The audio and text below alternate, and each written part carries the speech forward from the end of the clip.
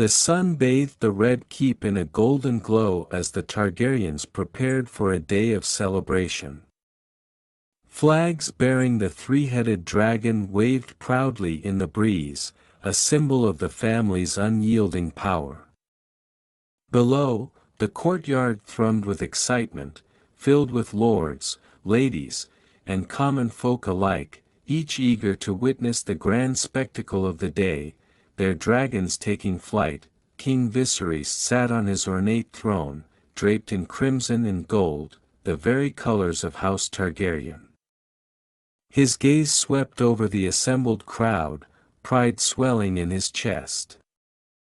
At his side stood Queen Alicent, her beauty radiant against the vibrant backdrop of the festival. Her golden hair, intricately braided, glimmered like sunlight, and her presence exuded grace and authority. As the bells of the Red Keep tolled, signaling the start of the festivities, the crowd erupted into cheers. Musicians struck up a lively tune, the sound echoing off the stone walls, mingling with the eager shouts of children racing through the courtyard. Food stalls lined the pathways, laden with roasted meats, fresh bread, and sweet pastries, inviting all to indulge in the bounty of the realm. Rhaenyra, the king's firstborn, stood near the edge of the platform, her heart racing with anticipation. Today was her day to shine, to show the realm that she was not just a daughter, but a worthy heir to the Iron Throne.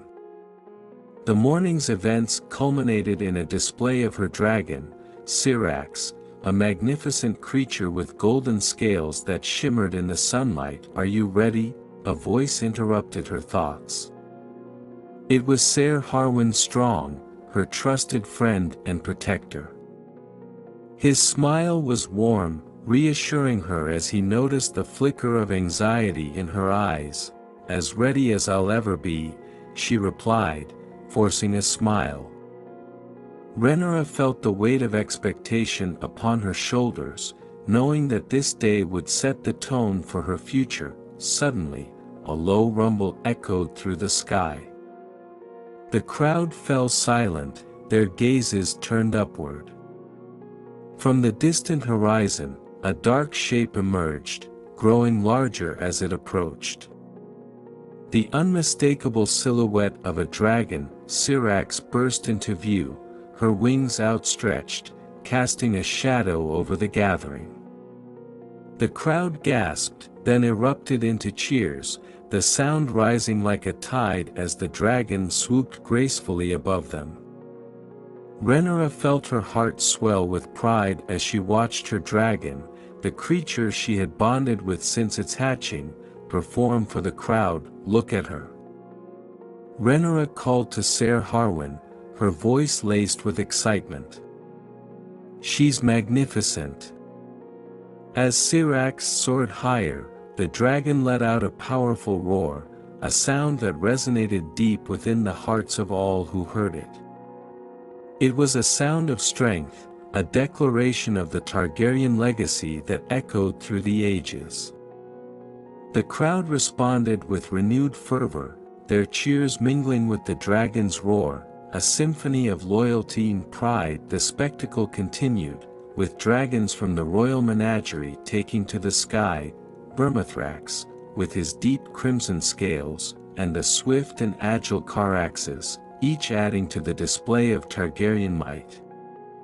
Lords and ladies watched, their expressions a mix of awe and envy, while children pointed in delight, dreaming of the day they might ride a dragon themselves. Amidst the jubilation, Viserys rose from his throne, raising a goblet to silence the crowd. "Today, we celebrate the strength of our house, the bond between dragons and men. May our enemies tremble at the sight of our kin, and may the realm know peace under our rule." Cheers erupted once more, echoing through the halls of the Red Keep. Rhaenyra felt the fervor of the crowd wash over her, igniting a flame within her. She understood the weight of her father's words, it was a promise of stability and a warning to those who dared to challenge their rule. As the celebrations continued, Rhaenyra locked eyes with her father, a silent vow passing between them. She would prove herself worthy of the title of heir, not just through her lineage but through her actions. Today marked the beginning of her journey, and she would ensure the Targaryen legacy burned brightly for generations to come. As the last dragon circled the Red Keep, a sense of foreboding crept into her heart, an unshakable feeling that the heights of their power would soon be tested. But for now, amidst the cheers and the roars of dragons, the Targaryen dynasty stood unchallenged, basking in the glory of their triumph, and in that moment, the realm felt secure under the might of House Targaryen, unaware of the seeds of discord that had already begun to take root. The grand hall of the Red Keep buzzed with anticipation, the air thick with the scent of polished wood and the rich tapestries that adorned the stone walls. Lords and ladies of the realm filled the seats, their faces a mixture of curiosity and skepticism. Today, King Viserys would make an announcement that could alter the course of history. Rhaenyra sat among the gathered lords, her heart pounding with a mix of excitement and dread. She could feel the weight of their gazes, each one assessing her, measuring her worthiness as a potential ruler.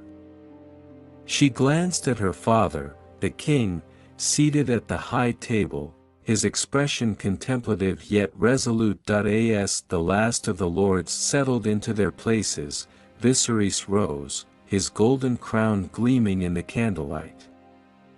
Silence enveloped the hall, the only sound the soft crackle of the hearth. He cleared his throat, his voice steady yet imbued with a hint of emotion. "Lords and ladies of the realm," he began, "we gather here today not merely to discuss matters of state, but to address a pivotal shift in the tradition of House Targaryen." A murmur rippled through the assembly, heads turning as the implications of his words sunk in. Rhaenyra felt her pulse quicken. This was the moment she had been waiting for. Viserys continued, "For generations, the Iron Throne has been passed from father to son, the mantle of leadership resting upon the shoulders of our male heirs. Yet, I stand before you today to proclaim a new path for our lineage." He paused, allowing his words to resonate. "My firstborn child, Rhaenyra, shall be my heir. She will take her rightful place as the future queen of the Seven Kingdoms." Gasps filled the hall, followed by a ripple of whispered conversations. Rhaenyra's breath caught in her throat. The moment she had longed for was finally here, yet the mixed reactions of the lords unsettled her. Viserys raised a hand, silencing the chatter. "This decision is not made lightly.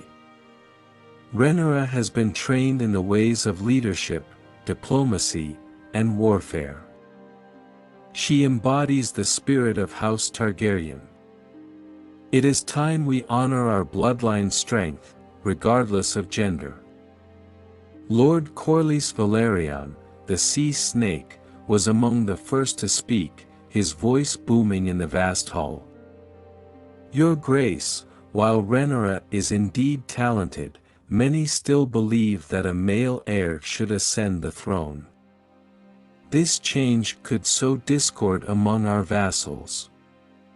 Rhaenyra's heart sank at the challenge, but she quickly composed herself, recalling her training. She had listened to her father's lessons on diplomacy, the importance of standing firm in one's convictions. "Lord Velaryon," she said, rising to her feet, "I do not seek to diminish the legacy of our ancestors. I stand here as your future queen, prepared to defend our realm and honor our traditions in new ways. The strength of a ruler lies not in their gender but in their ability to lead. More murmurs swept through the hall, some lords nodding in agreement while others frowned in discontent. Alicent, seated beside her husband, watched intently, her expression a mix of pride and concern for her daughter's boldness. "Your words ring true, my lady," Viserys said, a smile breaking through his earlier tension. "It is time for us to embrace change, to foster a new era for our house." But not all were convinced. "And what of your son, your grace?" Lady Hightower interjected, her voice sharp.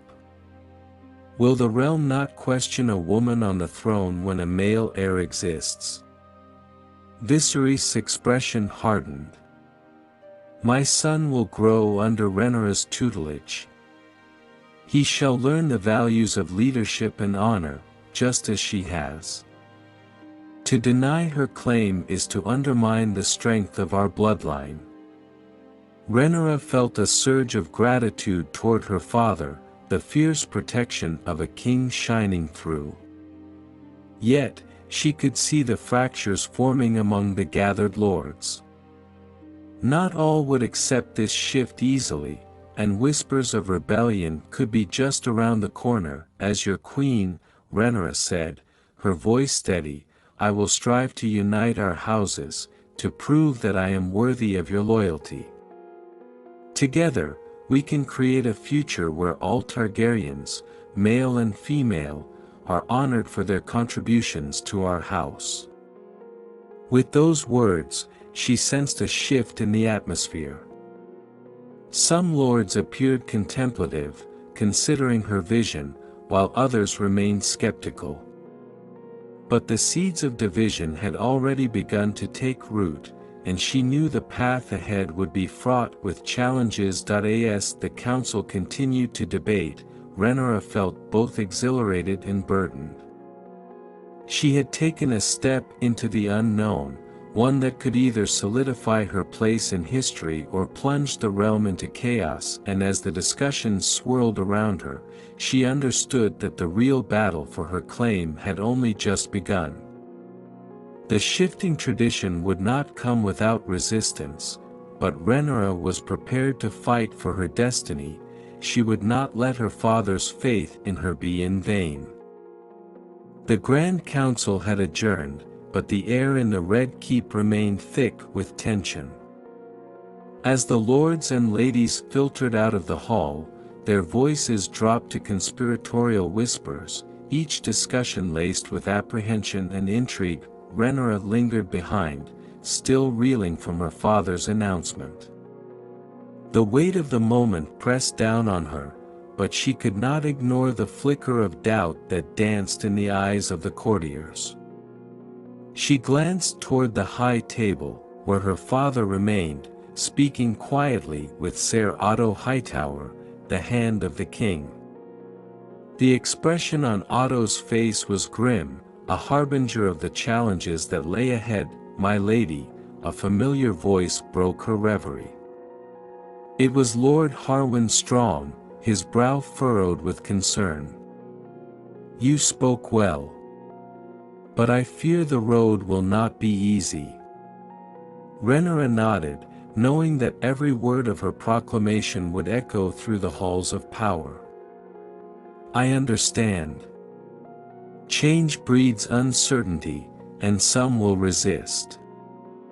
As they made their way down the stone corridor, they passed clusters of nobles, their conversations hushed but urgent. "A daughter as heir?" Lady Hightower exclaimed, her voice barely audible. "What will that mean for the realm? Our traditions are not meant to be broken so recklessly." "Do you think the king is losing his grip?" a younger lord murmured, casting a wary glance toward the high table. "What will Aegon's future be if he is not the one to wear the crown?" Rhaenyra felt her heart quicken. The whispers stung, and she couldn't shake the feeling that her very presence was under scrutiny. The corridors felt alive with speculation, each footfall echoing her fears. "We must find allies," she said, her voice steadying. "If I am to be queen, I need support from the most influential houses. Otherwise, these whispers could turn into outright rebellion." "Perhaps you should speak with Lady Valerian," Harwin suggested. "House Valerian has long been a stalwart ally. If they back your claim, others may follow." Rhaenyra considered this. "Yes, but what of Alicent? Her family will not take kindly to my assent, especially now that Aegon has been born." As they approached the courtyard, the sun cast a warm light on the stone path, a stark contrast to the chill that had settled in Rhaenyra's chest. The people outside were blissfully unaware of the turmoil brewing within the walls of the Red Keep. Laughter rang out as children chased each other, while vendors called out to sell their wares, yet, among the vibrant life of the courtyard, Rhaenyra could feel the undercurrents of tension. A group of lords gathered near a fountain, their heads bent low as they shared hushed words. She caught snippets of conversation that sent a shiver down her spine. "Tradition dictates, a king must lead," one lord said, his voice heavy with disdain. "A girl on the throne? Madness. The king has lost his mind, marking a path to ruin for us all," another responded, eyes darting around as if the walls themselves might hear. Rhaenyra clenched her fists, the weight of their disdain pressing down on her. She had fought for this moment, and yet here she was, a target of scorn. She caught the gaze of Lord Caswell, who had been a reliable supporter of her father. But now, his expression was clouded, as if he were grappling with the enormity of the king's decision. "Do they not see that I am prepared?" Rhaenyra said, her voice rising with frustration. "I am Targaryen, born of dragons and fire. I will prove my worth, not just to them but to myself." "Rhaenyra," Harwin cautioned gently, "be mindful of the shadows that linger. For every ally you seek, there are those ready to turn against you." As they walked further into the courtyard, Rhaenyra spotted her mother, Queen Alicent, standing apart from the throng, her expression unreadable. Rhaenyra approached her, the distance between them filled with unspoken words. "Mother," Rhaenyra said softly, "do you support my claim?" Alicent looked at her, eyes glinting with a mix of pride and worry. "You know I will always stand by you, my dear. But the road ahead is fraught with peril. Your father's decision has set us on a path that could lead to conflict." Rhaenyra felt a surge of frustration. "I want to lead, to prove that I can do this. I am ready, mother." Alicent's gaze softened, and she placed a hand on Rhaenyra's shoulder. "Then you must be cautious. Not everyone will accept this new tradition without question. Find those who will stand with you, and forge bonds that cannot be easily broken." As they spoke, a loud voice broke through the crowd. "Have you heard? The king's daughter is to inherit the throne. What madness is this?" The comment sent ripples through the assembly, more whispers igniting like fire. Rhaenyra turned to see a group of nobles, faces twisted in disbelief, and felt her resolve harden. "This will not stand," she murmured, determination flooding her veins. "I will not allow them to undermine my claim. I will gather my allies, and I will show them the strength of a Targaryen queen." In the shadows of the Red Keep, as whispers turned to roars, Rhaenyra steeled herself for the battles ahead. The path to her destiny was laden with challenges, but she would not falter. She would rise, and in doing so, carve her name into the annals of history, proving that the legacy of House Targaryen could shift, but it would never be diminished. Morning light spilled through the high windows of Rhaenyra's chambers, illuminating the ornate tapestries that depicted the Targaryen history in vibrant hues.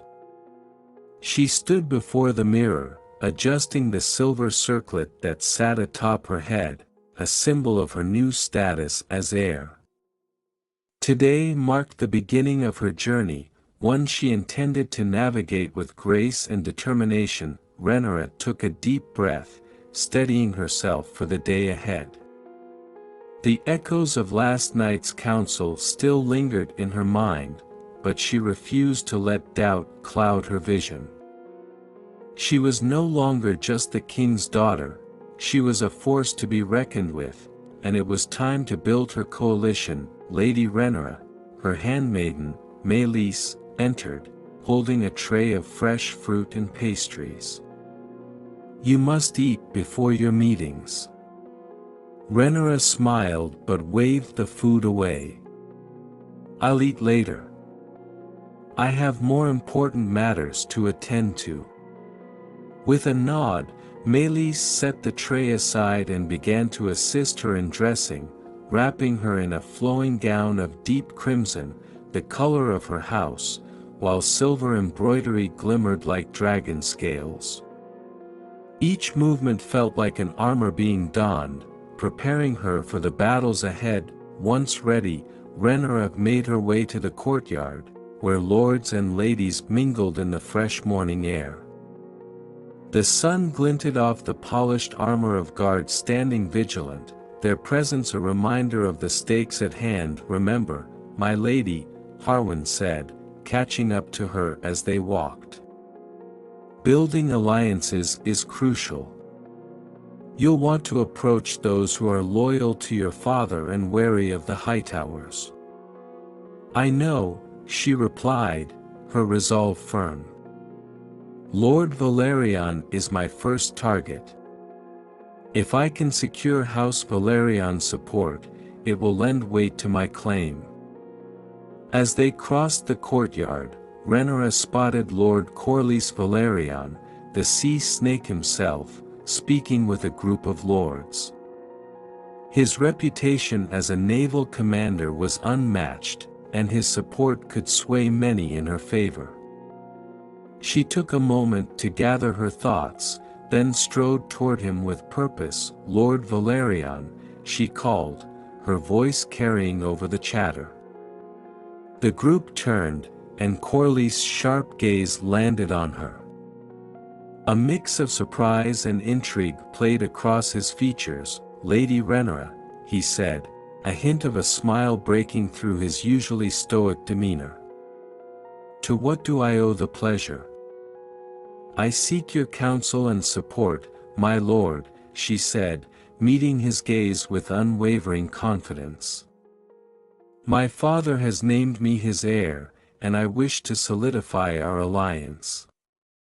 A murmur of curiosity rippled through the group, and Rhaenyra could sense the weight of their scrutiny. She pressed on, determined to make her case. "House Valerion and House Targaryen share a long history," she continued. "Together, we can ensure peace and stability in the realm, and I intend to uphold our family's legacy. I will not falter in my duty as your queen." Corlys regarded her thoughtfully, and Rhaenyra held her breath, sensing the gravity of the moment. "You speak with passion, my lady," he replied, his voice measured. "But many still question a woman on the throne. The tides of loyalty can shift quickly." "Then let us create a tide that cannot be turned," Rhaenyra urged. "With your support, I can prove to the realm that a Targaryen queen can lead with strength and honor." The corner of Corlys' mouth turned up slightly, a glimmer of approval in his eyes. Very well, Lady Rhaenyra. I shall consider your words. But be wary, many will test your resolve. With that, Rhaenyra felt a surge of hope. She had taken the first step towards solidifying her power, but she knew this was just the beginning. As she moved through the courtyard, she sought out other influential figures, engaging them in conversation about her vision for the realm. She approached Lady Margaery Tyrell, whose family's wealth and influence in the Reach could prove invaluable. Lady Margaery, Rhaenyra began, your family's support would be a beacon of hope for the people. Together, we can ensure prosperity across the realm. Margaery smiled, her eyes sparkling with intrigue. You have the heart of a queen, Rhaenyra. But tell me, how do you plan to counter the whispers of discontent that surround your claim? By showing them my strength, Rhaenyra replied confidently. I will lead with wisdom and fairness. I will listen to their concerns and address them head-on. The realm needs a ruler who can unite us, not divide us. With each conversation, Rhaenyra felt her confidence grow. She was not just defending her claim, she was shaping her future and proving herself as a leader. But she remained aware of the dangers lurking in the shadows, especially from those who saw her ascent as a threat. As the sun climbed higher in the sky, Rhaenyra found herself standing on the balcony overlooking the courtyard, the wind teasing her hair. She could see the banners of House Targaryen flapping proudly, a reminder of her lineage and the power she was meant to wield. Rhaenyra, Harwin said, joining her, you're making a strong impression today. The support you're gathering could turn the tide in your favor. Yes, she replied, gazing out at the horizon. But I must remain vigilant. There are those who will not accept this change without a fight. Harwin nodded, his expression serious.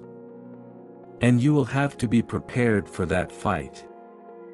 You must prove to them that you are not just a Targaryen by blood but a queen by right. As she stood on the brink of her destiny, Rhaenyra felt the fire of determination blazing within her. A new dawn had begun, one filled with possibilities and challenges. She would rise to meet them, for the fate of House Targaryen, and the realm, depended on her strength and resolve. With renewed purpose, Rhaenyra turned away from the balcony, ready to forge the alliances that would secure her future. The shadows might linger, but she would stand tall in the light, a beacon of hope for a kingdom on the brink of change. The air in the Red Keep was charged with anticipation as news spread like wildfire. Queen Alicent was in labor. Courtiers and nobles alike gathered in the hallways, their expressions a mix of excitement and anxiety. Today could mark a pivotal moment for the Targaryen dynasty, shifting the dynamics of power within the court. Rhaenyra paced anxiously in her chamber, her mind racing with the implications of her mother's impending delivery. A male heir, born to the queen, could challenge her newly established claim to the throne. The thought gnawed at her, but she knew she had to maintain her composure. Lady Rhaenyra, Meleys said, peeking into the room, her face flushed with excitement.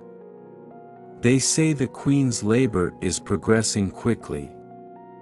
Thank you, Meleys, Rhaenyra replied, her voice steadier than she felt. I suppose we will know soon enough what this day holds. As the hours passed, Rhaenyra found it increasingly difficult to focus. She could hear the distant sounds of laughter and chatter from the courtyard below, a stark contrast to the turmoil swirling in her mind. Each passing moment felt like a lifetime. Finally, a soft knock at the door broke her concentration. It was Ser Harwin Strong, his expression serious. "My lady, I have news from the birthing chambers." Rhaenyra's heart raced as she nodded for him to continue. "The queen has given birth to a healthy boy. He is named Aegon." A wave of mixed emotions washed over her. Relief for her mother's safety battled with the reality of what Aegon's birth meant for her claim. "Thank you, Harwin," she managed to say, her voice barely above a whisper. "Your position as heir remains unchanged, for now," he added, reading the uncertainty in her eyes. "But you must be prepared for the changes this will bring to the court." Rhaenyra nodded, knowing that her mother's child would shift the balance of power in ways she could only begin to imagine. The notion of a Targaryen prince, a direct male heir, sent ripples of excitement and fear through the court. As the day wore on, Rhaenyra decided to visit Alicent and her new son. She steeled herself for the encounter, knowing she needed to maintain a facade of unity and support, even if her heart felt heavy. Upon entering the royal chamber, Rhaenyra was struck by the sight of her mother, pale but radiant, cradling the swaddled babe in her arms. Alicent's smile was bright, yet Rhaenyra could see the underlying tension in her eyes. "Aegon," Alicent cooed softly, her gaze fixed on the child. "He is perfect, isn't he?" Rhaenyra approached cautiously, forcing a smile. "He is beautiful, mother." "Congratulations." Alicent looked up, her expression softening. "Thank you, my dear. I am grateful for your support during this time. You will be a wonderful sister." "Yes," Rhaenyra replied, her heart heavy. "But I must admit, the implications of his birth weigh on my mind." Alicent's smile faltered for a moment. "I understand. But remember, a family is stronger together. Aegon can be a source of strength for you, not just a rival." "Perhaps," Rhaenyra said, though uncertainty lingered in her heart. "But the court will see him as the true heir, and that will undoubtedly create tension." "Let them whisper," Alicent said, her voice firm. "You are still my firstborn, and you hold the king's favor. You must continue to embrace your role and show them you are worthy." Rhaenyra felt a surge of determination. "I will not back down, mother. I will prove that I am fit to rule, regardless of my brother's birth." As they spoke, the door creaked open, and Ser Otto Hightower entered, his expression one of triumph. "Your Grace," he said to Alicent, "the court awaits to celebrate the birth of Prince Aegon. They wish to pay their respects." Alicent nodded, then looked at Rhaenyra. "You should join us. Show the court that you stand united with your brother. This is a moment for our family." Rhaenyra hesitated, but then steeled herself. "Very well. For Aegon's sake, I will play the part of the supportive sister." As they made their way to the hall, Rhaenyra felt the weight of the world on her shoulders. The court was abuzz with excitement, nobles and ladies gathering to see the new prince and offer their congratulations to the queen.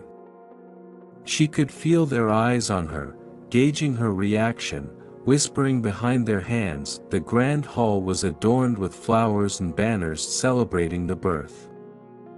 Laughter echoed, but Rhaenyra sensed an undercurrent of tension. As she entered, a hush fell over the crowd, all eyes turning to the Targaryen family. "Lady Rhaenyra," a voice called from the back. It was Lord Lannister, his tone dripping with feigned admiration. "How fortunate we are to witness the birth of a true prince."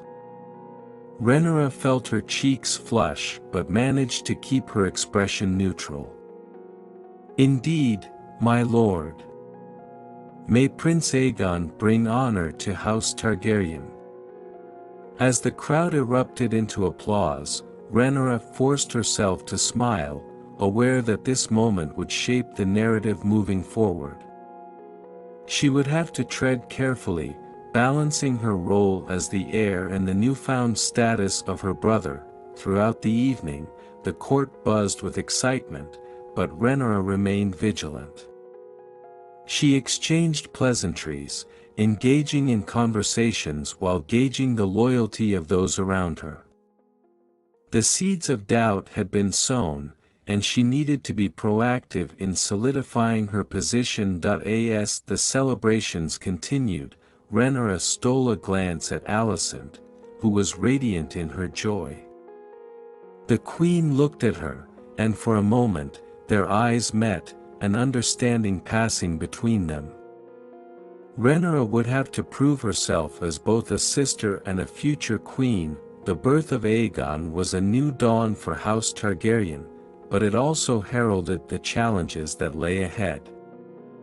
Rhaenyra knew that to secure her claim, she would need to gather allies, stand firm against whispers in the shadows, and navigate the treacherous waters of court politics. With determination igniting within her, Rhaenyra vowed to rise above the challenges. She would not only defend her title but also embrace her role as a leader, proving that the fire of Targaryen blood could burn brighter than any rivalry. The atmosphere in the Red Keep had shifted subtly since the birth of Aegon. Where there had once been camaraderie, a tension now threaded through the air, thick enough to cut. Rhaenyra could feel it in her bones as she moved through the corridors, each step echoing her growing unease. The court was abuzz with the news of Aegon, and while Rhaenyra forced herself to smile at congratulatory remarks, the whispers behind her back grew louder. "Aegon is the rightful heir," they said. "A queen cannot rule." The words clung to her like a shroud, and each murmured sentiment was a dagger aimed at her heart. Rhaenyra sought solace in her mother's chambers, hoping for the warmth of their bond. Yet, as she entered, she found Alicent seated by the window, cradling Aegon in her arms. The sight was both tender and painful, a reminder of the new dynamics shaping their lives. "Mother," Rhaenyra said, her voice tentative. "May I speak with you?" Alicent looked up, a flicker of something unreadable crossing her face before she nodded. "Of course, my dear. Come sit with us." Rhaenyra approached, her heart heavy as she took a seat beside her mother. Aegon cooed softly, and for a moment, the warmth of family enveloped them. But the moment was fleeting, the shadows of rivalry creeping in. "Have you heard the latest gossip?" Alicent began, her voice deceptively light. "The lords are already debating Aegon's future, suggesting he will lead us into a new era." Rhaenyra clenched her fists, the words stinging like a slap. "And what of me? Do they forget that I was named heir before Aegon was even born?" Alicent's expression softened, but there was a tension in her shoulders. "They are merely excited, Rhaenyra. A new prince is always a cause for celebration." "Excitement?" Rhaenyra scoffed, unable to keep the bitterness from her tone. "They are setting the stage for my downfall, mother. They will paint me as a usurper, a threat to my brother." Alicent's eyes narrowed, and Rhaenyra sensed the strain in their relationship tighten further. You must not let fear cloud your judgment. You are stronger than you realize, and you must prove to them that you deserve the title of heir. Rhaenyra felt a pang of resentment. How can I prove myself when my very existence is overshadowed by Aegon's birth? You were the one who encouraged me to embrace my role, yet now you support the narrative that threatens my claim. Alicent's voice grew sharper. I support my son's future, Rhaenyra. I do not want to see you at odds with him. You are sisters, and you must unite to protect our family. Sisters. Rhaenyra spat, her anger boiling over. What if I cannot accept him as my brother when he is heralded as the true heir? You may see this as a family bond, but to the court, it's a rivalry. The room fell silent, the weight of Rhaenyra's words hanging heavy in the air. Alicent's expression softened, and for a moment, Rhaenyra saw the mother she loved beneath the layers of courtly expectations. Rhaenyra, Alicent said gently, her voice barely above a whisper. I do not wish for this to drive a wedge between us. I want you both to succeed. We can guide Aegon together, show the realm that we are united. But at what cost? Rhaenyra's voice broke. Will I always be the sister in the shadows, living under the weight of your son's legacy? Alicent's eyes glistened with unshed tears. No, Rhaenyra. You will never be in the shadows. You are my firstborn. You have my heart. But you must also understand that the court will not make this easy. Rhaenyra took a deep breath, trying to rein in her emotions. Then what am I to do? How can I ensure my place as heir when everything is changing around me? Alicent's gaze turned serious. You must cultivate your own alliances, engage with the lords, and demonstrate your capability as a leader. Show them that you are not just a Targaryen by birth, but a queen by right. Rhaenyra nodded, though a deep-seated fear gnawed at her. I will do what I can. But I fear that no matter what I achieve, it will never be enough. The court is fickle, and their loyalties shift like the wind. Alicent reached out, placing a hand on Rhaenyra's arm.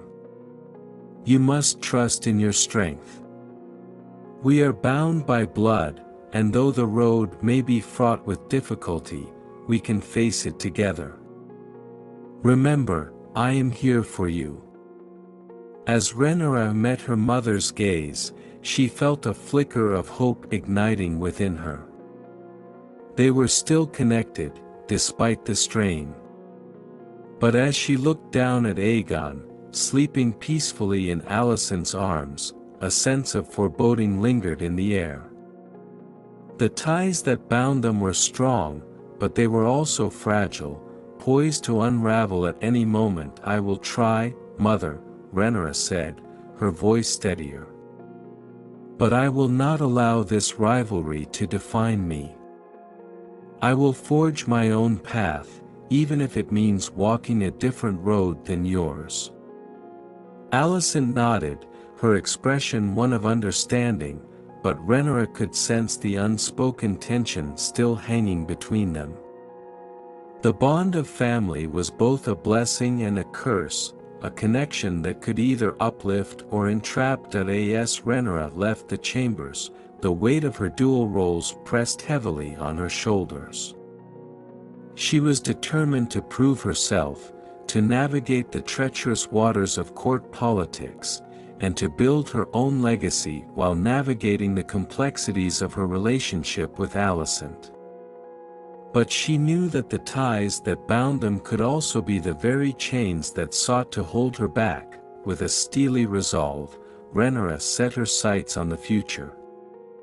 She would stand tall, no matter the cost, ready to face the challenges ahead. The ties that bound her to her mother and brother were strong, but she would forge her own destiny amidst the rising tide of rivalry. The sun hung low in the sky, casting an amber glow over the Red Keep as Rhaenyra stood on the balcony of her chamber, gazing out over the sprawling city of King's Landing. The streets bustled with activity, but beneath the surface, a tension simmered, a tension that mirrored her own inner turmoil. The birth of Aegon had sent shockwaves through the realm, and old allegiances were beginning to shift. As she turned away from the view, Rhaenyra's thoughts drifted to the lords and ladies who would soon gather for the council. A growing rift between supporters of her claim and those backing Aegon was becoming increasingly apparent. She could no longer ignore the whispers that filled the halls of power, nor the factions forming like storm clouds on the horizon. Lady Rhaenyra, a soft voice interrupted her thoughts. It was Harwin Strong, entering her chamber with a solemn expression. "I bring news from the court." "Is it about the council?" she asked, bracing herself for the weight of his words. Harwin nodded. "Yes. There are reports that several houses are choosing sides. House Hightower has rallied behind Aegon, while House Velaryon remains divided, caught between loyalty to you and the Queen." Rhaenyra felt a surge of frustration. House Hightower. Of course, they would. Otto Hightower sees Aegon as a means to cement his family's power. But House Velaryon, they cannot abandon me now. Lord Corlys is cautious, Harwin continued. He seeks to maintain a neutral stance, but many of his banner men are beginning to voice their support for Aegon, swayed by the prospect of a male heir.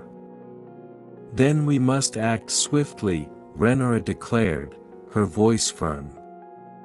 "If House Velaryon sways against me, it could set off a chain reaction. Other houses will follow suit." Harwin nodded, a determined look in his eyes. "What are your plans?" "We need to strengthen our alliances. I must engage with those who still support my claim and show them that I can lead," she replied. "I will visit the Velaryon stronghold at Driftmark and speak directly with Lord Corlys. If I can win him back, it may bolster my position in the court." "Very well," Harwin said, a hint of admiration in his voice. "I will accompany you.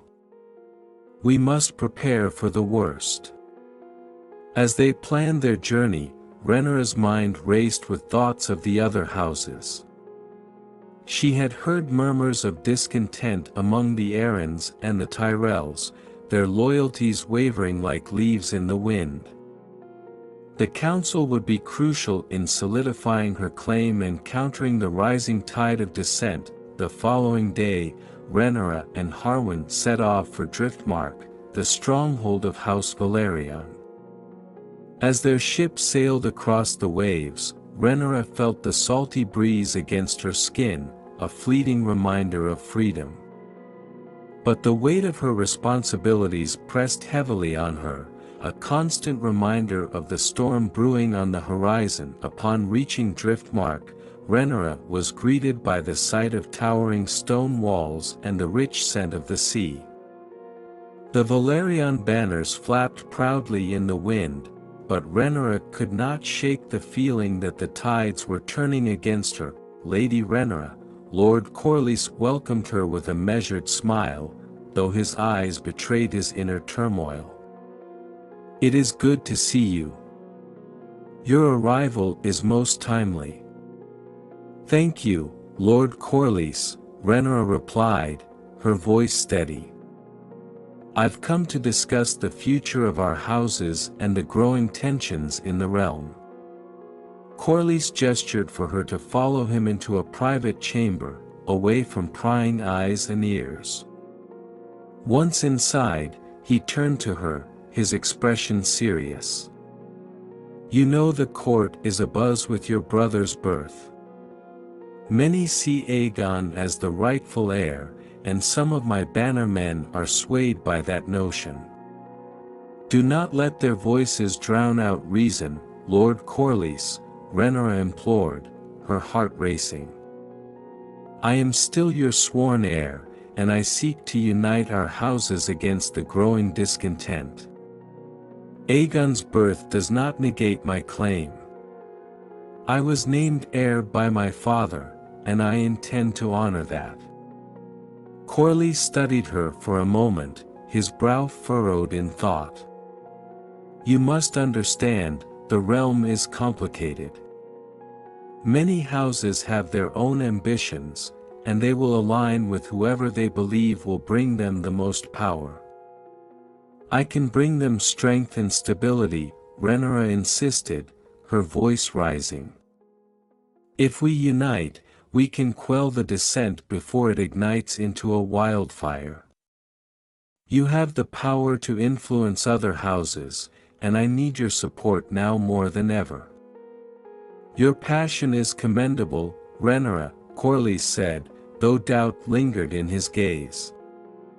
"But you must also acknowledge that Aegon has the weight of tradition behind him. The realm has always favored male heirs, and many will rally to that banner." Frustration bubbled within her. "But Aegon is still a babe. He cannot lead, he is not prepared to bear the weight of the crown. I am ready to lead, to protect the realm, and to uphold our family legacy." "Perhaps," Corlys replied, his tone softer now. "But the lords of the realm will be looking for signs of weakness. You must prove that you can rally support among them." "I will," Rhaenyra vowed. "I will not falter in my claim. I will show them my strength." As their conversation continued, Rhaenyra felt the flicker of hope ignite within her. She had to believe that she could sway Corlys, that she could turn the tide in her favor. But as they spoke, she was acutely aware of the undercurrents of dissent weaving through the realm.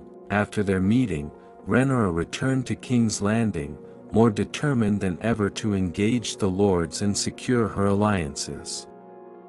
But the whispers followed her, growing louder and more insistent. Days turned into weeks, and the divisions in the court became ever clearer. Old houses began to take sides, some openly declaring their support for Aegon while others clung to the traditional loyalty toward Rhaenyra. The realm was becoming a cauldron of dissent, each house stirring the pot with their ambitions. In the heart of King's Landing, tensions escalated as allies were tested, and old rivalries reignited. Rhaenyra's supporters rallied behind her, but she could see the cracks forming. The council meetings became battlegrounds, where words were weapons, and alliances were forged or shattered with each heated exchange. As she stood before the council one fateful day, Rhaenyra felt the weight of the realm's gaze upon her. House Hightower, led by Otto and Alicent, stood resolute in their support for Aegon, while her loyal bannermen rallied behind her, their voices raised in defiance. "Rhaenyra is the rightful heir," one of her supporters proclaimed, the fervor in his voice echoing through the chamber. "We must honor the king's wishes and uphold our tradition." But Otto's voice cut through the tension like a knife. "Tradition favors male heirs, and Aegon is the future of House Targaryen. We cannot ignore the reality of the situation. Rhaenyra felt her pulse quicken as the argument escalated, voices rising in a cacophony of dissent. She knew she had to seize control of the moment. Enough, she called out, her voice steady and commanding. This infighting only serves to weaken us. We must unite, not fracture, in the face of this challenge. The realm needs stability, and I am prepared to provide that as your queen. The chamber fell silent, all eyes turning to her. She could see the uncertainty in the faces of the lords, but she also sensed a flicker of hope. Rhaenyra knew that this moment could define her claim. Let us put aside our rivalries for the good of the realm, she continued, her heart racing. Together, we can quell this dissent and prove that House Targaryen is strong enough to endure any storm. As she finished her plea, Rhaenyra felt a surge of determination. The tides were shifting, but she would fight against the rising tensions, rallying her allies and forging new paths. The realm may be divided, but she would not back down. She would rise to meet the challenges head-on, ready to defend her claim and her family's legacy, no matter the cost. The sun dipped below the horizon, casting a fiery glow over Dragonstone as Rhaenyra made her way to the dragon pit. The sight of the massive stone structure always filled her with a sense of awe. Inside, the roar of dragons echoed, a powerful reminder of the Targaryen legacy and the fierce loyalty of their dragon riders. As she approached, the familiar figure of Ser Harwin Strong fell in step beside her. "You're going to speak with them?" he asked, noting the determination in her stride. "I must," Rhaenyra replied. "The dragon riders are crucial to our cause. Their loyalty could sway many undecided lords. If we can unite them under my banner, we will strengthen my claim and send a clear message to those who would defy me." The dragon pit loomed before them, the air thick with heat and the unmistakable scent of fire and earth. Rhaenyra entered, her heart racing as she took in the sight of the magnificent beasts that were the pride of House Targaryen. Their scales shimmered in hues of green, gold, and black, each one a living embodiment of power and majesty. The Dragon Keepers, a small group of devoted men and women responsible for caring for the dragons, moved about with practiced ease. Rhaenyra approached them, her presence drawing their attention. Among them was a young woman named Mira, a skilled keeper who had bonded with one of the smaller dragons, Syrax, Lady Rhaenyra. Mira greeted, her face lighting up with enthusiasm. "What brings you to the pit?" "I need your counsel," Rhaenyra said, her voice firm yet earnest. "The realm is divided, and I believe the loyalty of the dragon riders can help us tip the scales in our favor. I want to ensure they stand with me as their queen." Mira nodded, her expression turning serious. "The riders are fiercely loyal to their dragons, but they are also influenced by the political tides of the court. Many will follow Aegon simply because he is a male heir." "I understand," Rhaenyra replied, her determination unwavering. "But we must show them that a dragon's loyalty lies not just in tradition but also in strength and capability. I need to prove that I can lead." As they spoke, a deep rumble resonated through the pit, followed by a chorus of roars. Rhaenyra turned to see several dragon riders approaching, their dragons soaring overhead. Among them was Daemon Targaryen, her uncle and the most renowned dragon rider of their time, riding the fearsome Caraxes, a dragon with blood-red scales. Rhaenyra. Demon called out, landing gracefully. I heard you were gathering support among the dragon keepers. Smart move, but you need more than just words to rally the riders. Uncle, I intend to show them my strength, she said, her voice steady. I want to demonstrate that I am fit to rule and that my claim is just as strong as Aegon's. Demon regarded her for a moment, then nodded, a hint of approval in his gaze. Then let's give them a show. Bring your dragon, and let's fly. Show the realm that you are not just a name but a force to be reckoned with. Rhaenyra felt a thrill of excitement. I will take Syrax. Together, we will prove our worth. As they prepared for flight, Rhaenyra's heart raced with anticipation.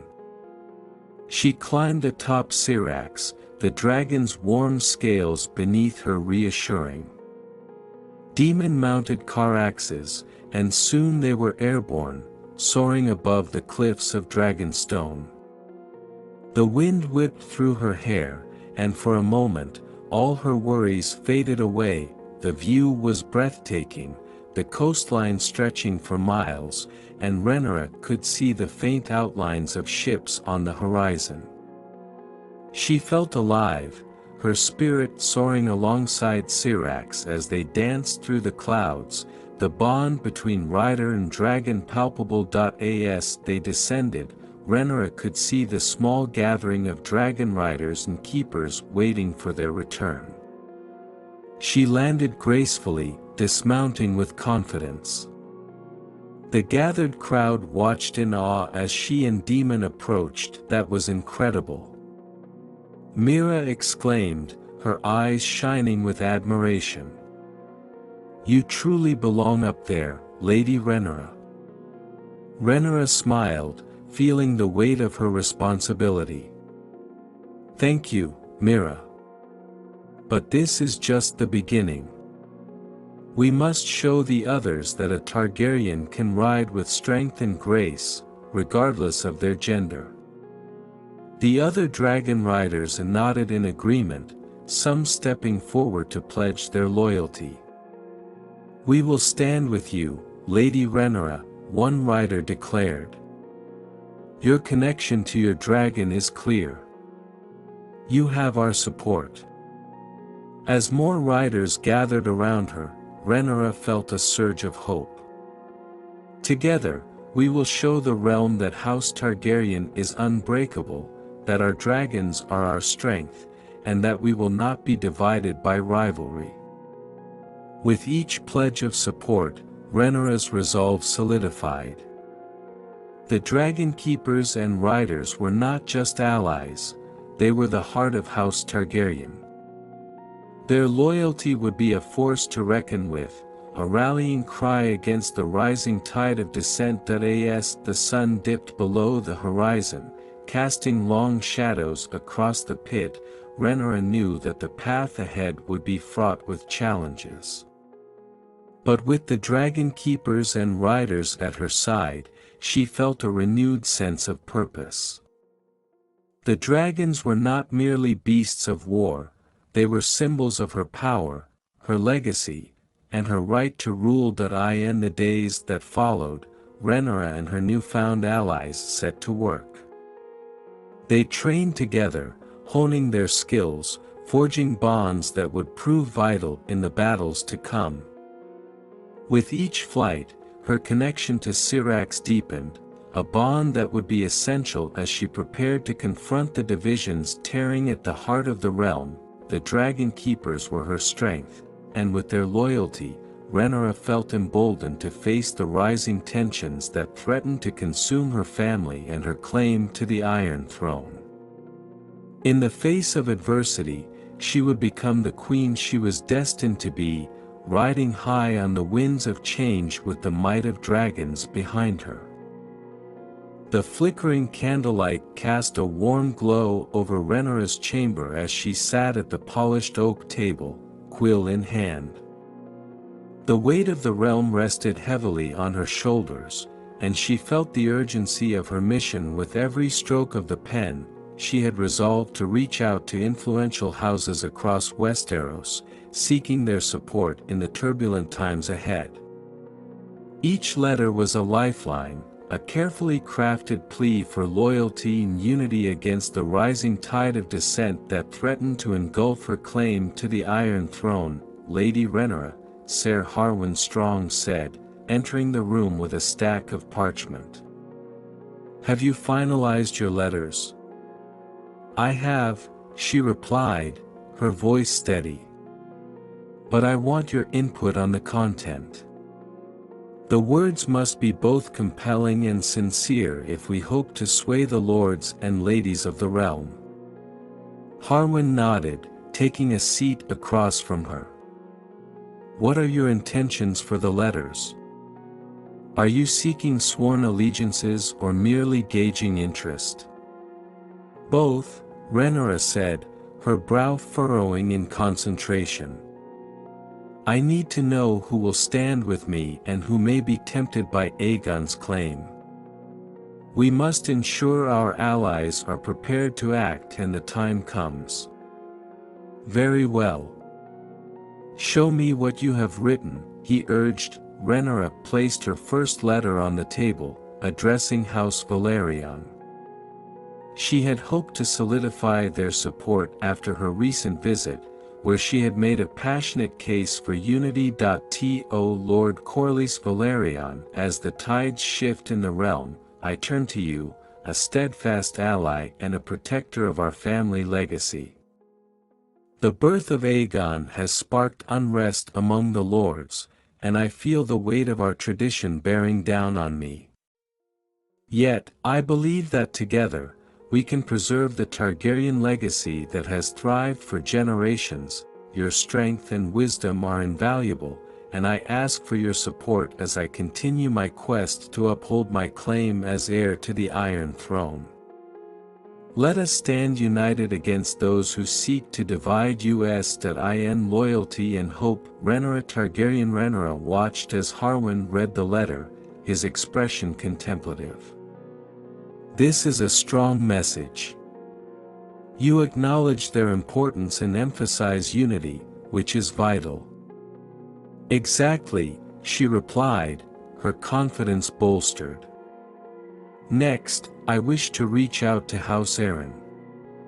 She penned the second letter, focusing on the strategic importance of the Vale and the need for steadfast allies in the face of uncertainty. To Lord Jon Arryn, the realm stands on the brink of division, and I seek your counsel in these tumultuous times. As the guardian of the Vale, your support is crucial in ensuring stability for the Targaryen legacy. That I hope to secure our bond and emphasize the strength of our alliance against those who would seek to undermine us. Together, we can weather this storm and safeguard our future, with respect and sincerity. Rhaenyra Targaryen. As she placed the second letter aside, Harwin nodded in approval. "Well done. You've clearly articulated the stakes while appealing to their sense of duty. Now, for House Tyrell," Rhaenyra said, her brow furrowing as she began writing. The Tyrells were known for their ambition and influence, and securing their support could turn the tide in her favor. To Lady Olenna Tyrell. I write to you in a time of great upheaval. The realm is fractured, and the alliances we forge today will determine our fates tomorrow. Your wisdom and insight are unmatched, and I value your opinion as we navigate this uncertain landscape. Let us stand together to safeguard our families and the future of Westeros. I seek your counsel and support in these challenging times. Yours in alliance, Rhaenyra Targaryen. Rhaenyra looked up from her writing, meeting Harwin's gaze. "What do you think? Will this be enough to pique Lady Olenna's interest?" "Your appeal to her wisdom is wise," Harwin replied, "but ensure she sees the benefits of siding with you. not just the loyalty of tradition. Rhaenyra nodded, inspired by his insight. You're right. I'll emphasize how our alliance could enhance her position in the court. With newfound determination, she continued drafting letters, each one a reflection of her hopes and ambitions. She reached out to House Martell of Dorne, House Stark of Winterfell, and even the lesser houses, knowing that every voice could count in the days to come. As the hours slipped away, the room filled with the scent of ink and parchment, the flickering flames casting long shadows across the walls. Rhaenyra's thoughts danced with the possibilities that each letter could bring. Once we send these letters, how do we follow up? Harwin asked, tapping the side of his quill thoughtfully. I will not wait long. A week should be enough time for them to respond. If I hear nothing, I'll send a messenger to inquire further, she decided, her mind racing with strategy. We cannot afford to be passive. I must remind them of the urgency of our situation. As Rhaenyra finished her letters, she felt a sense of purpose wash over her. Each letter was more than ink on parchment, it was a lifeline, a bridge to potential allies, a beacon of hope amidst the chaos of the realm. With her letters ready to be sealed, she summoned a messenger to carry them forth. The fateful journey of her words would begin, and with it, she could only hope to rally support for her claim and remind the realm of the strength and resilience of House Targaryen. As the messenger departed, Rhaenyra stood by the window, watching the sun set over King's Landing. She understood that the road ahead would be fraught with challenges, but she was ready to confront them head-on. The letters were a crucial step, and with each response, she would draw closer to solidifying her place on the Iron Throne. In her heart, she felt a flicker of hope. Her legacy was not yet written, and she would fight to ensure that it was a tale of strength, resilience, and the unwavering spirit of a queen. The grand tournament grounds were alive with the roar of the crowd, banners flapping in the brisk wind as lords and ladies gathered to witness the spectacle. Rhaenyra Targaryen stood at the edge of the arena, her heart pounding in rhythm with the drums announcing the tournament's commencement. Today was more than just a show of skill, it was a chance to assert her presence in a court that felt increasingly hostile. She took a deep breath, her gaze sweeping over the assembled knights. Many were there to compete, but even more came to show their loyalty, some to her, some to Aegon. The fracture in the court was palpable, and she knew that today's events would highlight those divisions. Lady Rhaenyra, Harwin said, approaching her with a determined look. Are you prepared for the challenge ahead? I am, she replied, her voice steady. But it's not my strength I'm worried about, it's the spectacle. We must make our presence known. As the first matches began, knights clad in armor took to the lists, their steeds prancing beneath them. Rhaenyra felt a surge of excitement as the first tilt began. A pair of knights charged at each other, lances raised, and the crowd erupted into cheers. Look at them! Harwin exclaimed, pointing to a knight in green and gold. Ser Loras Tyrell is quite the sight in the lists today. Rhaenyra's gaze sharpened as she noticed Ser Loras, a renowned juster and one of the strongest supporters of Aegon.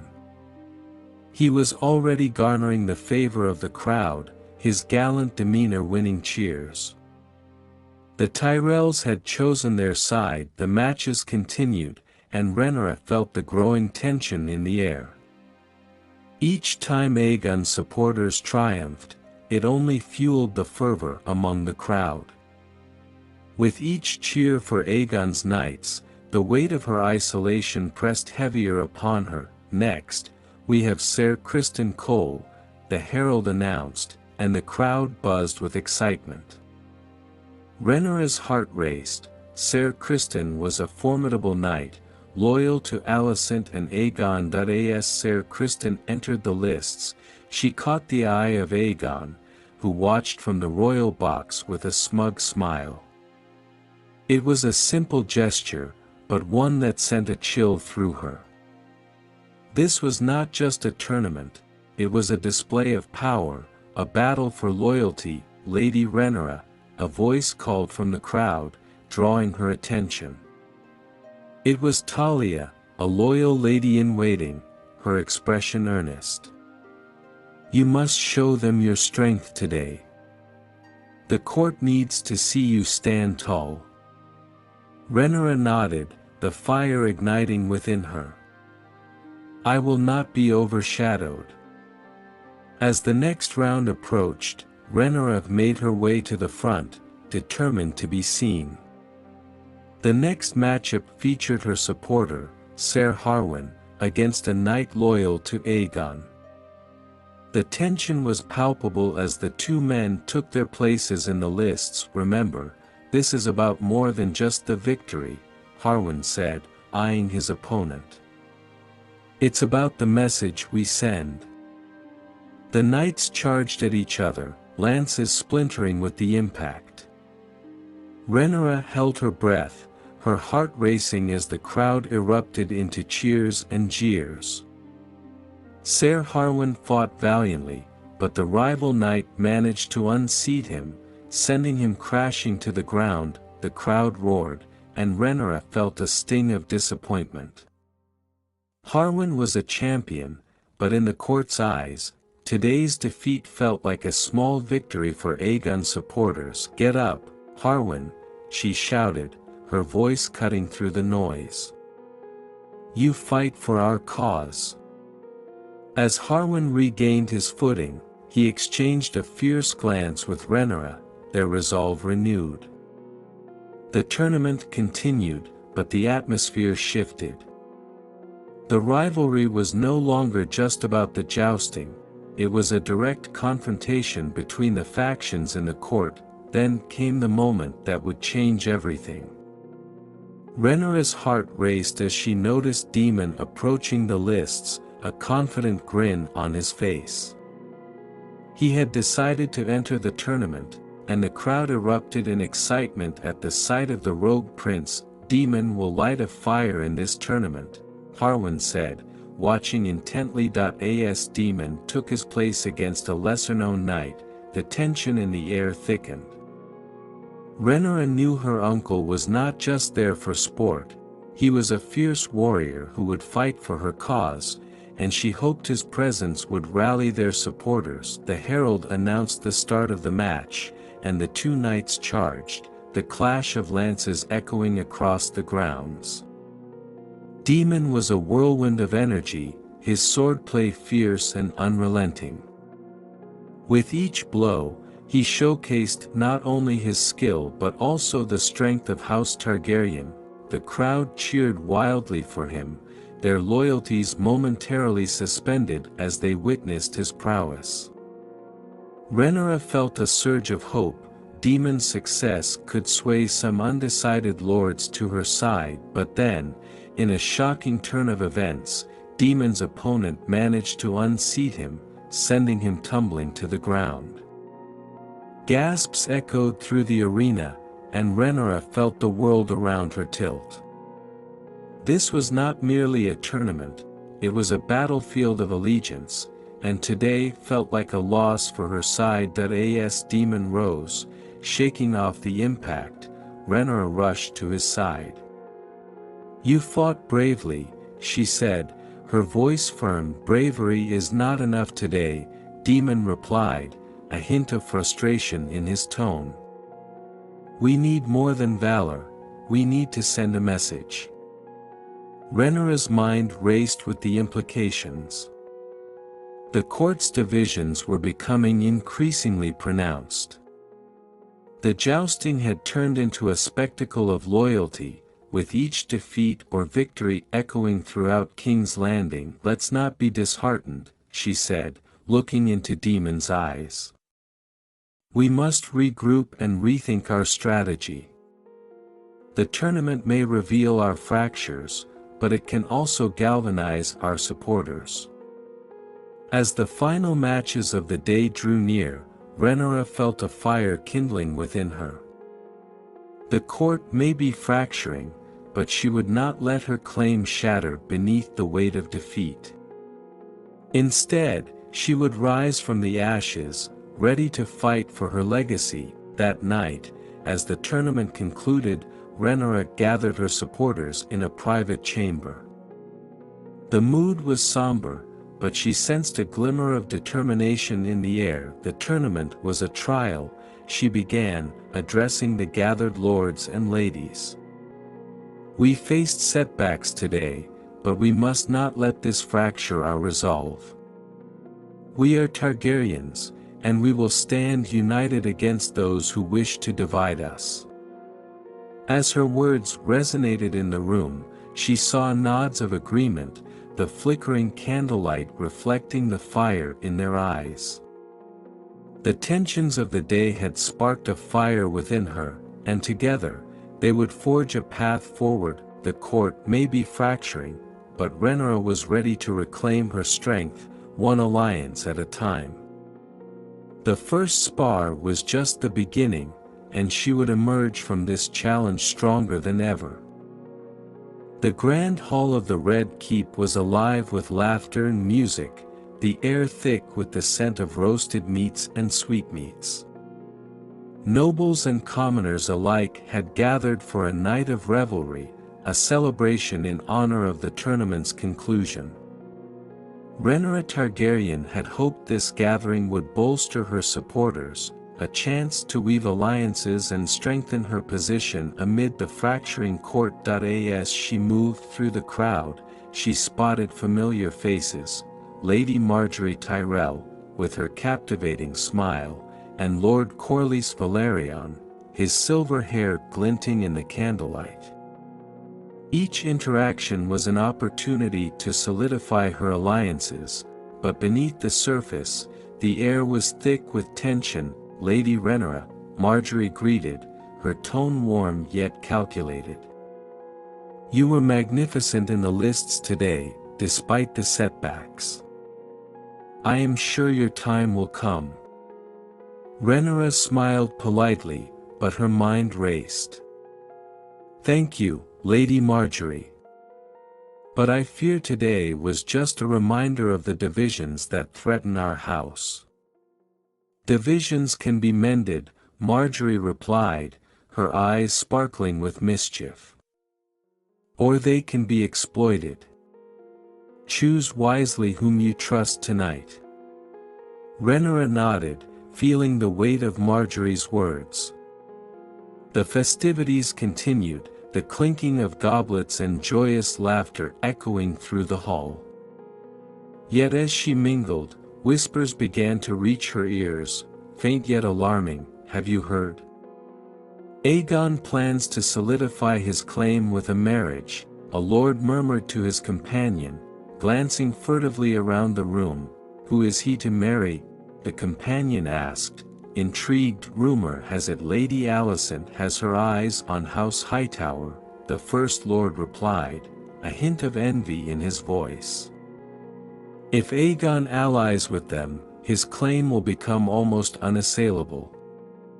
Rhaenyra's heart sank.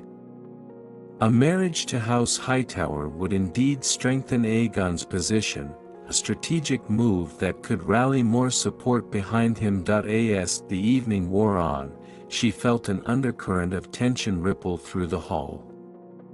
The laughter felt strained, the revelry tainted with the knowledge of the court's unrest. Rhaenyra's mind was racing when she noticed Ser Criston Cole standing apart, his gaze fixed on her. "Lady Rhaenyra," he approached, his tone guarded. "Might I have a word?" "Of course," she replied, leading him to a quieter corner of the hall, away from prying eyes and ears. I wanted to discuss the rumors surrounding Aegon," he said, glancing over his shoulder to ensure no one was listening. "There are whispers that he intends to approach House Hightower for an alliance." Rhaenyra felt a chill run down her spine. "I heard as much. If true, it could spell disaster for our cause." "Some believe it's a ploy," Criston continued, his brow furrowing. "To stir dissent among your supporters and weaken your claim." Rhaenyra frowned, considering his words. "Do you believe that?" "I do not know what to believe," he admitted, his voice low. "But I am loyal to you and will do what I can to protect your interests." As their conversation deepened, Rhaenyra felt the weight of trust in Criston's words, but a nagging doubt lingered in her mind. The court was filled with betrayal and whispers, and she couldn't shake the feeling that danger was closing in. Suddenly, a commotion erupted from the far end of the hall. Rhaenyra and Criston rushed to investigate, weaving through the crowd. They arrived just in time to see Daemon and Aegon facing off, words sharp as swords. "Do you think you can waltz into this hall and claim what is rightfully mine?"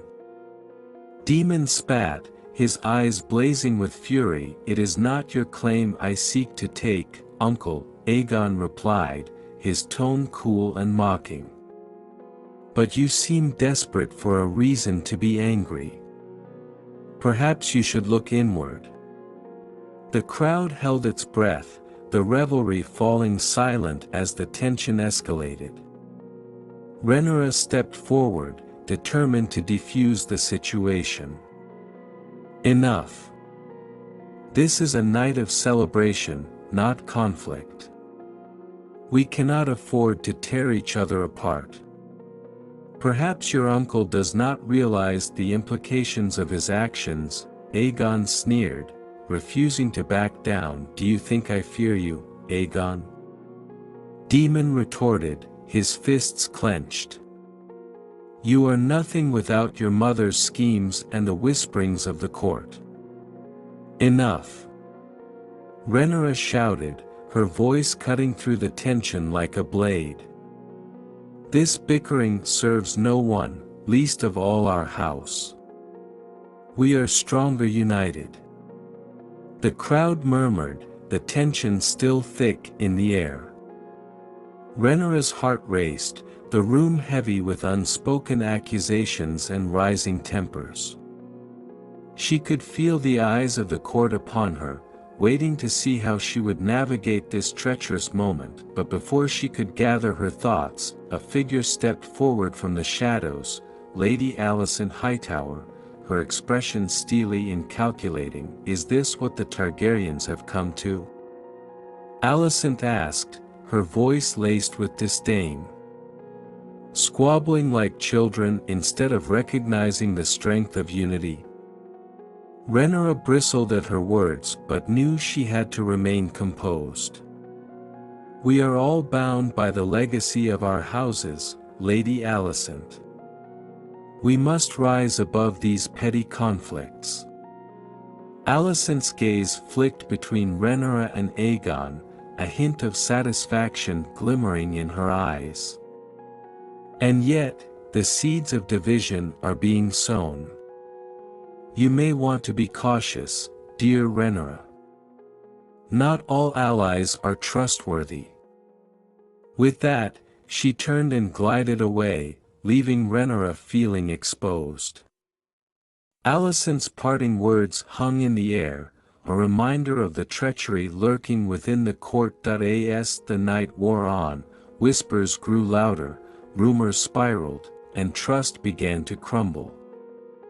Rhaenyra felt the weight of betrayal creeping in, each conversation laced with veiled threats and hidden agendas. As she made her way through the revelry, Rhaenyra caught sight of Harwin speaking with a group of lords, their expressions serious. She approached them, concern flooding her senses. "What is happening here?" Lady Rhaenyra, one of the lords said, his tone grave. We've heard unsettling news. There are discussions among the houses about an alliance forming against you. They believe your claim is too weak to support. Rhaenyra's heart raced, the enormity of the situation crashing over her. We must act quickly. We cannot allow these rumors to take root. Harwin stepped forward, his expression resolute. We will gather our loyalists and strengthen our position. But we must do so discreetly. If the rumors spread, they may become reality. As the night wore on, Rhaenyra felt the weight of the court's treachery closing in around her. The revelry had turned into a breeding ground for betrayal, and trust was a commodity she could no longer afford. Determined to counter the whispers, Rhaenyra steeled herself for the battle ahead. The night of revelry had revealed the fractures in her world, but she would not let them define her. She would rise above the rumors and betrayals, forging her own path to the Iron Throne. The game of alliances was far from over, and Rhaenyra knew that she had to navigate these treacherous waters with cunning and strength. The stakes were higher than ever, and she would not allow her legacy to be marred by the treachery of others. As the celebrations continued around her, she made a silent vow: she would confront the rumors head-on, turning the tide of loyalty back in her favor. And in the shadows, she would begin to seek out those who remained true to her cause, ready to reclaim the strength that was rightfully hers. The small council chamber was a place of power and intrigue, where the fate of the realm was often decided behind closed doors.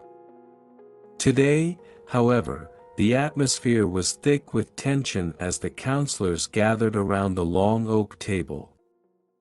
Rhaenyra Targaryen entered, her heart pounding as she took her seat among them, acutely aware of the divisions that had begun to fester in the court. Lord Otto Hightower, Hand of the King, presided over the meeting, his sharp gaze scanning the room. We are gathered here to discuss the state of the realm, he began, his tone measured. The recent tournament has laid bare the fractures within our noble houses, and we must address the implications. Rhaenyra's fingers curled around the edge of the table, her eyes narrowing. And what of the whispers that seek to undermine my claim, Lord Otto? Will we address those as well? The councillors shifted uncomfortably, but Otto remained unfazed. We cannot ignore the reality of Aegon's birth. His supporters grow bolder, emboldened by rumors of alliances that threaten to shift the balance of power. Lord Corlys Velaryon, always a voice of reason, interjected. And yet, we cannot dismiss Rhaenyra's right as heir. She is the rightful successor to the Iron Throne, and we must protect that claim with all the strength we can muster. Strength? Lord Lyman Beesbury, a more cautious member of the council, scoffed. What good is strength if it leads us into civil war? Aegon's supporters are gaining momentum, and if we do not tread carefully, we risk tearing the realm apart. Rhaenyra could feel the tension rising, the council torn between loyalty and fear. We cannot afford to be paralyzed by inaction, she asserted, her voice steady. We must take decisive steps to secure alliances and quell the dissent. Perhaps a marriage alliance would serve us well, suggested Ser Harwin Strong, glancing around the table. We could strengthen ties with House Martell or even reach out to the Starks in the north. Their support could bolster our claim and provide stability. Otto raised an eyebrow. And how do you propose we do that without alarming Aegon supporters? Any overtures toward alliances will only fuel the fire of dissent. Then we must be discreet, Rhaenyra countered, feeling her resolve harden. We need allies who understand the stakes at hand and are willing to stand against any threat to the crown. The time for subtlety is over. Rhaenyra is right, Daemon said, his voice low and commanding. We must show strength, not just in words but in actions. If Aegon believes he can waltz into power unchallenged, he will seize that opportunity. But what of the people? Lord Beesbury asked, a note of worry creeping into his voice. They see the division, the conflict. If we push too hard, we risk losing their support entirely. That's precisely why we need to act, Rhaenyra insisted. We must rally the people behind us, show them that a Targaryen can provide stability and strength, not division. If we allow Aegon supporters to dominate the narrative, we will lose the realm.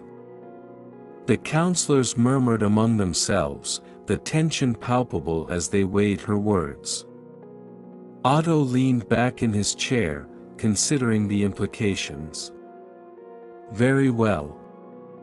If we are to proceed with this strategy, we must ensure that our communications are secure. We cannot allow our plans to be overheard by those who would seek to use them against us. Agreed, Rhaenyra replied, her heart racing at the prospect of taking control of the narrative.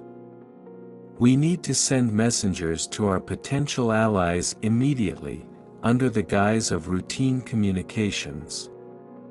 As the discussions continued, the council began to shape a plan, outlining the potential alliances and strategies for moving forward. Yet even as they formulated their approach, Rhaenyra could feel the undercurrents of dissent still lurking beneath the surface. The meeting ended with a fragile sense of unity, but Rhaenyra knew that the real work lay ahead. The council was divided, and while they had agreed on a course of action, the loyalty of each member was still uncertain. As she left the chamber, Rhaenyra felt a mixture of hope and anxiety. The path forward was fraught with peril, and the threat of betrayal lingered in the shadows. She would need to be vigilant, ready to face whatever challenges lay ahead. The council had taken a step towards solidarity, but the realm was still in turmoil. The whispers of discontent would not easily fade, and Rhaenyra was determined to silence them once and for all.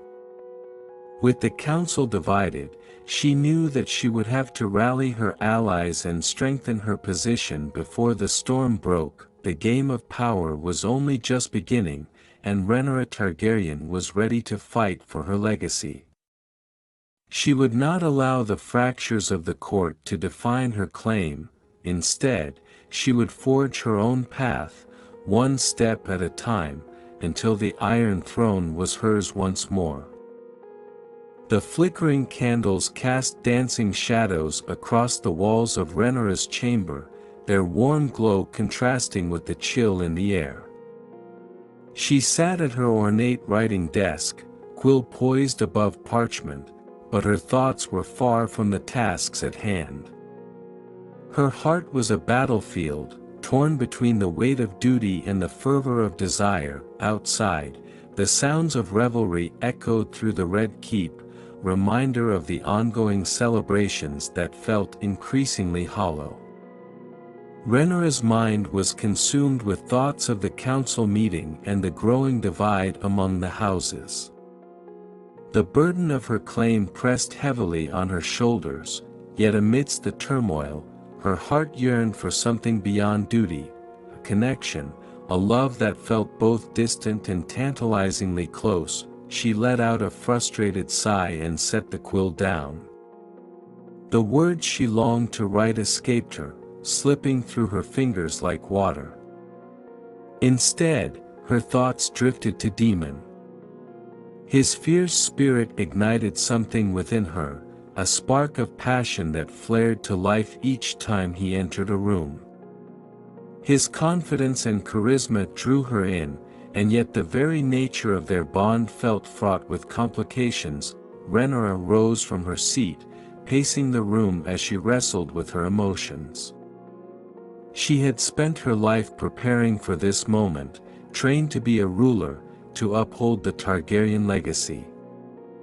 Yet, as she looked out over the darkening skyline of King's Landing, she felt a longing that threatened to consume her.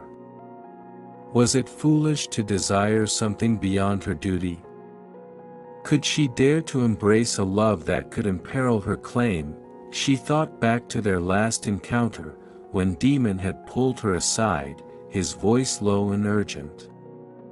"You are destined for greatness, Rhaenyra. You must not allow the fears of the court to dim the fire within you." His words had resonated deeply, yet they also stirred a conflict she could not ignore. Her heart beat faster at the memory of his intense gaze, the way his presence seemed to envelop her in warmth. But the path of duty was fraught with peril. Any hint of weakness could be exploited by her enemies. As she continued to pace, her thoughts turned to Aegon.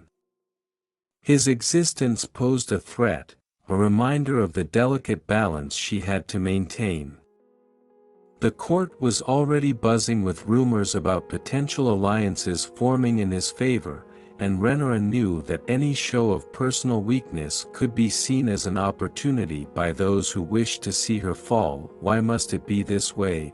she murmured to herself, frustration boiling within her. "Why must love and duty stand at odds?" Suddenly, a knock at the door jolted her from her reverie.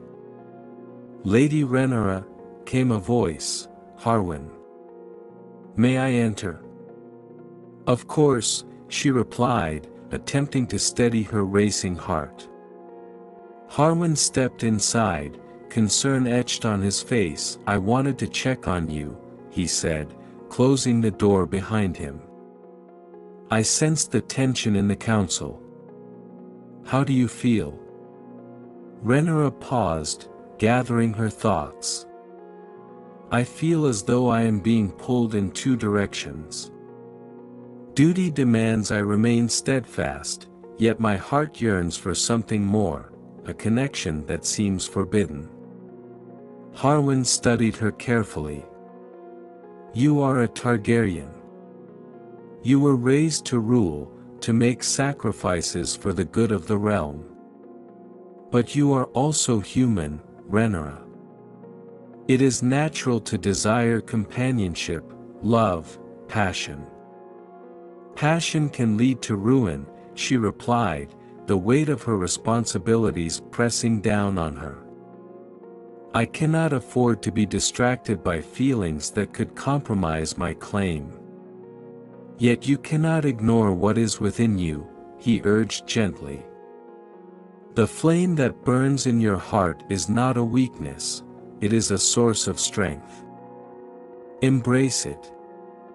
Let it fuel your resolve." Rhaenyra felt a flicker of hope at his words, but uncertainty lingered. "And what if that flame consumes me? What if I am unable to balance both duty and desire?" "Then you adapt, as you always have," Harwin said, his voice steady. "You are more capable than you realize. You can embrace your desires while still fighting for your claim. The two are not mutually exclusive." His words struck a chord within her, and she felt a surge of determination. "You are right. I cannot allow fear to dictate my choices. I will embrace the flame within me, but I will do so on my own terms." With newfound resolve, she turned to the window, gazing out at the sprawling city beneath the starlit sky. The light from the candles in her chamber felt warmer now, the shadows less oppressive. Rhaenyra realized that she had the power to shape her destiny, to balance her duty to the realm with the desire for connection that burned within her. "Thank you, Harwin," she said softly, a grateful smile gracing her lips. "Your words have given me clarity." He nodded, a look of pride in his eyes. "Remember, you are not alone in this fight. Your allies stand with you, and we will face whatever comes together." As he left her chamber, Rhaenyra felt the weight of her choices settle in her heart. She would navigate the treacherous waters of court politics while remaining true to herself. The flame within her was not a burden, it was a beacon, guiding her toward her true path. She turned back to her desk, picking up the quill once more. This time, the words flowed easily, a reflection of her newfound resolve. She would honor her duty to the realm while daring to embrace the passion that simmered beneath the surface. In that moment, Rhaenyra Targaryen found her voice, her purpose ignited by the flame within. And with each word she wrote, she vowed to honor both her legacy and her desires, forging a future that was truly her own. In the dimly lit corners of the Red Keep, shadows danced as flickering torches cast long silhouettes against the stone walls. It was here, in this unassuming alcove, that a figure cloaked in dark garments observed the unfolding drama of the Targaryen court. The Silent Watcher, as they had come to be known, stood apart from the revelry and intrigue, a ghost amidst the living. Their eyes, sharp and piercing, tracked the movements of the nobles as they mingled, laughed, and whispered. The atmosphere was charged, crackling with tension, each interaction laden with unspoken fears and desires. From the highborn lords debating alliances to the ambitious ladies plotting their next move, the Silent Watcher absorbed it all, their thoughts swirling like the smoke of a distant fire. It was not mere curiosity that compelled them to linger in the shadows, it was purpose. They had witnessed the seeds of discord being sown, the fractures in loyalty, the veiled threats cloaked in courtly politeness. The Targaryens, once a formidable force, now appeared to teeter on the brink of collapse, and the Silent Watcher knew that they would have a role to play in the unfolding saga. As the Watcher's gaze landed on Rhaenyra, they couldn't help but admire her resilience. The young princess navigated the treacherous waters of court politics with a grace that belied the storm brewing around her. Yet, it was clear to the Watcher that she was caught in a delicate dance, balancing duty and desire. Surrounded by allies whose loyalty was increasingly suspect, they watched as Rhaenyra interacted with her supporters, her laughter ringing clear yet strained, a mask worn to conceal the turmoil beneath. It was a facade they had seen before, a brave face presented to a world that thrived on uncertainty and discord. But the Silent Watcher saw the flickers of doubt that crossed her features, the fleeting moments when her strength wavered. Their thoughts turned to Daemon, whose fierce loyalty to Rhaenyra was both admirable and dangerous. The Watcher had observed the way he moved through the court like a wildfire, igniting passions and inciting conflict. While his charisma drew people to him, it also alienated potential allies, and the Silent Watcher pondered the implications of his reckless fervor. Passion can be both a boon and a bane, they murmured to themselves, the sound barely a whisper in the echoing hall. The intricacies of court life were not lost on the Watcher, they understood the fine line between loyalty and ambition, love and betrayal. The Targaryens were a family steeped in fire, but that fire could easily consume them if not tempered with caution. The Watcher's gaze shifted to the figure of Alicent Hightower, who moved gracefully through the crowd, her demeanor composed yet calculating. The tension between Alicent and Rhaenyra was palpable, a rivalry that simmered beneath the surface like a brewing storm. The Watcher had seen the ways in which Alicent had positioned herself and her children, leveraging their influence to secure Aegon's claim, a Game of Thrones. Indeed, the Silent Watcher mused, their heart beating in time with the machinations of the court. They were no mere observer, they were a player, and the time would come to make their move. As the night wore on, the Watcher lingered in the shadows, taking note of the alliances forming, the whispers exchanged, and the glances filled with both longing and malice. They were not without their own agenda, their own goals entwined with the fate of the realm.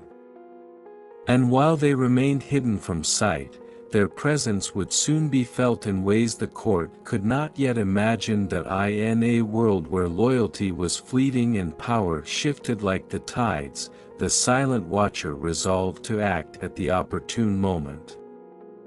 They would gather the threads of ambition, desire, and betrayal, weaving them into a tapestry that would serve their purpose. The Targaryens might have thought themselves the architects of their destiny, but the Watcher knew that unseen hands often guided the course of history. As the festivities continued, laughter echoing through the hall, the Silent Watcher felt the weight of the future pressing upon them. The rift within the Targaryen court would grow wider, and when the time was right, they would step from the shadows and make their presence known. For in this game, the stakes were high, and every choice could alter the fate of the realm. With a final glance at Rhaenyra, whose spirit burned brightly even in the face of adversity, the Silent Watcher turned away, disappearing into the darkness from which they had emerged. The game was afoot, and they were prepared to play their part, no matter the cost. The sun dipped low in the sky, casting golden hues across the Red Keep, its warmth spilling into the gardens where Aegon and Rhaenyra stood amidst the blossoming flora. The scent of blooming roses wafted through the air, a stark contrast to the tension that lingered between them. They were siblings, yet the complex web of loyalty, rivalry, and expectation threatened to unravel the bond they once shared. Rhaenyra absently plucked a petal from a nearby flower, her fingers trembling slightly as she turned to Aegon. Do you ever wonder what it would have been like if things were different? If father had not named me as his heir? Aegon, leaning against the stone wall, regarded her with a mixture of curiosity and caution. His silver-blonde hair caught the light, giving him an ethereal appearance that belied the turmoil brewing beneath the surface. You know, our father's choice was not made lightly, he replied, his voice steady but tinged with a hint of frustration. He saw in you the strength to rule. And yet, you were born a prince, Rhaenyra said, her tone edged with vulnerability. You are just as worthy of the throne as I am. There is a path laid out before you, and I cannot help but feel that it divides us. Aegon pushed away from the wall, closing the distance between them. You are not my enemy, Rhaenyra. We share blood, and that should matter more than any title. His gaze softened as he continued, but the court does not see it that way. They whisper, they plot. I can feel the eyes of the realm upon us, waiting for a chance to sow discord. Rhaenyra's heart ached at the truth of his words. You think I do not feel it as well? The tension between our houses, the expectations that weigh down on us like a shroud? I want to protect you, Aegon. But I cannot ignore the fact that the throne is a magnet for ambition. I never wanted this rivalry, he admitted, frustration breaking through his calm facade. I do not wish to be pitted against you.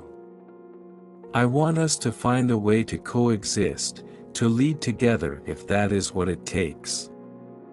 Together, she echoed, surprised. The court would never allow it. They would see us as a threat, as a union that could challenge the very foundations of the Targaryen dynasty. Aegon stepped closer, his voice low and earnest. Then let us redefine what it means to be Targaryen. Let us show them that we can be stronger united than divided. I know you feel the burden of duty, but we are family, Rhaenyra. We should support each other, not tear each other apart. Rhaenyra searched his eyes for sincerity, feeling a flicker of hope amidst the uncertainty. But how do we do that when the court is so deeply entrenched in its beliefs? When my claim is viewed as a direct threat to yours? We begin by forging alliances that strengthen our bond, Aegon proposed, his expression earnest. We reach out to those who see the potential in us as a united front. If we can rally the support of the great houses, perhaps we can change the narrative. And what of Daemon? Rhaenyra asked, a hint of concern creeping into her voice. He is fiercely loyal to me, but his passion can be reckless. He might not see our alliance as beneficial. Then we must convince him, Aegon replied, a determined spark igniting in his eyes. He, too, has a stake in this. If we can find common ground, we can protect ourselves from the factions that seek to pit us against each other. Rhaenyra nodded slowly, the weight of his words sinking in. It will not be easy, Aegon. There are those in the court who will resist any attempt at unity. I know, he said, a flicker of uncertainty crossing his features. But we are stronger together. I refuse to let the legacy of our family be marred by this division. We must rise above it. As they stood in the fading light, the tension between them began to shift, a fragile truce forming amidst the complexities of their situation. Rhaenyra felt a sense of relief wash over her. For the first time in what felt like ages, she saw a path forward, one that did not require her to shoulder the weight of the realm alone. I will consider your words, Aegon, she said, her voice softening. Perhaps there is merit in your plan. If we can unite the court behind us, we might stand a chance against the whispers that threaten to engulf us. Aegon smiled, a genuine warmth lighting his features. Then we begin anew. As siblings, as allies. Together. In that moment, the bond of brothers felt palpable, a lifeline in a world filled with uncertainty.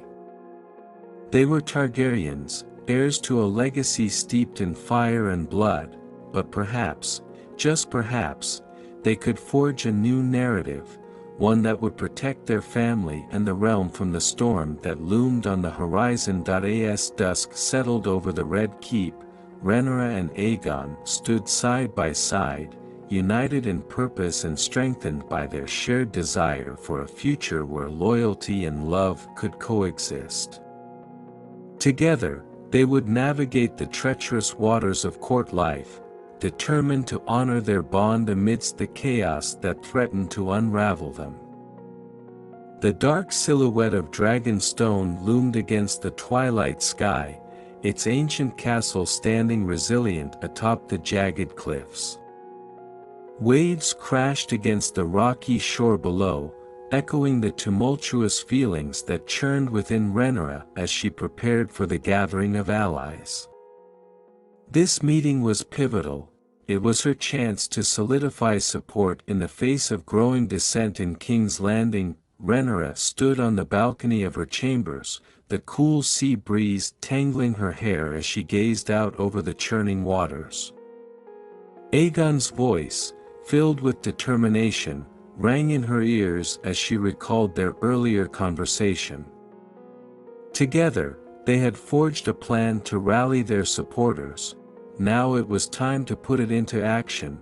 The great hall of Dragonstone was adorned with banners of House Targaryen, their vibrant red and gold colors symbolizing both strength and heritage. As the sun dipped below the horizon, the hall filled with the flickering glow of torches, casting long shadows that danced on the stone walls. Rhaenyra took a deep breath, steeling herself for the discussions to come. One by one, the lords and ladies of Westeros began to arrive. Ser Harwin Strong was among the first, his loyal demeanor reassuring. He approached Rhaenyra, bowing slightly. "My lady, I trust you are ready for what lies ahead." "As ready as I can be," she replied, a mixture of nerves and resolve evident in her voice. "We must convince them that unity is our only path forward." Lord Corlys Velaryon entered next, his imposing presence commanding attention. "Rhaenyra," he greeted, his tone firm but supportive. "I have come to lend my voice to this cause. We must not let the whispers of the court dictate our fates." With each ally that entered, Rhaenyra felt the weight of responsibility grow heavier yet also lighter, knowing she was not alone in this fight. The hall filled with discussions, laughter, and the clinking of goblets as the gathered lords and ladies settled in. The air buzzed with anticipation, the stakes palpable. Once everyone had taken their seats, Rhaenyra stood at the head of the table, her heart pounding. "Thank you all for coming," she began, her voice steady despite the fluttering in her chest. "We gather here not just as representatives of our houses, but as allies united by a shared purpose. The Targaryen name and the future of our realm depend on our strength together."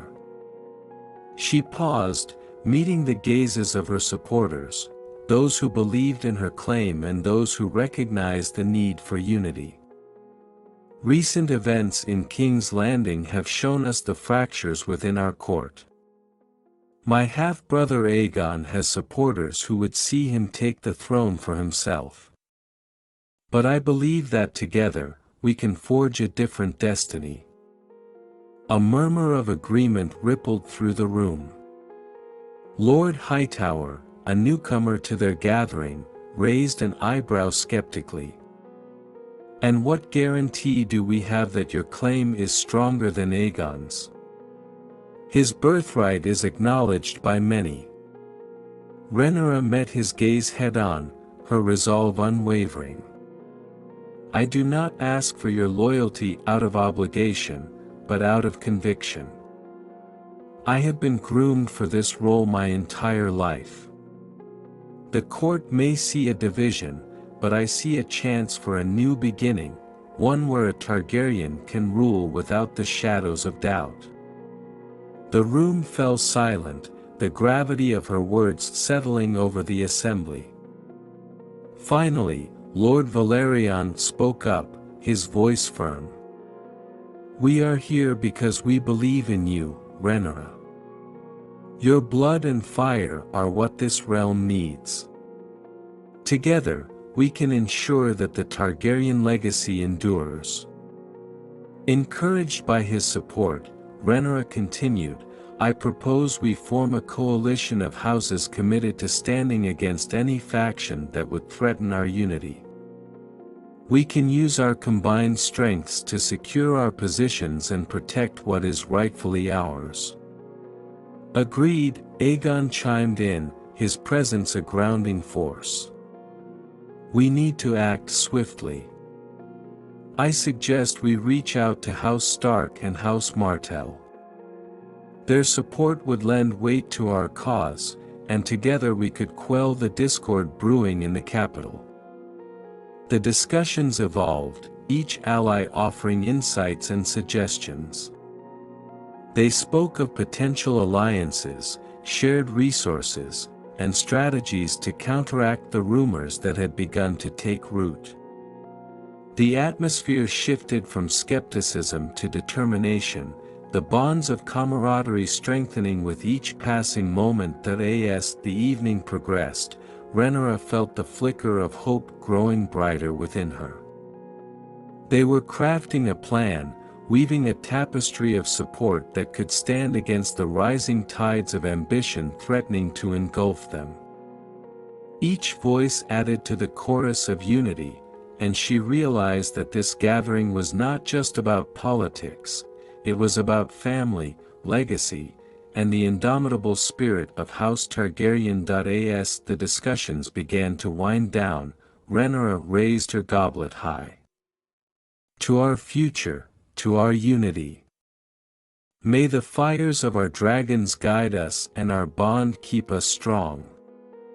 To our future, echoed the gathered lords and ladies, their voices resonating with a shared purpose. In that moment, as they clinked goblets and exchanged determined glances, Rhaenyra knew they were on the brink of something greater. The Dragonstone gathering had marked the beginning of a new chapter, a chapter forged in fire and loyalty, where allies would rise as one against the darkness that sought to divide them. Together, they would defend their legacy and reclaim their birthright. The dawn broke over Dragonstone, painting the sky in hues of orange and pink, a perfect backdrop for a moment that would etch itself into the annals of Targaryen history. Rhaenyra stood on the rocky cliffs overlooking the training grounds, her heart racing with a mixture of excitement and trepidation. Today was the day she would take to the skies on her dragon, Syrax, marking her first aerial display as heir to the Iron Throne. The air was crisp and fresh, filled with the salty tang of the sea and the distant sounds of waves crashing against the shore. Rhaenyra took a deep breath, steadying her resolve. She had spent countless hours preparing for this moment, honing her skills and learning to connect with Syrax. The dragon was fierce and loyal, a true reflection of her own spirit. As the sun continued to rise, casting golden rays upon the earth, Rhaenyra made her way toward the dragon pit. The large stone structure housed her beloved beast, who lay coiled and majestic, his golden scales shimmering in the light. Syrax stirred as she approached, his large, amber eyes locking onto hers, an understanding passing between them. Today, we take flight together, she whispered, her voice filled with determination. Rhaenyra climbed onto Syrax's back, feeling the warmth of his body beneath her. The connection between rider and dragon surged through her, a bond strengthened by trust and mutual respect. With a mighty roar, Syrax spread his wings, sending gusts of wind whipping through the air. Rhaenyra felt a thrill course through her veins as they prepared for takeoff. The world around her faded, the chaos of courtly intrigue replaced by the anticipation of the flight ahead. Let's show them what we can do, she urged, her voice rising above the noise of the sea. Syrax responded with a powerful flap of his wings, lifting off the ground and into the sky. Rhaenyra clung to the dragon as they soared higher, the ground falling away beneath them. The exhilaration of flight enveloped her as they climbed higher and higher, the landscape of Dragonstone sprawling beneath them. She could see the castle, the gardens, and the distant horizon where the sea met the sky. The view was breathtaking, but it was the sensation of freedom that truly ignited her spirit. Faster, Syrax, she called, her laughter mingling with the roar of the wind. The dragon responded, diving and twisting through the clouds with grace and power. Rhaenyra's heart soared alongside him, a sense of confidence blossoming within her. This was her element, flying high above the realm, a true Targaryen. As they performed intricate maneuvers, Rhaenyra felt the energy of the dragon pulsing beneath her. She guided him through loops and rolls, testing the limits of their bond. Every twist of the wind and shift of weight became a dance, a celebration of their shared strength and resolve. With each passing moment, her confidence grew. She could feel the eyes of her supporters watching from below, their gasps of awe echoing in the air as they witnessed the first display of her prowess as a dragon rider. The whispers of doubt that had haunted her seemed to dissipate, replaced by the cheers of those who believed in her. As they climbed higher into the sky, Rhaenyra took a moment to breathe in the beauty around her. The sun's rays bathed her in warmth, and the winds carried her laughter far and wide. In this moment, she was not just Rhaenyra, daughter of the king, she was a dragon rider, a force of nature, and the future of House Targaryen. Feeling emboldened, she directed Syrax into a daring dive, spiraling toward the earth before pulling up just in time to skim the treetops.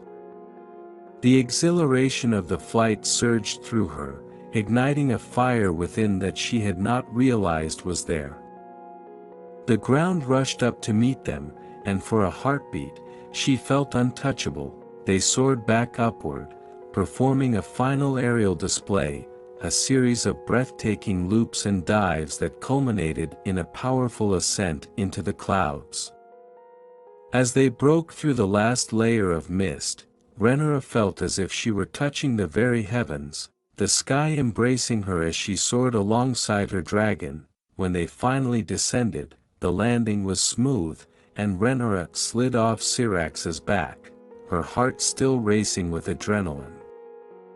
The cheers of her allies erupted around her, the gathered crowd a sea of faces illuminated by admiration and pride. Rhaenyra, Harwin called, stepping forward with a broad smile. That was magnificent. You've shown us all what it means to be a true Targaryen. Absolutely incredible. Lord Valerion added, his eyes gleaming with excitement. You've made your mark, my lady. Rhaenyra beamed, the warmth of their praise enveloping her. It was Syrax who carried us. We are stronger together. Her voice rang with newfound conviction, a reflection of the bond she had forged with her dragon. As the sun began to set, casting a golden hue over Dragonstone, Rhaenyra felt a sense of clarity wash over her. This flight was more than just a display, it was a declaration of her resolve.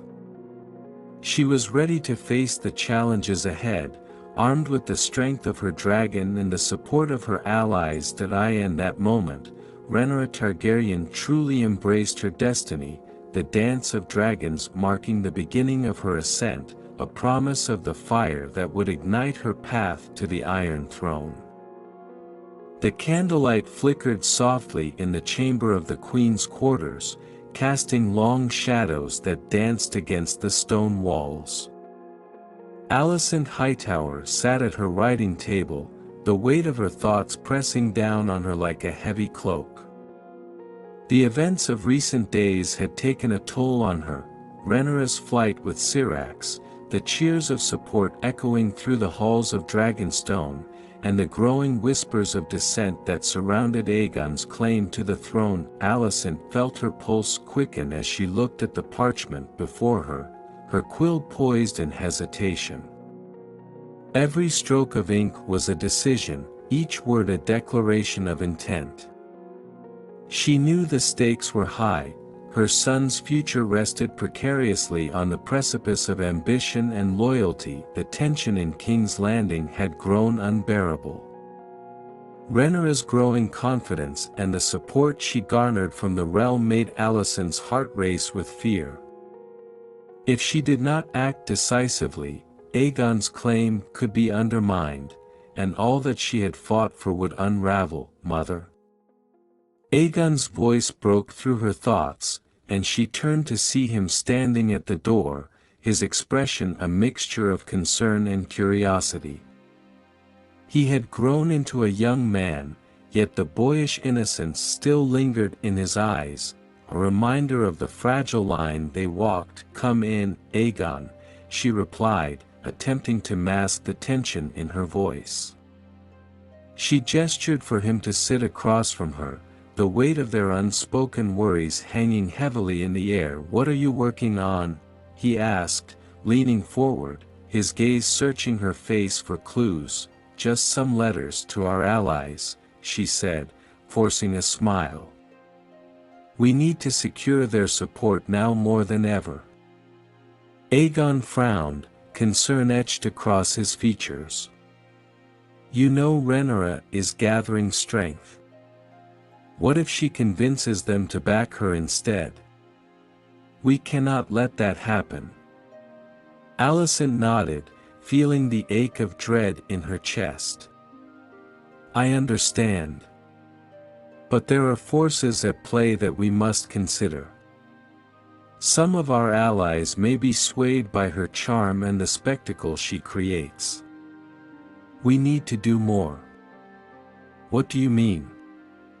Aegon asked, leaning in closer. Alicent hesitated, weighing her options.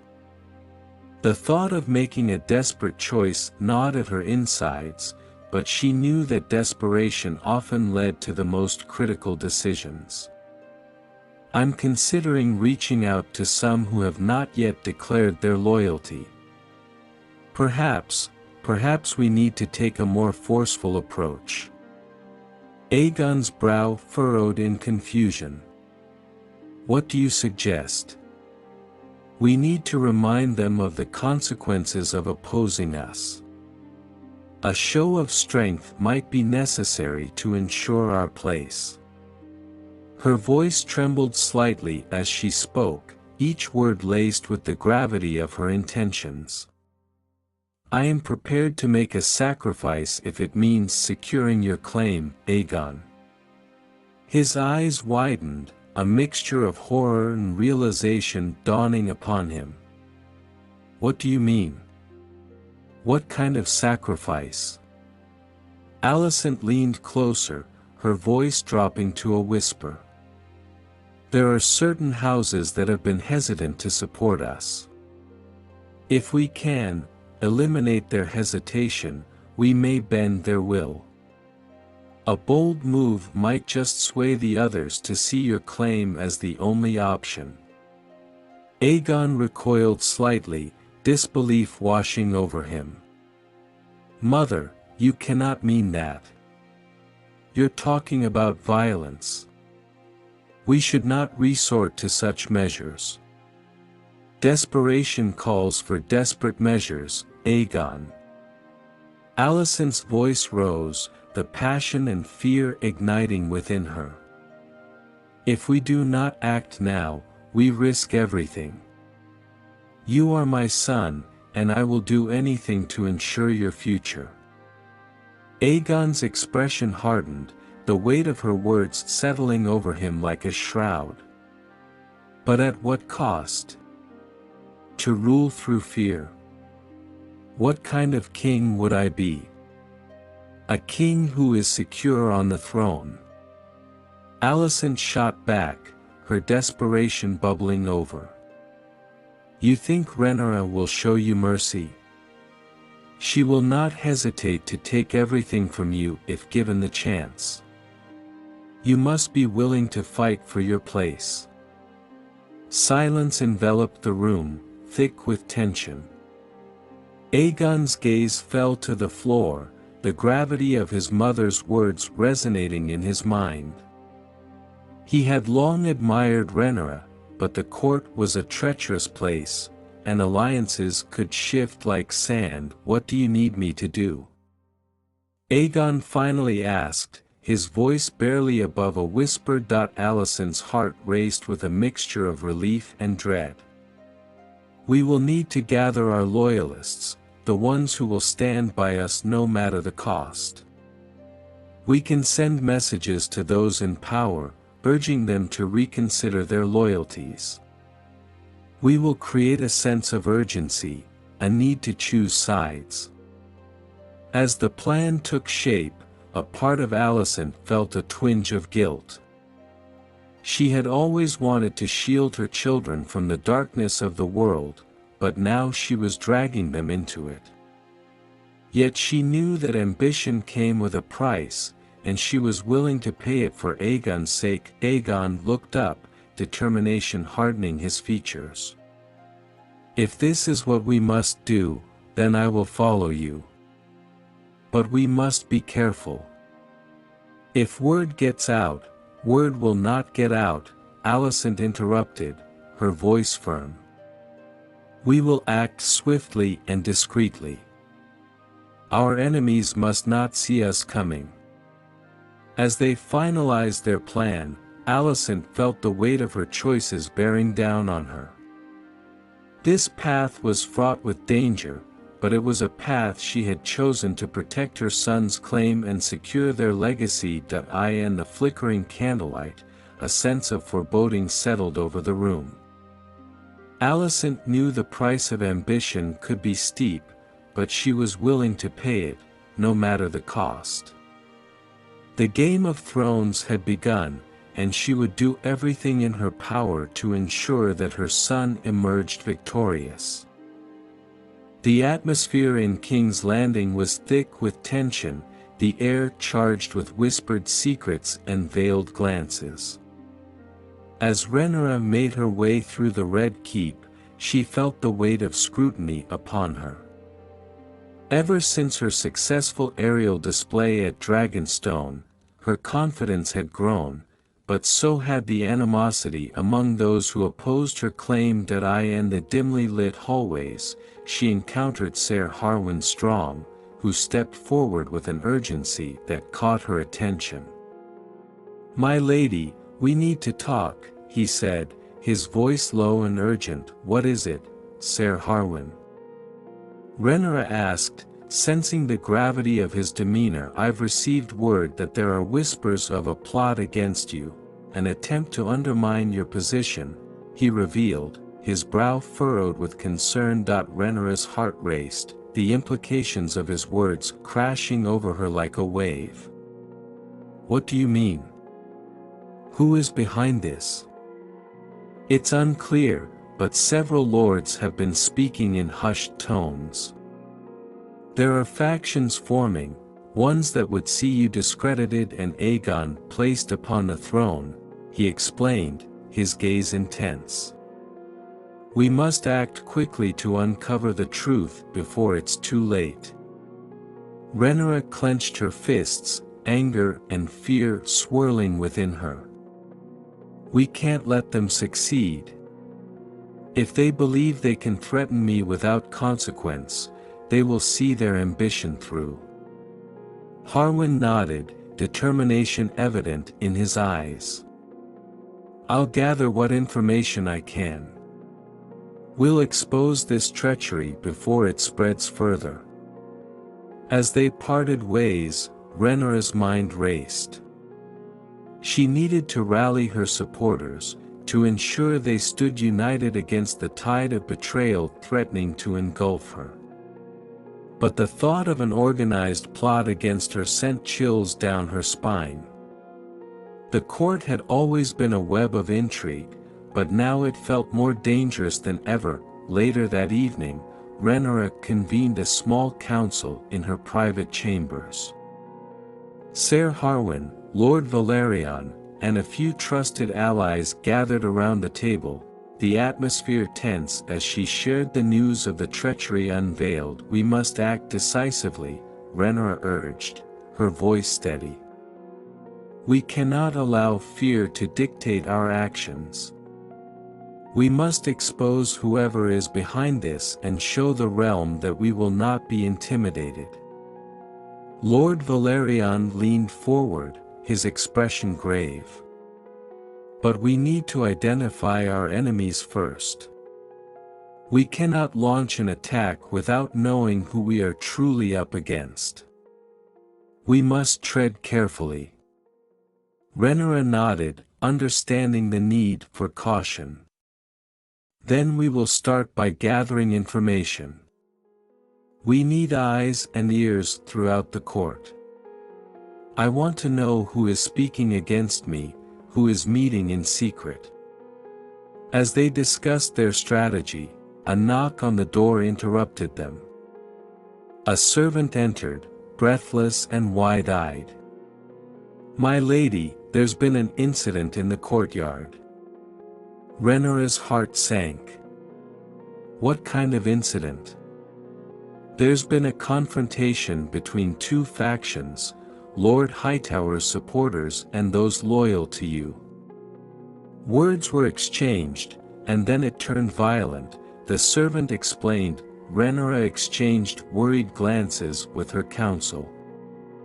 "We must go at once.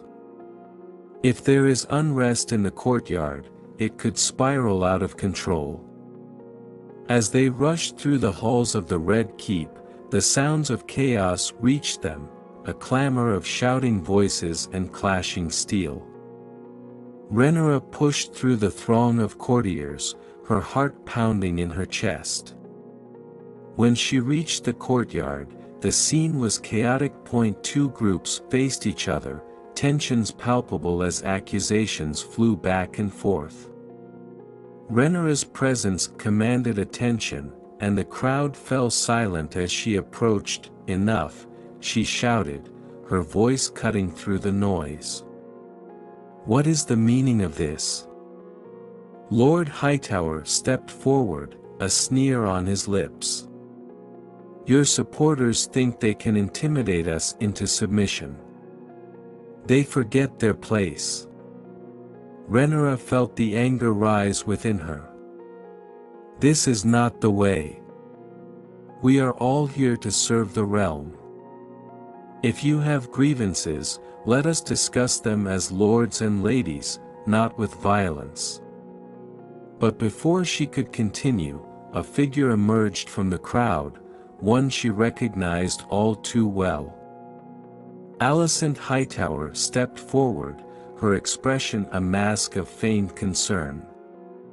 "Rhaenyra, this chaos does not serve our family. We should find a way to resolve this peacefully." The tension thickened as Rhaenyra locked eyes with her mother-in-law. "And what would you suggest, Alicent? Allowing your supporters to undermine my claim while you stand idly by?" Alicent's gaze flickered, a hint of vulnerability breaking through her carefully crafted facade. "I am only here to protect my son, just as you protect yours." "Then let us protect our house together," Rhaenyra replied, her voice steady but firm. "But I will not be silenced or threatened. I refuse to stand down." In that moment, the atmosphere shifted, the air crackling with tension. It was clear that the conflict ran deeper than mere words. The factions that had once been united in their loyalty to the Targaryens were now splintering under the weight of ambition and betrayal. As Rhaenyra took a step forward, determined to assert her authority, a sudden shout broke the tension. "Look out!" A figure lunged from the shadows, brandishing a dagger aimed directly at Rhaenyra. Instinct kicked in, and Harwin moved to intercept, grabbing the assailant and wrestling him to the ground. Chaos erupted as guards rushed in to subdue the attacker, but the damage was done. Rhaenyra stood shaken, the reality of the treachery unveiled crashing down around her. Alicent's face paled, and she stepped back, her expression shifting from concern to fear. Rhaenyra's heart raced, the implications of the attack settling heavily upon her. "This is the extent of their ambition," she said, her voice low but fierce. "They would kill to take what they believe is theirs." As the courtyard began to quiet, Rhaenyra realized the stakes had escalated dramatically. The court was no longer just a place of intrigue, it had become a battlefield where lives were at risk, and alliances were as fragile as glass. With her heart pounding in her chest, Rhaenyra knew they had to act quickly to expose the plot against her and restore order within the realm. The treachery that had been unveiled would not go unpunished. She would fight for her claim, for her family, and for the legacy of House Targaryen, no matter the cost. The wind swept across the vast expanse of Westeros, carrying whispers of discontent and ambition. As summer's warmth began to fade, a chill crept into the air, foretelling the storms of conflict that loomed on the horizon. It was a season of reckoning, and across the realm, banners began to unfurl, signaling the rise of rebellion. In the shadow of the Red Keep, Rhaenyra stood on the battlements, her gaze fixed on the horizon. The sounds of the city below faded as her thoughts turned to the growing factions that had begun to take shape. She had felt the undercurrents of dissent and heard the hushed conversations of those who would rather see her fall than rise. "Look there," Harwin said, pointing toward the distant hills where a flash of color caught the light. Rhaenyra squinted, her heart racing as she recognized the sigil, a golden sun rising over a field of green. "House Hightower," she breathed, dread washing over her. "They are declaring for Aegon." As if in response, more banners began to emerge across the landscape, each one a stark declaration of loyalty and ambition. The banners of House Baratheon fluttered in the breeze, their black stag bold against the golden field, while the sigils of House Greyjoy emerged along the coastline, their kraken symbolizing a fierce allegiance to the tide of rebellion. "Word has spread faster than I anticipated," Rhaenyra muttered, her mind racing. The realm was splintering before her eyes, and the loyalty that had once belonged to the Targaryens now swayed with the winds of change. "Not just the banners, my lady," Harwin replied, his voice low. "Rumors are spreading like wildfire. The realm is talking of a new king, one who will challenge the very foundations of your claim." The realization weighed heavily on Rhaenyra's heart. This was not merely a conflict between her and Aegon, it was a struggle for the soul of the realm itself. The factions that had once stood united were now cleaving into two distinct camps, and as the banners rose, so too did the stakes. Determined not to let fear take root, Rhaenyra turned to her allies. "We must act quickly. We cannot allow these banners to become a rallying cry for rebellion. We need to show the realm that loyalty to the Targaryens is unwavering. Then we must gather our supporters and fortify our defenses," Harwin suggested. "We can call upon those who remain loyal and remind them of the strength of House Targaryen." Rhaenyra nodded, resolute. "We will not be cowed. I will ride to Dragonstone and rally our forces. We need to present a united front against this uprising." As they descended from the battlements, the weight of their mission hung heavy in the air. Rhaenyra knew that every moment counted, and that the banners rising across the realm were just the beginning of a fight that would test their loyalty, their strength, and their resolve. Meanwhile, in the halls of the Red Keep, Alicent paced her chamber, her heart racing with the implications of the unfolding rebellion. The banners she had seen unfurling from the windows were not merely symbols of allegiance, they were declarations of war. She had known this day would come, but the reality was far more harrowing than she had imagined. What do we do now? Aegon asked, entering the room with a furrowed brow. They've begun to rally behind Rhaenyra's claim, and it seems the realm is divided. We prepare, Alicent replied, her voice steely. We cannot let fear dictate our actions. If we show strength, if we gather our supporters and make our intentions clear, we can turn this tide. Do you think it's too late?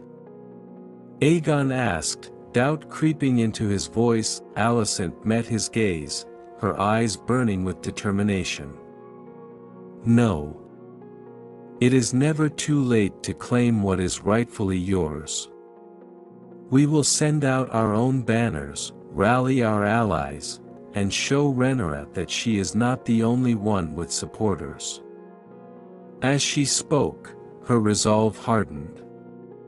She had spent too long playing the role of the dutiful wife and mother. Now, she would be a queen who fought for her son's right to the throne, and she would not back down. Over the following days, the tension in the realm escalated. Each house chose their side, and the banners of rebellion were met with the banners of loyalty. The air crackled with anticipation as nobles gathered in secret, forging alliances and plotting strategies that in the forests and fields of Westeros. The banners fluttered like the wings of dragons, each one representing a choice made, a line drawn in the sand. The realm was a canvas, painted with the colors of ambition and strife. As the stage was set for the impending conflict, back on Dragonstone, Rhaenyra gathered her loyalists, each one representing a house that had pledged fealty to her cause. The fires crackled in the hearth as she stood before them, determination etched on her face. We stand on the brink of a great storm, Rhaenyra proclaimed, her voice rising above the murmurs. These banners that have risen across the realm are not just fabric, they are a challenge to our claim and our very existence. We will not be divided. Together, we will show the realm that the Targaryen blood runs true, and we will fight for our right to the Iron Throne. Cheers erupted from the gathered crowd, a chorus of support that resonated through the chamber. Rhaenyra felt a surge of strength wash over her, bolstered by the loyalty of those who stood by her side. As she raised her own banner, emblazoned with the three-headed dragon, she knew that the time for action was now. The banners had risen, and with them, the stakes had never been higher. The conflict was no longer an abstract notion, it was a battle for the heart of Westeros, and Rhaenyra was determined to fight until the very end. The dawn broke over Dragonstone, casting a golden hue across the rugged cliffs and turbulent sea. Rhaenyra stood on the balcony of her chamber, the salty wind tousling her hair as she gazed out at the horizon. The banners had risen, and the realm was poised on the edge of conflict. She could feel the weight of history upon her shoulders. This was the moment she had long prepared for, yet the gravity of it filled her with both resolve and trepidation. Or Grace, Ser Harwin's voice broke through her thoughts, pulling her back to the present. He approached with urgency, a scroll in his hand. We have gathered the messages from the loyal houses. They await your orders. Rhaenyra turned to him, determination etched on her features. We must call our supporters to arms. They need to know that now is the time to stand with us against the rising tide of rebellion." Harwin nodded, handing her the scroll. "We have word from House Valerian, House Tully, and several others who wish to lend their strength. They will respond to your call if you can rally them to action." She took a deep breath, feeling the weight of their hopes resting on her. "Prepare the messengers. I want letters sent far and wide to every house that has pledged loyalty to House Targaryen. They must understand that their allegiance is crucial, and that the time for hesitance has passed." As she spoke, her mind raced with thoughts of strategy and alliances. The news of rebellion had spread like wildfire, and she needed to unite her supporters quickly. The time for diplomacy had come to an end. It was time to prepare for battle. Within hours, messengers were dispatched across Westeros, galloping through the valleys and over hills, carrying the urgent missives that would summon her allies. Rhaenyra convened a war council, inviting the lords and ladies who had remained loyal to her cause. In the war room, a long table was laden with maps and banners, the air thick with tension as the council gathered. Rhaenyra took her place at the head of the table, her heart pounding with anticipation. "Lords and ladies," she began, her voice steady but passionate. "We stand at a pivotal moment in our history. Aegon Hightower and his supporters seek to undermine our claim and fracture the realm. We cannot allow this to happen. We must rally our forces and prepare to fight for what is rightfully ours." Murmurs of agreement rippled through the room, but she could see the doubt lingering in some eyes. Lord Valerian, his brow furrowed, spoke up. "Your Grace, we are prepared to support you, but the factions opposing us are powerful and well-connected. We must be strategic in our approach." Rhaenyra nodded, acknowledging the weight of his words. "I agree, and that is why we must act swiftly.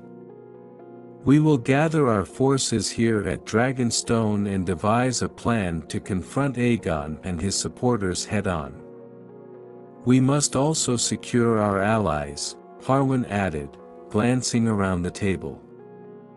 "We should reach out to those who have remained neutral, reminding them of the strength and honor of House Targaryen.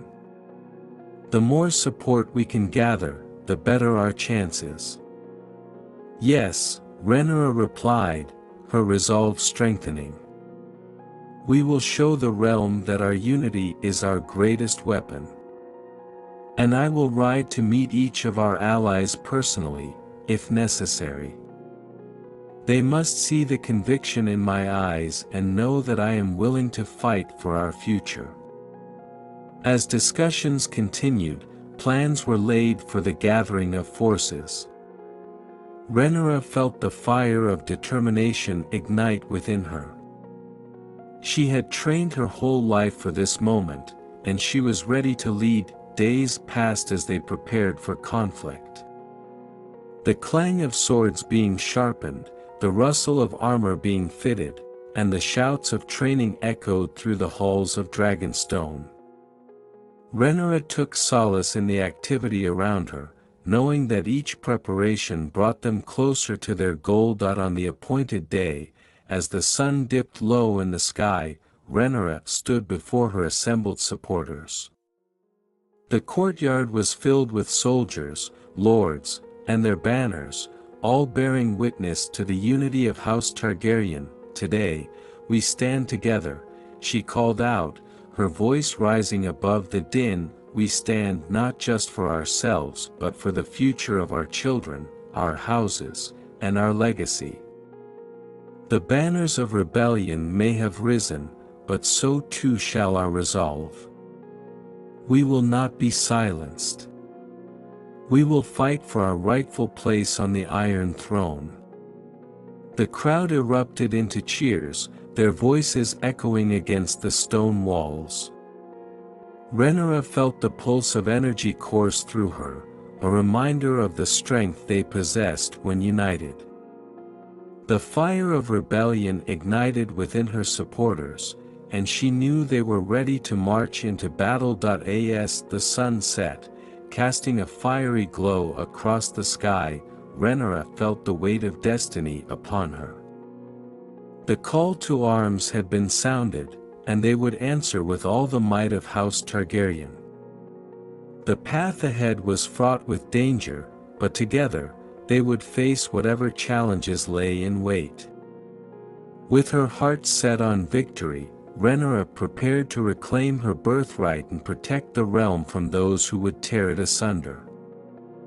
As Rhaenyra and her supporters prepared for conflict, the landscape of Westeros shifted beneath the weight of old grudges and new alliances. In the wake of her call to arms, unexpected factions began to coalesce, each driven by their own motives, but united in their desire for power. The realm was a chessboard, and the players were moving their pieces with caution and ambition. In the smoky halls of Harrenhal, Lord Harroway had gathered his most trusted bannermen. The dim light flickered off the cold stone walls as he paced, his brow furrowed in thought. Rhaenyra Targaryen's call to arms could provide us with an opportunity, he said, glancing at his lords. The Hightowers believe they are invincible, but they underestimate her strength. One of his bannermen, Ser Osric, interjected. But aligning with Rhaenyra could risk our standing with the Hightowers. They have been loyal to us in the past. Loyalty has its price, Harroway snapped, his voice rising. The realm is changing, and if we do not adapt, we will find ourselves on the losing side. We must support Rhaenyra and leverage our position to reclaim what was taken from us. The murmurs of agreement rippled through the room, the ancient grudges that had simmered beneath the surface igniting a new fervor. With a nod, Harroway made his decision. We will send word to Dragonstone and pledge our support. If we can sway more houses to our cause, we may tip the balance in Rhaenyra's favor. Meanwhile, in the sunlit halls of Old Town, Alicent Hightower received word of the growing alliances against her son, Aegon. The news stirred a potent mix of fear and anger within her. She had long respected the lords of Harrenhal, but their support of Rhaenyra was a betrayal she could not overlook. Alicent, her father, Otto Hightower, said as he entered the chamber, "The news grows dire. Houses we once considered allies are now shifting their loyalties. We must act swiftly to remind them of their place." Alicent nodded, determination flashing in her eyes. We need to solidify our alliances and remind them of the strength of House Hightower. If we show them we will not be easily threatened, they may think twice before joining Rhaenyra. Otto's gaze hardened. We can reach out to the remnants of House Baratheon and even the Greyjoys. If we can secure their support, it will strengthen our position significantly. As they plotted their next move, Rhaenyra received a messenger from Harrenhal. As the young squire approached, she could see the tension in his stance. "Your Grace," he began, bowing deeply, "Lord Harroway wishes to offer his allegiance to you. He believes now is the time to act against the Hightowers." Rhaenyra's heart raced at the prospect. Harroway was a formidable ally, and his support could rally others who felt similarly. "This is unexpected but welcome news," she replied, a smile breaking across her face. We must respond immediately and invite him to Dragonstone." The squire nodded, relief washing over him. "I will deliver your message at once, your grace." As preparations continued, Rhaenyra's council discussed the implications of this newfound alliance. Harwin leaned forward, his expression contemplative. "Harroway's support could sway other houses to join us. But we must be cautious, old rivalries could resurface, and we must be ready for that." "Agreed," Rhaenyra replied. "If we can harness their animosities against the Hightowers, we might just forge a powerful coalition. We cannot afford to lose momentum now." Days passed, and the tension in the air thickened as the pieces of the political puzzle shifted. Rhaenyra's allies arrived at Dragonstone, each carrying their own hopes and grievances. The War Council convened once again, with the hall echoing with discussions of strategy and alliance. "Welcome, Lord Harroway," Rhaenyra said, her voice steady as she addressed him at the head of the table. "Your arrival strengthens our cause, and I am grateful for your support." "Your Grace," Harroway replied, inclining his head. "The time has come to put aside old grudges and unite against a common enemy. The Hightowers have grown too powerful, and it is time they are reminded that we will not be subjugated." As discussions unfolded, old alliances and grudges resurfaced like specters haunting the halls. The atmosphere in the room became charged, and Rhaenyra could sense the history between the houses, a tapestry woven with betrayal and loyalty. Ser Osric, one of Harroway's bannermen, spoke up. "We cannot forget the history between House Harren and House Targaryen. Our forebears have clashed before. But perhaps this is an opportunity to rewrite our legacy." Rhaenyra saw the flicker of hope in their eyes and seized the moment. "Let us forge a new path, one where we stand united for the good of the realm. Together, we can reclaim the throne and ensure that the Targaryen bloodline continues to reign." The room erupted in murmurs of agreement as the houses of Harrenhal and Targaryen forged their alliance. Old grudges would have to be set aside for the greater good, and the strength of their combined forces began to take shape. Outside, the sun dipped low in the sky, casting a fiery glow across the horizon. The banners of Rhaenyra and her newfound allies fluttered in the wind, a symbol of their commitment to face the challenges ahead. But as alliances formed, the shadows of betrayal loomed larger. In the shadows of Dragonstone, whispers continued to circulate, rumors of betrayal, of spies lurking among them, eager to exploit any weaknesses. Old grudges were not so easily forgotten, and the path ahead was fraught with danger. As the council adjourned, Rhaenyra knew that while the alliance with House Harren was a significant step, it was only the beginning. She would need to navigate the treacherous waters of loyalty and ambition, forging bonds that could withstand the trials to come. With resolve burning in her heart, Rhaenyra steeled herself for the challenges ahead. The call to arms had been answered, and as the banners rose, she knew that the fate of the realm hung in the balance. The battle for the Iron Throne had begun, and she would fight with every ounce of strength she possessed to reclaim her birthright. The day dawned with an ominous haze hanging over the horizon, a portent of the storm that was about to break. Rhaenyra stood at the edge of Dragonstone, her heart pounding in rhythm with the distant rumble of thunder.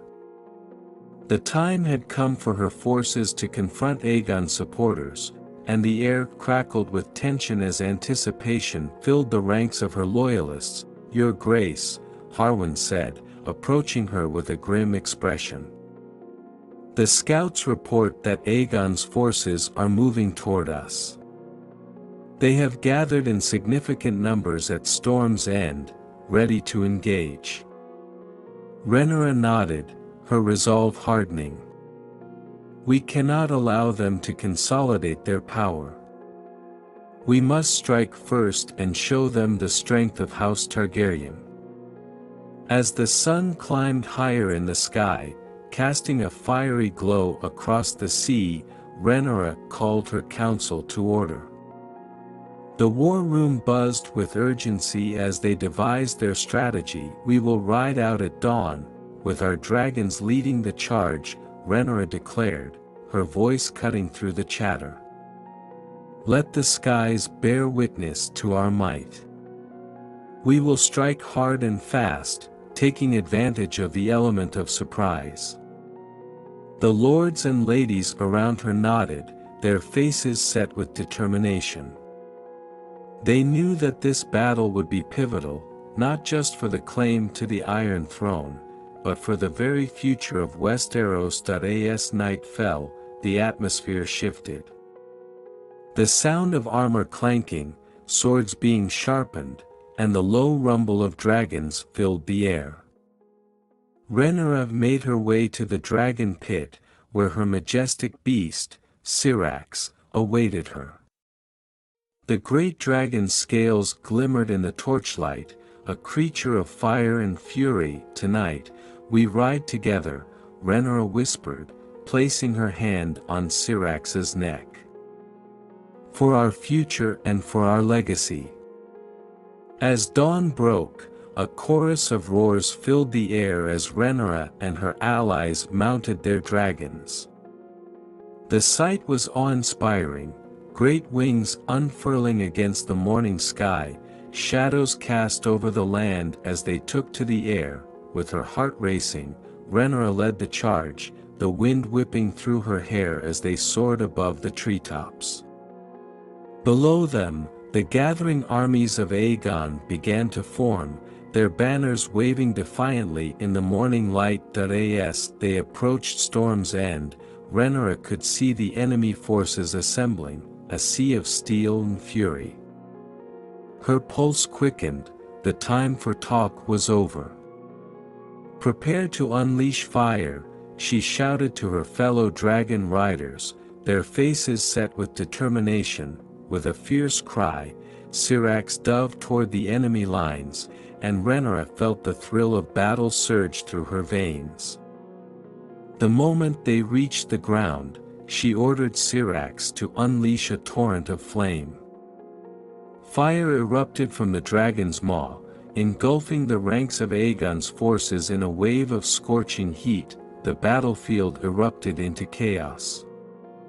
Soldiers shouted, some dropping their weapons in fear, others scrambling to take up arms against the oncoming storm. Rhaenyra guided Syrax with precision, weaving between the waves of the enemy, unleashing fire wherever she saw fit. From the skies, she could see the formations of her own forces rallying, emboldened by the sight of their dragons raining fire upon their foes. The roar of the dragons was a symphony of destruction, and it resonated in the hearts of the Targaryen soldiers, but the battle was not without its challenges. Aegon's forces quickly regrouped, archers taking aim at the dragons above. Arrows soared through the air, some striking true, while others fell short. Rhaenyra felt a pang of fear as she watched one of her fellow dragon riders spiral downward, smoke trailing behind them. "Stay focused," she shouted to her forces. "We are stronger together. Protect each other." As the battle raged on, the clash of steel against steel echoed across the landscape. The ground shook with the weight of armored men, and the air was thick with smoke and the acrid scent of fire. In the chaos, Rhaenyra spotted Aegon, his golden armor glinting in the sun as he rallied his troops. Her heart raced, this was her chance. "To me, Syrax," she commanded, guiding her dragon through the tumultuous sky. They dove toward Aegon, Rhaenyra's heart pounding with the weight of destiny. As they approached, she could see Aegon's face twist with determination, his own dragon circling above, ready to defend him. "Rhaenyra!" Aegon shouted, his voice carrying over the cacophony. "You cannot win this. Stand down, and I promise you mercy." "Mercy?" she echoed, fury igniting within her. "You would take my birthright and ask for mercy? I will not yield." With a fierce roar, Syrax unleashed another torrent of flame, forcing Aegon to shield himself as the heat enveloped him. But he countered quickly, summoning his dragon to unleash a retaliatory strike. The sky erupted with fire and smoke as the two dragons clashed, their flames intertwining in a dazzling, deadly dance. The battle continued to rage, but Rhaenyra felt the tide beginning to turn. The might of the Targaryens was becoming clear as Aegon's forces faltered, their ranks breaking under the relentless assault of fire and fury. As she maneuvered Syrax, Rhaenyra glanced back to see her forces pushing forward, the ground littered with the remnants of the fight.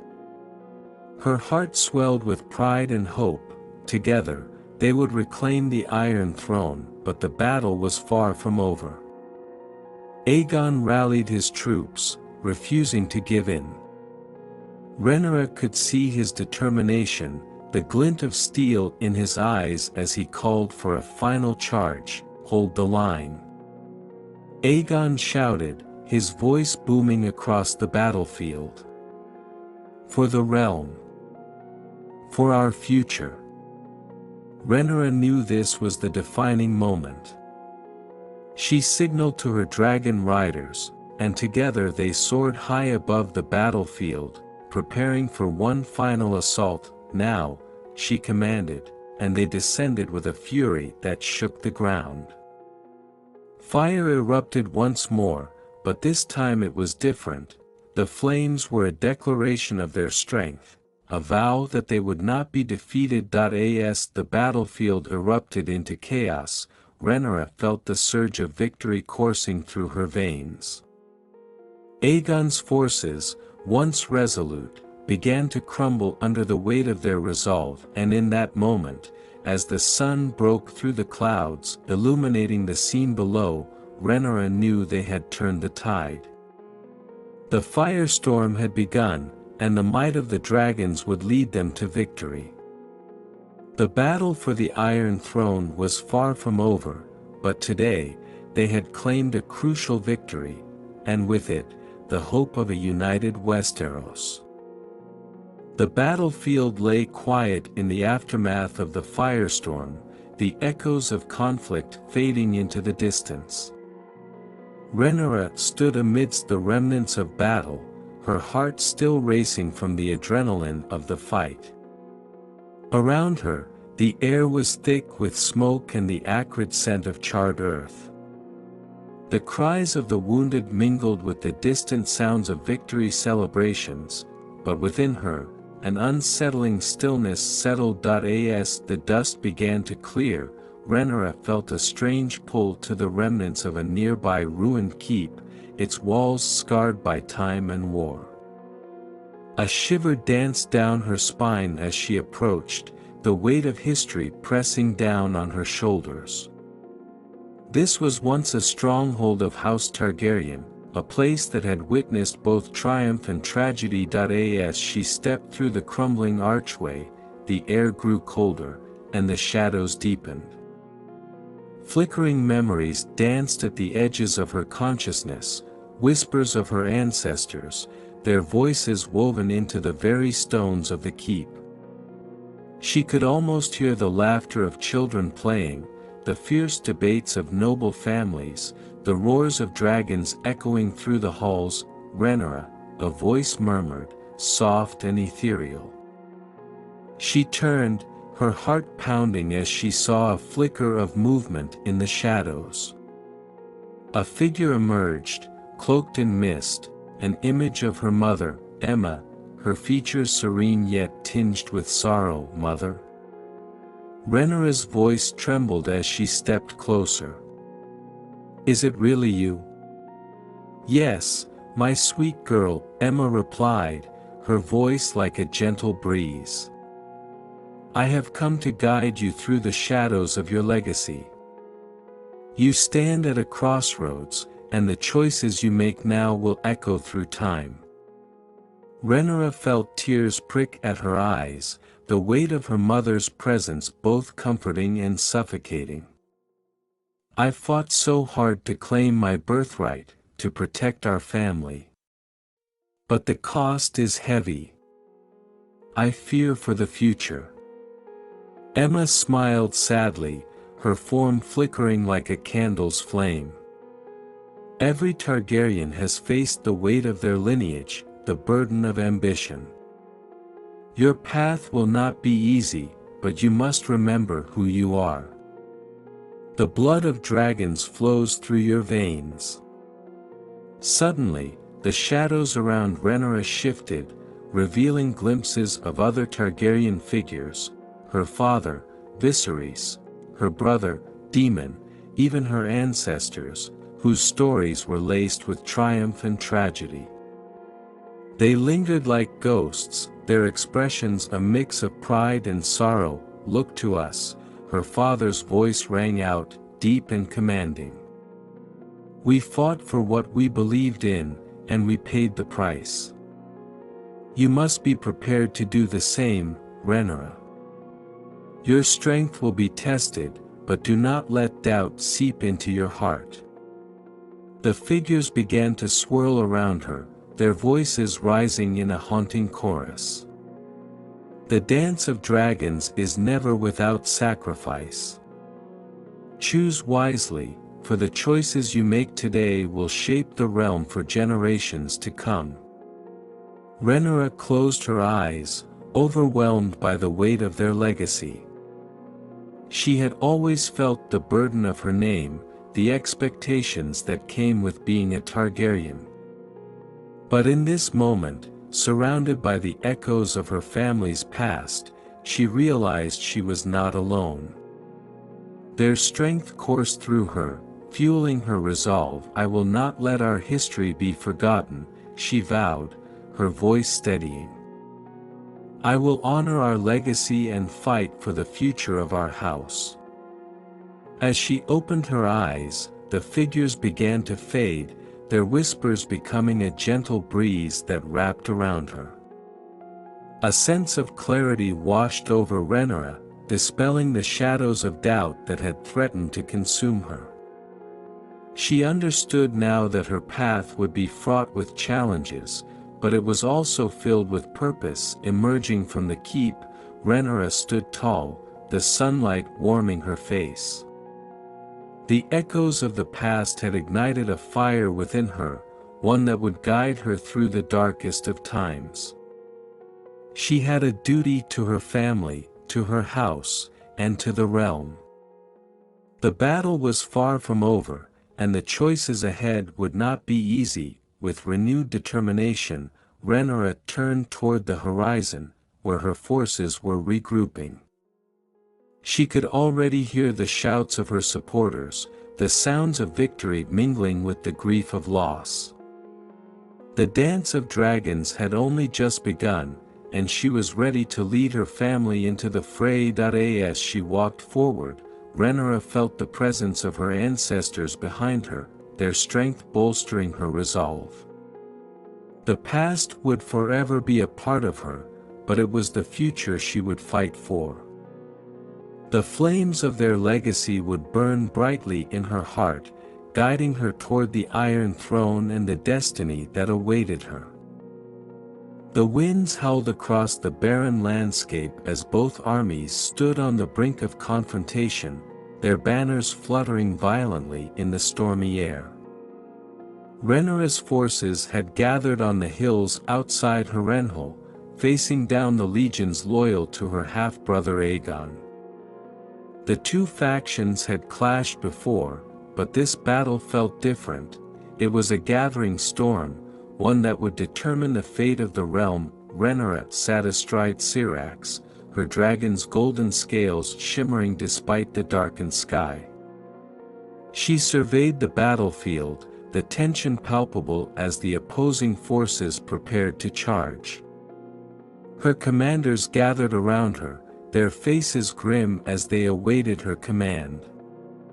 She could see the determination in their eyes but also the fear of what was to come, and of what might be lost. "My queen," Ser Harwin Strong said, his voice low but resolute, "our scouts report that Aegon's forces are stronger than we anticipated. His dragon, Sunfire, has been spotted circling above their camp." Rhaenyra clenched her fists. She knew the might of Aegon's dragon, but she also knew they couldn't afford to back down. Too much was at stake. "We've fought before, and we'll fight again. But today, we must strike with everything we have. There can be no retreat." Harwin nodded, his hand resting on the hilt of his sword. "We are ready to follow you, my queen. Whatever happens today, know that we stand with you." As the sun struggled to break through the clouds, Rhaenyra took a deep breath, steeling herself for the coming storm. The armies below shifted restlessly, awaiting the signal to charge. She glanced toward her son Jacaerys, already mounted on his dragon Vermax, his face a mix of youthful determination and apprehension. "Remember," she called out to him, "stay close. We fight as one, for the future of our house." Jacaerys nodded, gripping the reins tightly. "I won't let you down, mother." With a final glance toward her commanders, Rhaenyra raised her arm, the signal to begin. The blaring sound of horns echoed across the battlefield, and in an instant, the forces of House Targaryen surged forward, their dragons leading the charge. Syrax launched into the sky, her massive wings beating against the stormy air as she swooped toward the enemy ranks. Below, the ground shook with the thunder of hooves and the clash of steel as the two armies collided in a brutal melee. Fire rained from the sky as Rhaenyra commanded Syrax to unleash her fury, scorching the ground and sending enemy soldiers scrambling. The sight of the dragons brought terror to Aegon's forces, but they pressed on, their commanders shouting orders as Sunfire took to the skies to meet Rhaenyra's dragon. The sky erupted with fire as Syrax and Sunfire clashed, their roars shaking the very earth. Rhaenyra gripped the saddle tightly, guiding Syrax through the air as they engaged in a deadly dance with Aegon and his golden beast. Flames spiraled through the stormy clouds as the dragons circled each other, their talons slashing and jaws snapping. On the ground, the battle raged, a blur of swords and shields, of cries and blood. Rhaenyra's forces fought fiercely, but the tide was turning. Aegon's army was larger, their soldiers well-trained and well-armed. For every man they felled, another seemed to rise in his place. Rhaenyra's heart pounded as she watched the battle from above. She could see her soldiers faltering, her commanders desperately trying to hold the line. But it wasn't enough. Aegon's forces were closing in, their banners advancing across the field, and then, a moment of clarity struck her. She knew what needed to be done. "Syrax, to the ground," she commanded, her voice strong. Her dragon obeyed, diving toward the battlefield with terrifying speed. As Syrax descended, Rhaenyra caught sight of Aegon's commanders, vulnerable in the chaos of battle, their attention fixed on the fighting at the front. Without hesitation, she directed Syrax to unleash a torrent of fire, engulfing the enemy's rear guard in flames. Aegon's forces reeled in shock, their ranks breaking as confusion spread. In the chaos, Rhaenyra's commanders seized the moment, rallying their troops and launching a fierce counterattack. Below, Jacaerys saw the opening his mother had created. With a fierce shout, he urged Vermax forward, diving into the fray with renewed vigor. The sight of another dragon on the field reinvigorated Rhaenyra's forces, and they surged forward, cutting through Aegon's men with brutal efficiency. The tide was turning. As Syrax circled back into the sky, Rhaenyra spotted Aegon, his golden armor gleaming even in the chaos. He had seen the shift in the battle, the moment where victory slipped through his grasp. He urged Sunfire to strike again, but Rhaenyra was faster. Syrax descended once more, and with a ferocious roar, she clashed with Sunfire in a final, brutal engagement. The dragons tore at each other, their flames spiraling through the sky as the earth below shook with their fury. Aegon fought valiantly, but Rhaenyra's determination was unshakable. With a final, devastating strike, Syrax overpowered Sunfire, sending the golden dragon plummeting to the ground. Aegon barely managed to escape the fall, but his army was broken. On the ground, the battle was over. Aegon's forces, leaderless and demoralized, began to retreat, leaving behind the wreckage of a battle they could not win. Rhaenyra landed Syrax on the blood-soaked field, her heart pounding with the weight of what had just occurred.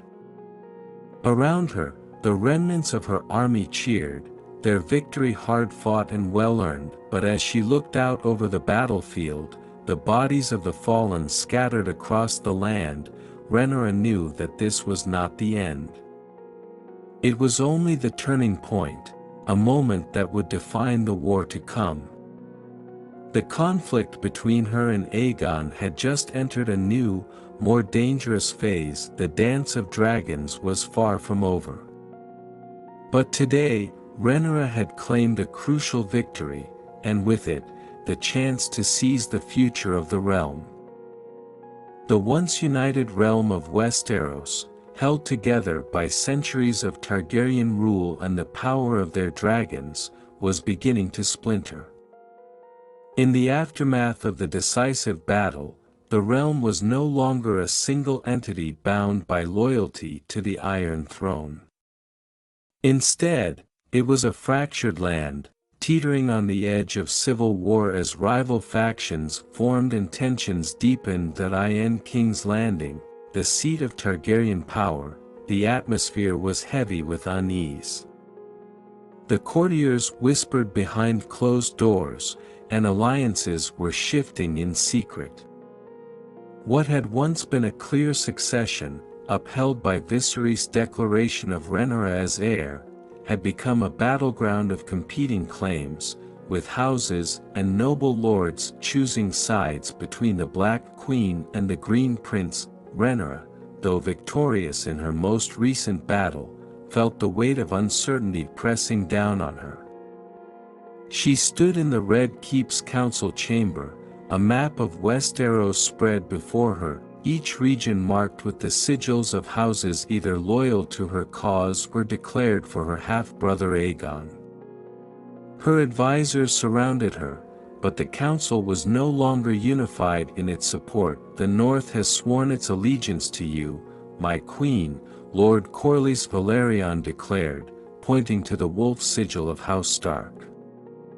"As has the Vale and House Arryn.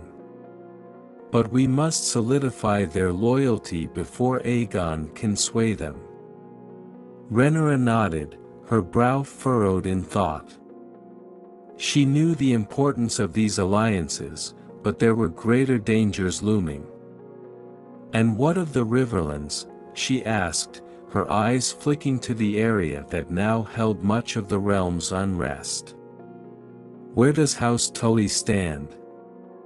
Ser Harwin Strong stepped forward, his expression grim. "Lord Tully is wavering, my queen. He's torn between his duty to you and the promises Aegon's envoys have made. Promises of gold, land, and power," Rhaenyra muttered, her jaw tightening. "Aegon is buying loyalty where he can." Across the chamber, Lord Beesbury, the aged master of coin, leaned on his cane as he spoke. "It is not only gold that moves men to rebellion, my queen. Many in the Reach and Stormlands feel bound by tradition, by the belief that a son, Aegon, should inherit over a daughter. Their fealty to you is weaker than we would hope." Rhaenyra's eyes flashed with frustration. "Then we must remind them who the rightful heir is," she said sharply. "I will not allow the realm to fall apart because of misplaced loyalties and outdated traditions." But it was easier said than done. Across Westeros, the once stable alliances between noble houses were crumbling. In the Stormlands, Lord Boros Baratheon remained undecided, courted by both Rhaenyra and Aegon. In the Reach, the Tyrells, cautious as ever, were playing a dangerous game, keeping their options open as they watched the conflict unfold. The Iron Islands had begun to stir, ever the opportunists, while Dorne, still bitter over their past treatment by the Iron Throne, watched with a keen eye, waiting to see which side would offer the better future for their people. The fracture was not only among the noble houses. Even within Rhaenyra's own court, the lines were beginning to blur. The small council, once united behind her claim, was now rife with dissent. Lords who had pledged their loyalty to her in the beginning were now questioning their allegiances, wondering if they had backed the right heir. "Every decision we make now carries weight," Ser Harwin reminded her, his voice low. "The lords of Westeros are watching, waiting to see who will emerge stronger. If we falter, they will turn against us." Rhaenyra felt the weight of his words like a stone in her chest. The realm was no longer simply divided between her and Aegon. It had become a complex web of shifting loyalties, where even the most steadfast allies could be swayed by promises or threats. The division was growing deeper with every passing day, and it was becoming clear that this war would not be won easily, or quickly. As night fell over King's Landing, Rhaenyra retreated to the balcony overlooking the city. She watched the flickering lights of the city below, the streets now filled with uncertainty and fear.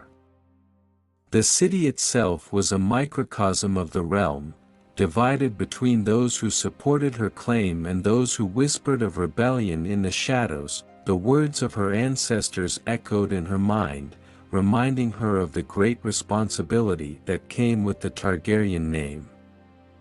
She could feel the tension rising, like the tightening of a bowstring, ready to snap. The dance of dragons had begun, but now the true test of leadership would come, not in battle, but in navigating the complex web of alliances, betrayals, and loyalties that stretched across the realm. Every house, every banner, and every dragon counted in this game of power. And as the realm fractured further, Rhaenyra knew that the cost of victory would be higher than she had ever imagined. The realm was no longer just divided between her and Aegon. It was divided between tradition and change, between loyalty and ambition, between fire and blood. As the fires of war continued to consume the realm, the personal toll on both Rhaenyra and Alicent grew ever more unbearable.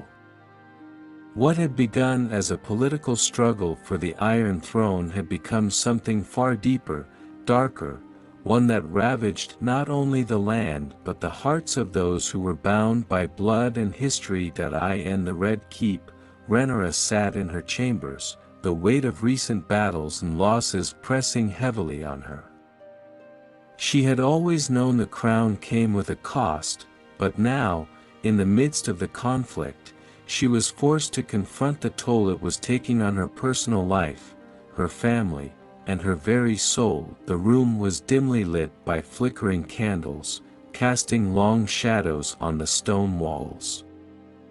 Rhaenyra held a letter in her hand, her fingers trembling slightly as she read the words once more, an account of another battle lost, another betrayal discovered. She had given so much to this war, but no amount of dragons or loyal banners could protect her from the pain that had burrowed deep into her heart. Ser Harwin Strong, her loyal protector and lover, stood nearby, watching her in silence. He could see the strain on her face, the fatigue in her eyes, but he knew better than to offer words of comfort. Rhaenyra, once so fierce and unyielding, had become a woman torn between her duty as queen and the unbearable grief that weighed her down. Every victory feels like a loss, Rhaenyra whispered, her voice barely audible. I should feel triumphant, but instead, I feel empty. Harwin stepped closer, his voice soft but steady. You carry the burden of the realm, my queen. But you do not carry it alone. Rhaenyra shook her head, her fingers tightening around the letter. I've lost too much, Harwin. My father, my brothers, my children. How much more will this war take from me? Harwin reached out, his hand brushing gently against hers. The cost is high, but you fight for something greater than yourself. You fight for the future of your children, for the legacy of House Targaryen. But Rhaenyra wasn't sure how much longer she could endure. Her son Joffrey had been gravely wounded in the last skirmish, his young body barely holding on. Her marriage to Daemon, once filled with passion and fire, had become strained as the pressures of war pulled them in different directions. And now, the realm she sought to rule was fractured beyond recognition. Across the Red Keep, in her own chambers, Queen Alicent Hightower faced her own reckoning. The war had exacted a toll on her as well, though hers was more of a slow, agonizing erosion of her soul.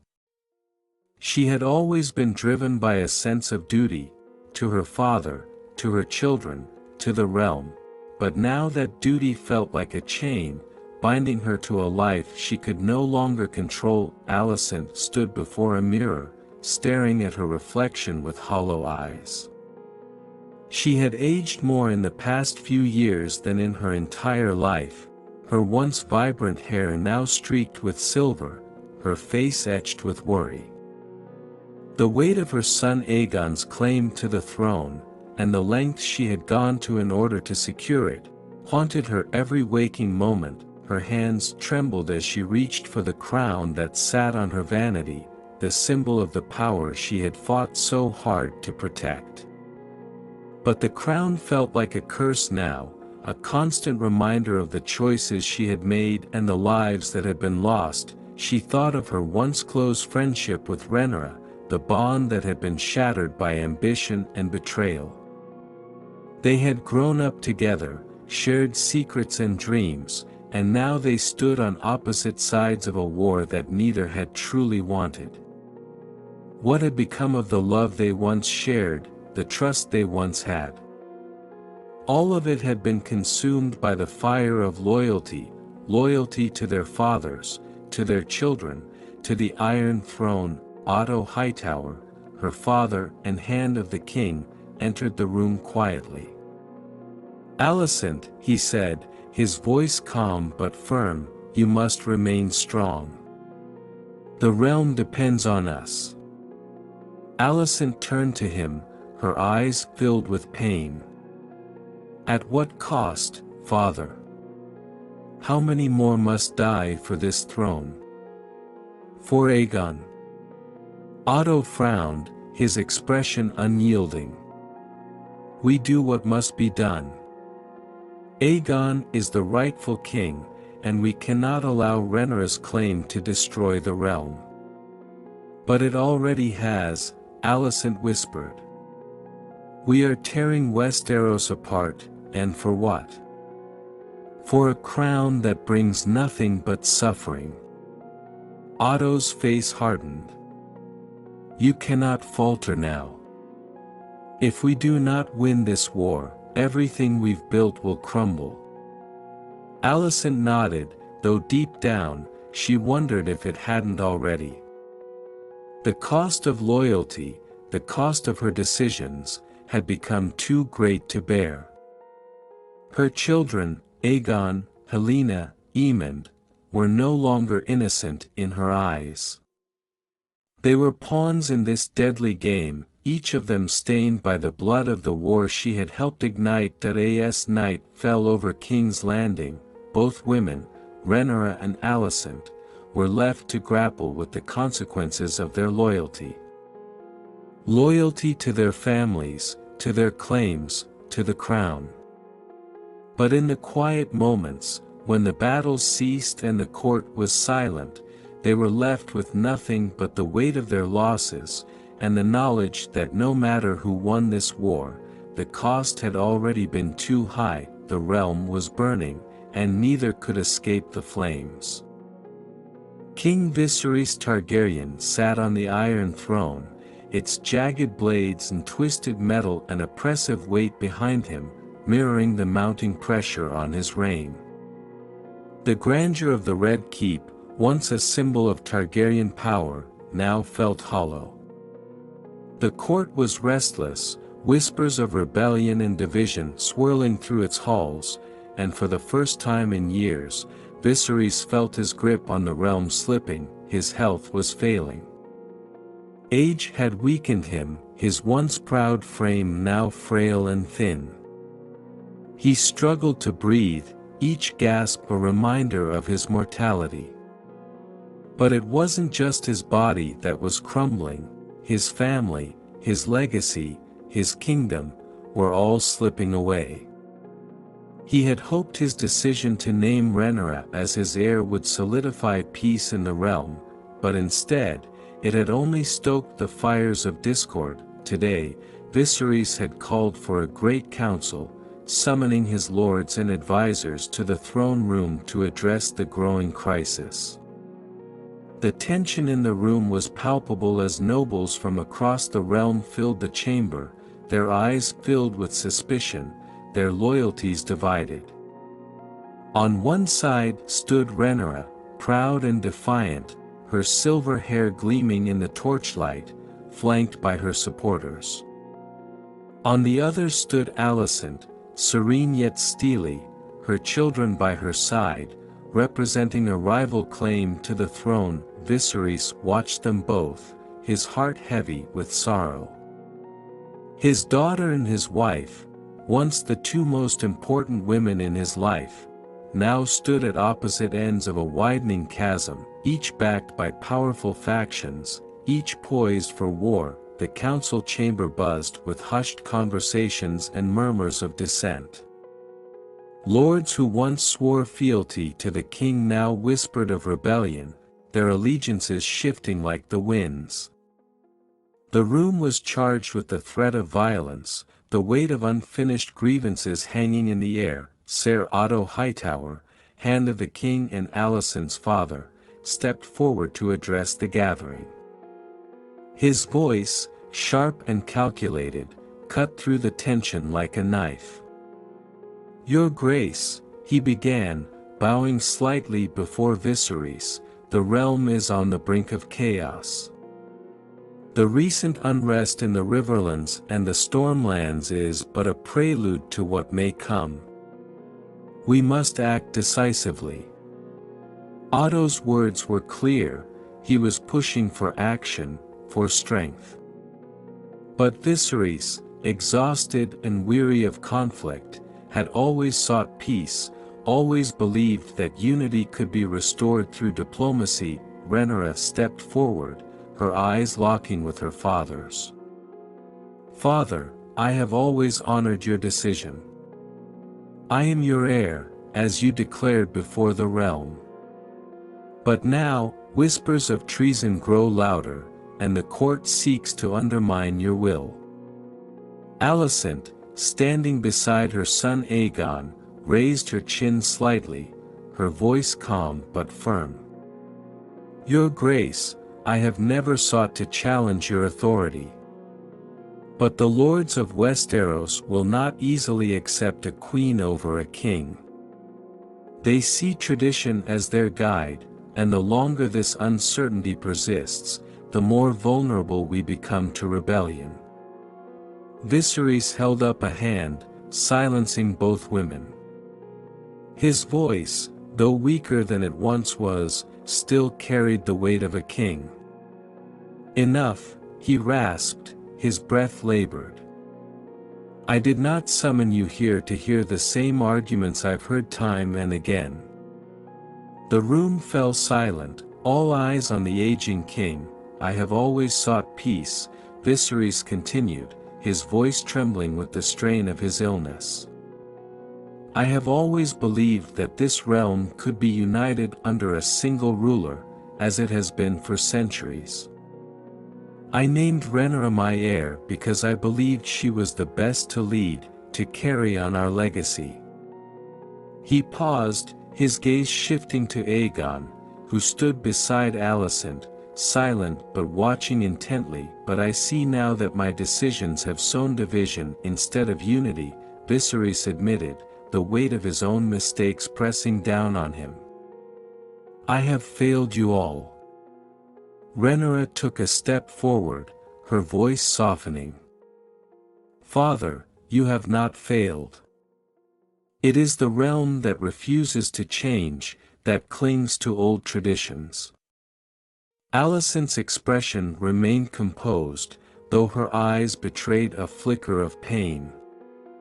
"Your Grace, we only seek to protect the realm from descending into chaos. We cannot ignore the will of the lords."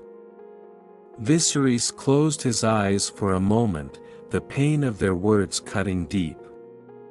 He had always hoped that his love for both Rhaenyra and Alicent could keep the peace between them, but he now saw how deeply the rift had grown. "The realm is at a crossroads," Viserys said, his voice barely above a whisper. "And I fear that no matter what I say, no matter what I do, the course is already set." He looked around the chamber, at the faces of the lords who had once been loyal to him, but who now stood divided, some for Rhaenyra, some for Aegon. The dragons that had once been the source of Targaryen strength now seemed to be the source of its undoing, their flames stoking the fires of rebellion. "My king," Ser Otto pressed, sensing the king's hesitation. "The realm cannot afford indecision. We must act." "Enough," Viserys snapped, a surge of anger giving him momentary strength. "I will not be rushed into decisions that will tear this realm apart." The room fell into uneasy silence. "I have made my choice," Viserys declared. "And it will stand until my last breath. Rhaenyra is my heir." "But," he paused, his eyes flicking to Aegon and Alicent. "This war between my children must end. I will not have the realm torn apart by a family feud." Viserys' words hung in the air, but the tension in the room remained. The king had spoken, but it was clear to all present that his hold on the realm was tenuous at best. The lords of Westeros were no longer content to wait, and the seeds of rebellion had already been sown. As Viserys slumped back on the Iron Throne, his strength fading, he knew that despite his efforts, the realm was slipping beyond his control. The king had made his call, but the winds of war were already blowing, and neither his words nor his crown could stop what was coming. The fate of the Targaryen dynasty now rested in the hands of those who would fight to claim it. The wind howled across the darkened skies of King's Landing as Rhaenyra sat in her chamber, studying a map of Westeros. Her eyes traced the borders, the lines of houses once loyal to her now blurred with uncertainty. Every day brought new challenges, new threats, and as the conflict escalated, it became clear that loyalty was a fragile thing. But she had not expected what was about to come. A knock on the door interrupted her thoughts. It was Ser Harwin Strong, his face grave as he entered. "My queen," he said, bowing his head slightly. "There's been troubling news." Rhaenyra straightened, sensing the weight of his words. "What is it?" Harwin hesitated for a moment, as if the words themselves were too painful to deliver. "Lord Corlys Velaryon has declared for Aegon." The room seemed to close in around Rhaenyra as the words struck her like a dagger. Corlys Velaryon, the sea snake, her greatest naval ally, and one of the most powerful men in Westeros. He had been by her side for years, pledging his ships and his strength to her cause. His support had given her legitimacy, had made her claim seem inevitable. And now, he had turned against her. "Impossible," Rhaenyra whispered, her voice trembling. "Corlys is loyal to me. He swore it." Harwin met her gaze, his expression filled with sorrow. "The rumors are spreading fast, my queen. His fleet sails under Aegon's banner as we speak. It seems he struck a deal with Alicent and Otto Hightower." Rhaenyra felt her heart pounding in her chest, a mixture of disbelief and fury coursing through her veins. "A deal? After all I've done for him, for his family? This is treason." Harwin stepped closer, his voice low and measured. "It seems Lord Corlys believes Aegon's claim to be stronger. He's aligning himself with the winning side, or so he thinks." The betrayal cut deeper than any sword. Corlys had been one of her staunchest supporters, a man whose loyalty she had never questioned. His wife, Rhaenys, had stood by Rhaenyra's side as well, their shared bloodline cementing their bond. But now, everything was crumbling. Rhaenyra rose from her chair, her hands trembling with anger. "If Corlys thinks he can betray me and walk away unscathed, he's a fool. I'll burn his ships to ash. I'll make him pay for this." But even as the words left her lips, she knew the consequences would be dire. Without the Velaryon fleet, her hold over the seas would falter. Aegon would gain a strategic advantage, and her own supporters would begin to question her strength. The realm was fragile, and this betrayal would send ripples across every corner of Westeros. Rhaenyra stormed toward the window, looking out over the vast expanse of the Red Keep. The dragons were her last great weapon, but even they could not hold back the tide of treachery that was sweeping through the realm. Corlys had been the linchpin of her naval power, and now, without him, the balance of the war had shifted. Harwin watched her in silence, understanding the storm that raged within her. "What will you do, my queen?" he asked quietly. Rhaenyra's jaw tightened as she turned to face him. "I will not be undone by one man's cowardice. We move forward. We press our advantage where we still can. But first, I will have answers. The queen's mind raced with possibilities. Had Corlys truly turned against her, or was this a ploy orchestrated by her enemies? She needed to know the truth, and fast. The court was already a den of vipers, and if one of her closest allies could betray her, then who else might be conspiring in the shadows? Summon Rhaenyra ordered. I want to hear from her directly. She will answer for her husband's actions. Harwin nodded, swiftly leaving the chamber to carry out her orders. As the door closed behind him, Rhaenyra stood alone, the weight of the betrayal pressing down on her. She had always known the path to the Iron Throne would be fraught with danger, but she had not anticipated the sting of treachery from those she trusted most. Her mind raced back to the earlier days, when she and Corlys had stood united against the forces that sought to undermine her claim. They had fought side by side, shared victories and losses. And now, it all felt like a bitter lie. Outside, the wind howled louder, as if the very gods were mocking her. The storm that had been brewing for so long was finally upon them, and it would not spare anyone in its wake. Later that evening, Rhaenys arrived at Rhaenyra's chambers, her face solemn and unreadable. As the two women faced each other, the tension between them was palpable. My queen, Rhaenys said, bowing her head. You've summoned me. Rhaenyra's eyes burned with fury as she looked at her. I summoned you because your husband has betrayed me. I want to hear it from you, Rhaenys. Is this true? Has Corlys turned against me? Rhaenys' expression remained calm, though there was a flicker of something in her eyes, regret, perhaps, or sorrow.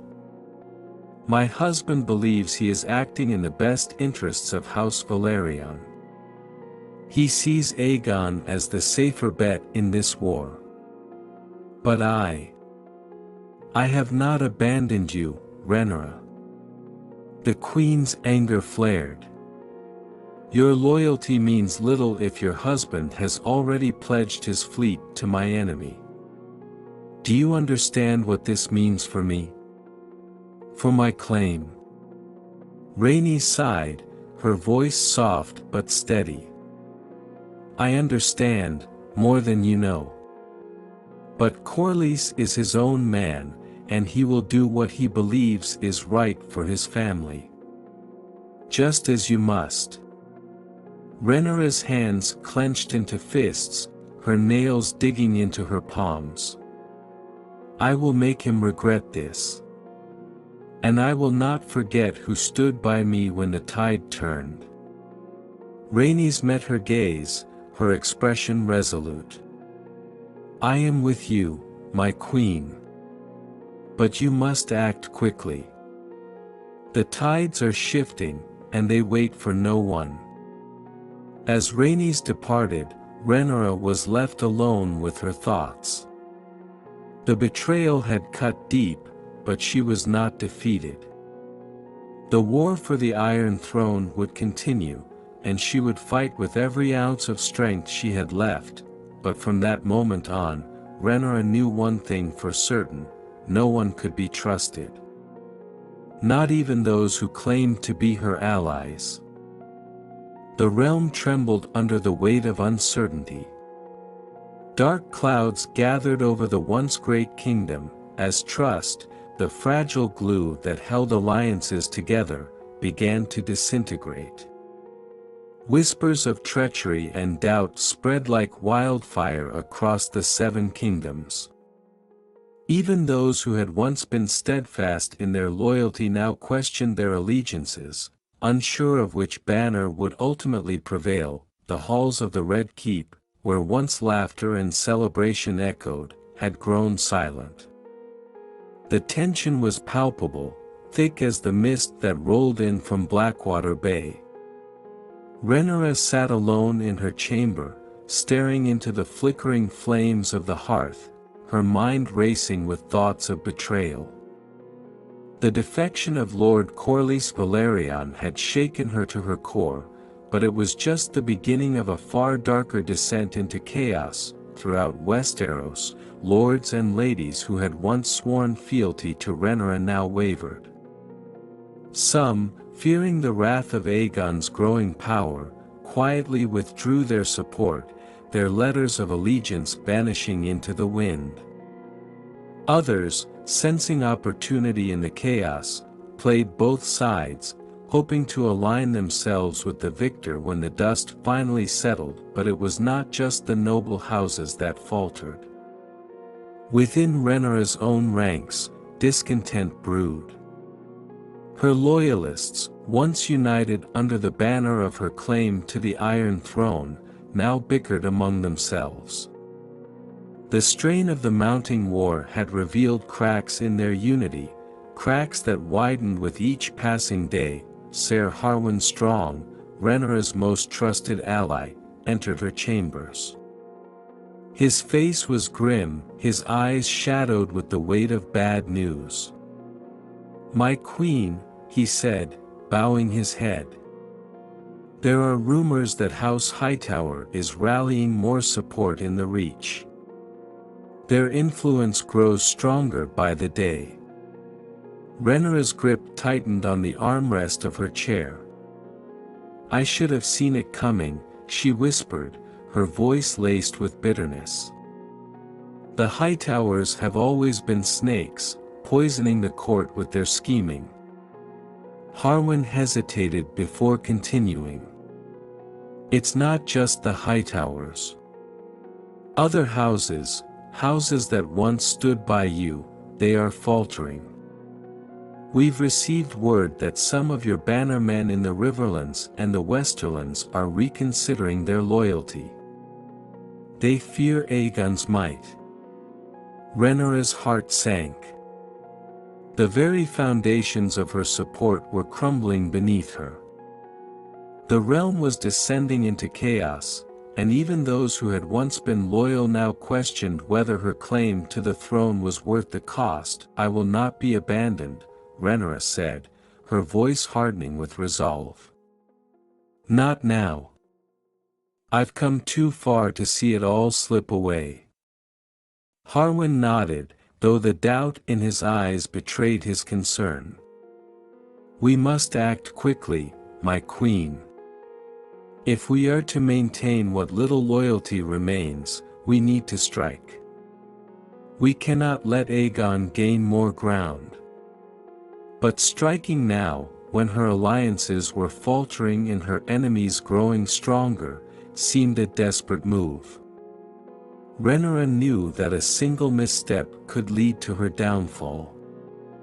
The dragons were her greatest asset, but even they could not save her from the storm of betrayal brewing around her. Meanwhile, in the heart of the Riverlands, Lord Larys Strong, Harwin's brother, had become a player in the growing intrigue. Known for his cunning and manipulation, Larys had remained in the shadows, pulling strings as the court descended into chaos. He had a sharp understanding of the fragility of power and knew that the realm's descent into madness presented him with new opportunities. Larys moved quietly through the halls of Harrenhal, his home, where plots and schemes were as thick as the air. His alliances shifted like the tides, and he had positioned himself as a broker of information, trading secrets for influence. He had no loyalty, only ambition. "The queen is faltering," Larys murmured to a small council of lords gathered in secret. "Her allies are uncertain, her supporters wavering. Now is the time to choose wisely." The lords exchanged uneasy glances, their faces etched with concern.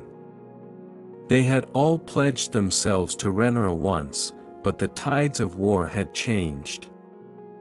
The prospect of aligning with Aegon now seemed more appealing to some, though none dared voice it outright. "What would you suggest?" one of the lords asked, his voice filled with hesitation. Larys smiled faintly, his fingers drumming on the table before him. "I suggest that we consider all possibilities. In times like these, there are no certainties, only opportunities.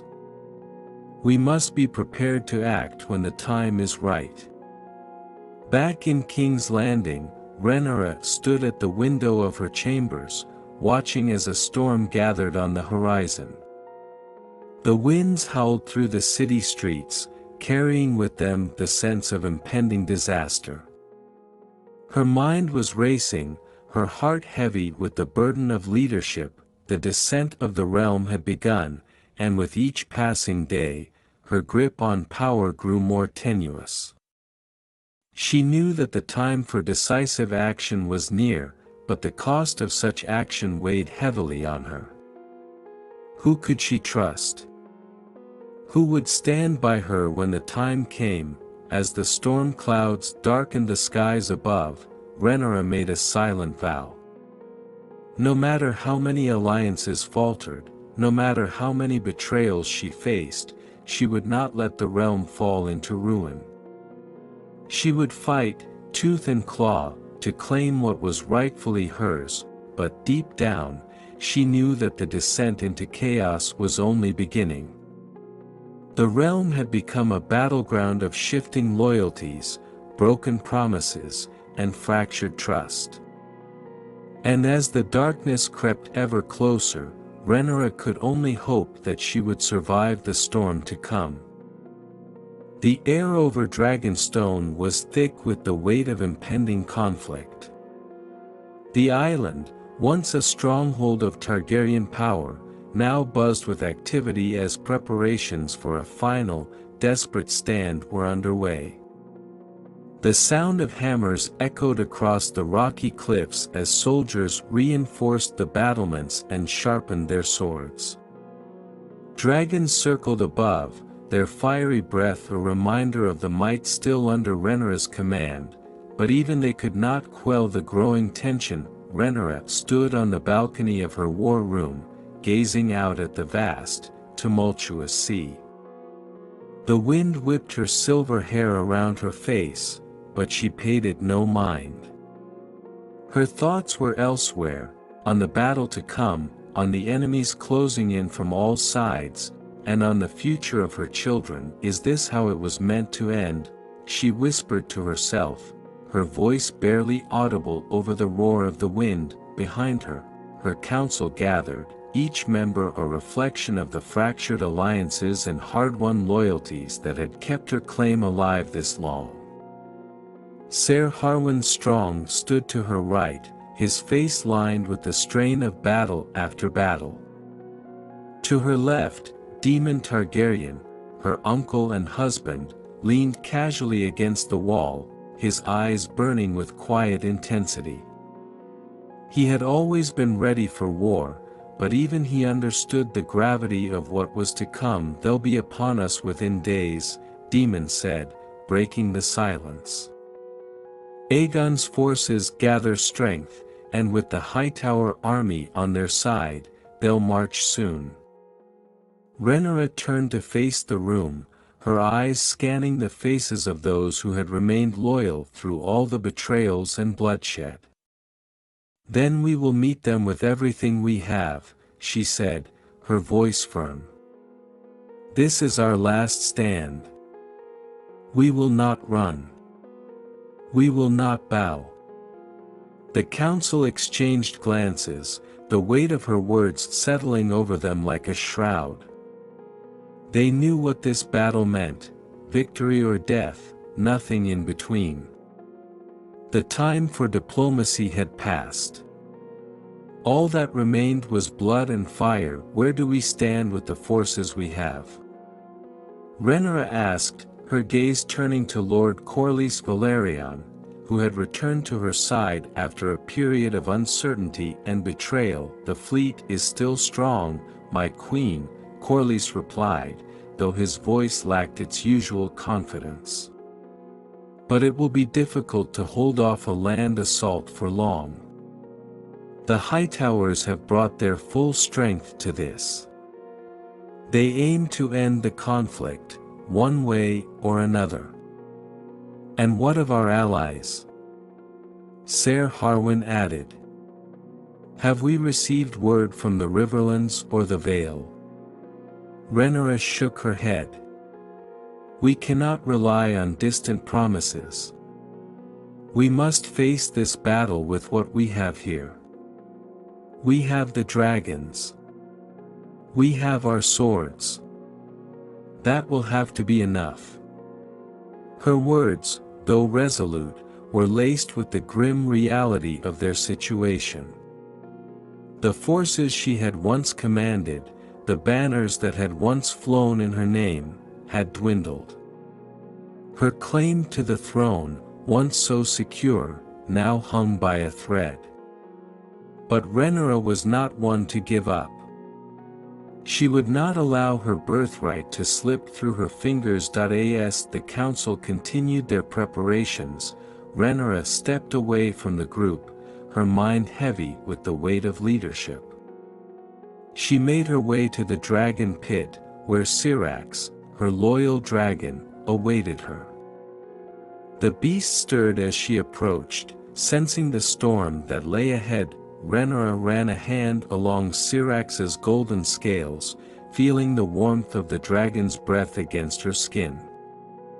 You and I have been through much, she whispered, her voice barely audible. But this will be our greatest fight. Our last fight, perhaps.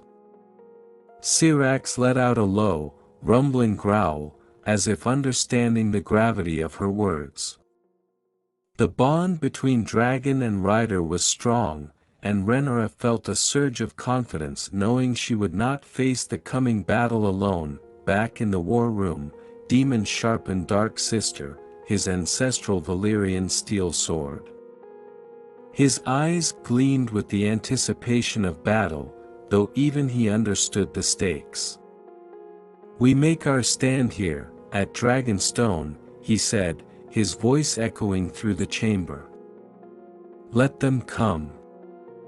We will make them pay in blood for every inch they try to take.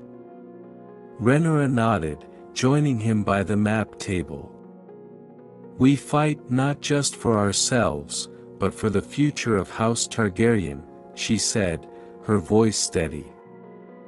For my children, for the realm. Daemon met her gaze, a flicker of pride in his eyes. We fight for fire and blood. Outside, the sky darkened as storm clouds gathered, a fitting omen for the battle that loomed on the horizon. Rhaenyra and her council worked late into the night, refining their strategy, planning every detail of the final confrontation. As dawn broke the next day, a horn echoed across the island, signaling the arrival of Aegon's forces on the mainland. From the cliffs of Dragonstone, Rhaenyra could see the black banners of the Hightower army and the glint of steel as thousands of soldiers marched toward them. Aegon's dragon, Sunfire, soared in the distance, a golden blur against the stormy sky, but Rhaenyra would not be intimidated. She had come too far, sacrificed too much, to let fear rule her now. She mounted Syrax, the dragon's powerful wings lifting them into the sky as the forces of Dragonstone prepared for battle. Below her, Daemon mounted Caraxes, the blood Wyrm, his dragon's long serpentine form casting a shadow over the island. Together, they flew toward the advancing armies, their dragons roaring in unison as they prepared to face their enemies. The final battle for the Iron Throne had begun. Rhaenyra's last stand, the culmination of years of struggle, betrayal, and ambition, was now upon them. She would fight with every ounce of strength she had, knowing that the fate of the realm hung in the balance. As the armies clashed below, and dragons roared across the sky, Rhaenyra steeled herself for what was to come. No matter the outcome, she would fight for her legacy, for her children, and for the future of the realm. The battle for the Iron Throne would be decided here, and Rhaenyra Targaryen would face it head-on, with fire in her heart and blood in her veins. The battlefield was a wasteland of smoke, fire, and the stench of death. Bodies lay scattered across the charred earth, a grim testament to the savagery of the conflict. The dragons had come and gone, leaving behind only smoldering ruins and ash-covered ground where proud soldiers once stood. As Rhaenyra flew low over the desolate scene on Syrax, the weight of everything she had lost bore down on her with crushing force. The memories came flooding back, unbidden and relentless. Her father, King Viserys, smiling down at her when she was just a girl, whispering of her future as the ruler of the realm. She could hear his voice as clearly as if he were standing beside her now. His dreams for her reign, for the Targaryen legacy, had ignited a fire within her, one that had brought her to this moment of destruction, but now that dream felt distant, slipping through her fingers like the ash that swirled in the wind around her. As Syrax descended toward a makeshift camp, Rhaenyra caught sight of Ser Harwin Strong tending to the wounded. His face was bloodied, his armor scorched, but he remained determined, offering words of comfort to a dying soldier.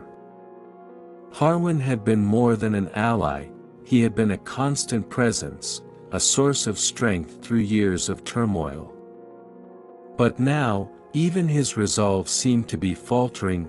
Harwin, Rhaenyra called, her voice hoarse as she dismounted Syrax. How many did we lose? Harwin glanced up, wiping his brow. His silence spoke volumes before he finally answered. Too many.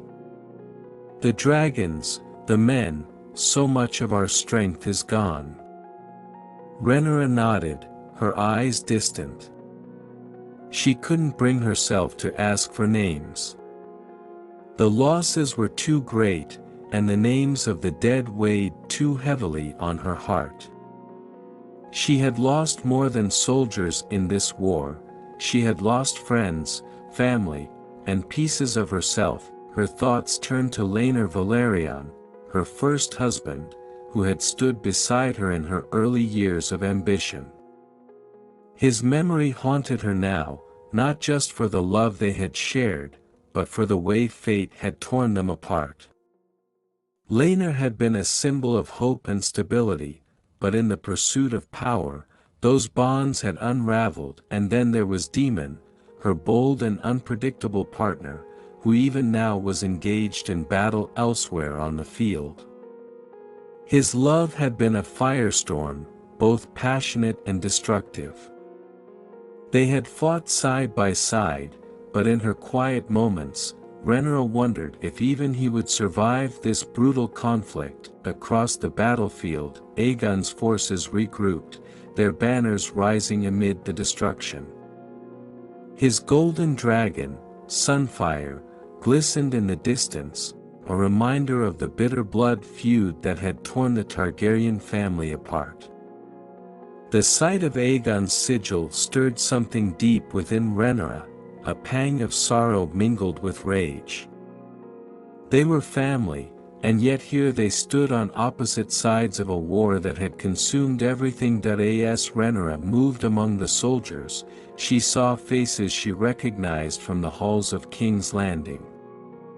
Lords and knights who had once sworn oaths to her father now lay in the dirt, their lifeless eyes staring up at the smoke-filled sky. She knelt beside one of the fallen men, Ser Criston Cole. His betrayal had stung her deeply, but in death, he was just another casualty of a war that had spiraled out of control. her gaze drifted toward the horizon, where the faint remnants of Dragonstone could still be seen through the haze.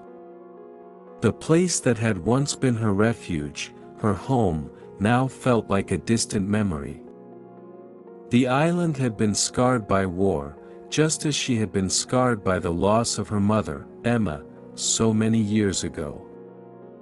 Rhaenyra could still feel her mother's presence, her gentle touch and the warmth of her embrace, but now those memories were tinged with the bitterness of all that had been taken from her. Queen Rhaenyra, a voice interrupted her reverie. She turned to see Maester Gerardis approaching, his face etched with sorrow. He held out a letter, sealed with the sigil of House Valerian. "From your son, Jacaerys," the maester said softly. Rhaenyra's heart clenched as she took the letter in trembling hands. Jacaerys, her eldest, had flown with his dragon, Vermax, to rally support in the Vale. The sight of his handwriting, still fresh and bold, brought a tear to her eye. She hadn't seen him in weeks, but his words offered her a glimmer of hope amidst the ashes of war. As she read the letter, Rhaenyra could almost hear his voice, strong and determined, pledging to fight for her until the end. But the weight of a mother's fear bore down on her. What if he, too, was lost to this war? What if she never saw her sons again? The thought was unbearable. In the distance, the clash of swords and the roar of dragons continued, but Rhaenyra was lost in her memories. She thought of her brother, Balon, who had died before he could take his first breath, and her daughter, Visenya, who had never lived to see the world. So many lives cut short by fate, by ambition, by the relentless march of history. Rhaenyra rose to her feet, wiping the tears from her eyes. She could not afford to dwell on the past any longer. The war was far from over, and the Iron Throne still hung in the balance. But as she mounted Syrax once more, the weight of those she had lost remained heavy on her heart. The ashes of the past clung to her like a shroud, a constant reminder of the price of power. And yet, with each beat of Syrax's wings, Rhaenyra flew forward, toward the uncertain future, toward the final battle, and toward the destiny that awaited her in the fires of war. The sky above the battlefield roiled with dark, smoke-filled clouds, casting an eerie, flickering light over the chaos below. The clang of steel on steel echoed across the valley as swords clashed and shields splintered. But above it all, the true terror unfolded in the heavens.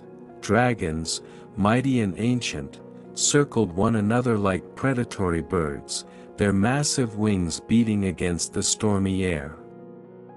The time for words had passed.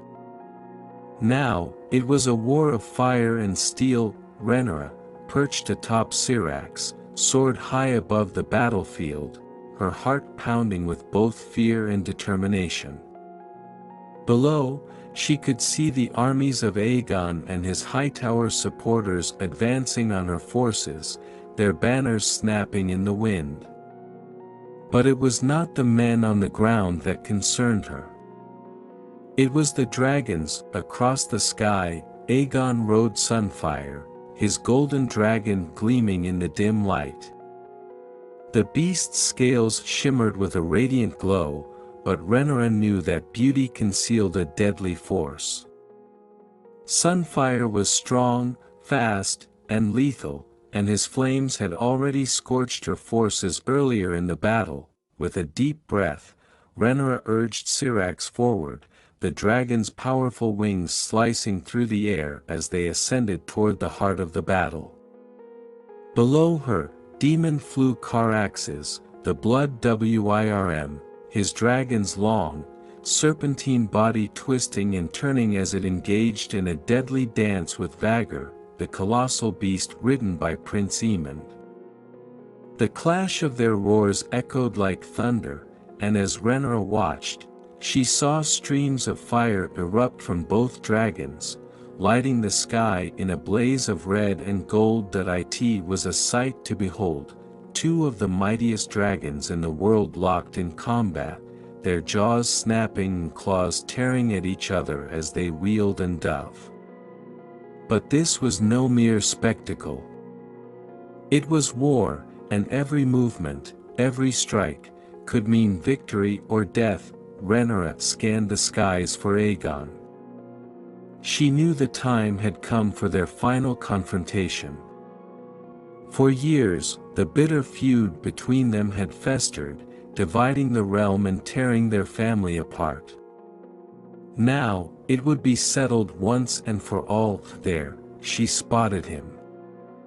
Sunfire's wings flared as the golden dragon looped through the clouds, its rider silhouetted against the stormy sky. Aegon's armor gleamed as he guided his dragon toward her, his face set with grim resolve. He had come for her, just as she had known he would. Rhaenyra tightened her grip on Syrax's reins, leaning forward as the dragon picked up speed. Her heart raced, but her mind was clear. She had fought for this moment, for the right to sit on the Iron Throne, for her father's legacy, and for the future of her children. She would not yield, not now that the distance between them closed. Aegon urged Sunfire into a steep dive, the golden dragon's jaws opening wide as it unleashed a torrent of flames. Rhaenyra cried out to Syrax, and the dragon banked sharply, evading the blast by mere inches. The heat of Sunfire's fire seared the air around them, but Syrax was fast, nimble, and unyielding. With a roar of defiance, Syrax lashed out, her talons slashing through the sky as she lunged toward Sunfire. The two dragons collided in midair with a deafening crash, their bodies twisting and writhing as they grappled with one another. Rhaenyra held on tightly as Syrax's claws dug into Sunfire's side, eliciting a screech of pain from the golden dragon.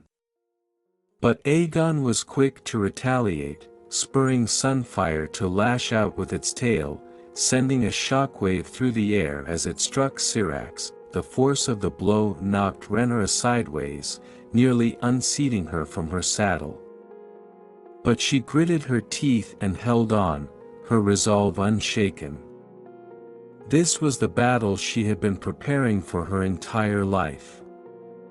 She would not falter. As the two dragons spiraled downward, locked in a deadly embrace, the air around them grew thick with smoke and fire. Below, the armies on the ground paused their fighting, their eyes drawn to the sky as the Targaryen siblings clashed in a duel of unimaginable power. Soldiers from both sides watched in awe and terror as fire and steel rained down upon them. Rhaenyra urged Syrax forward once more, this time aiming for Sunfire's wings.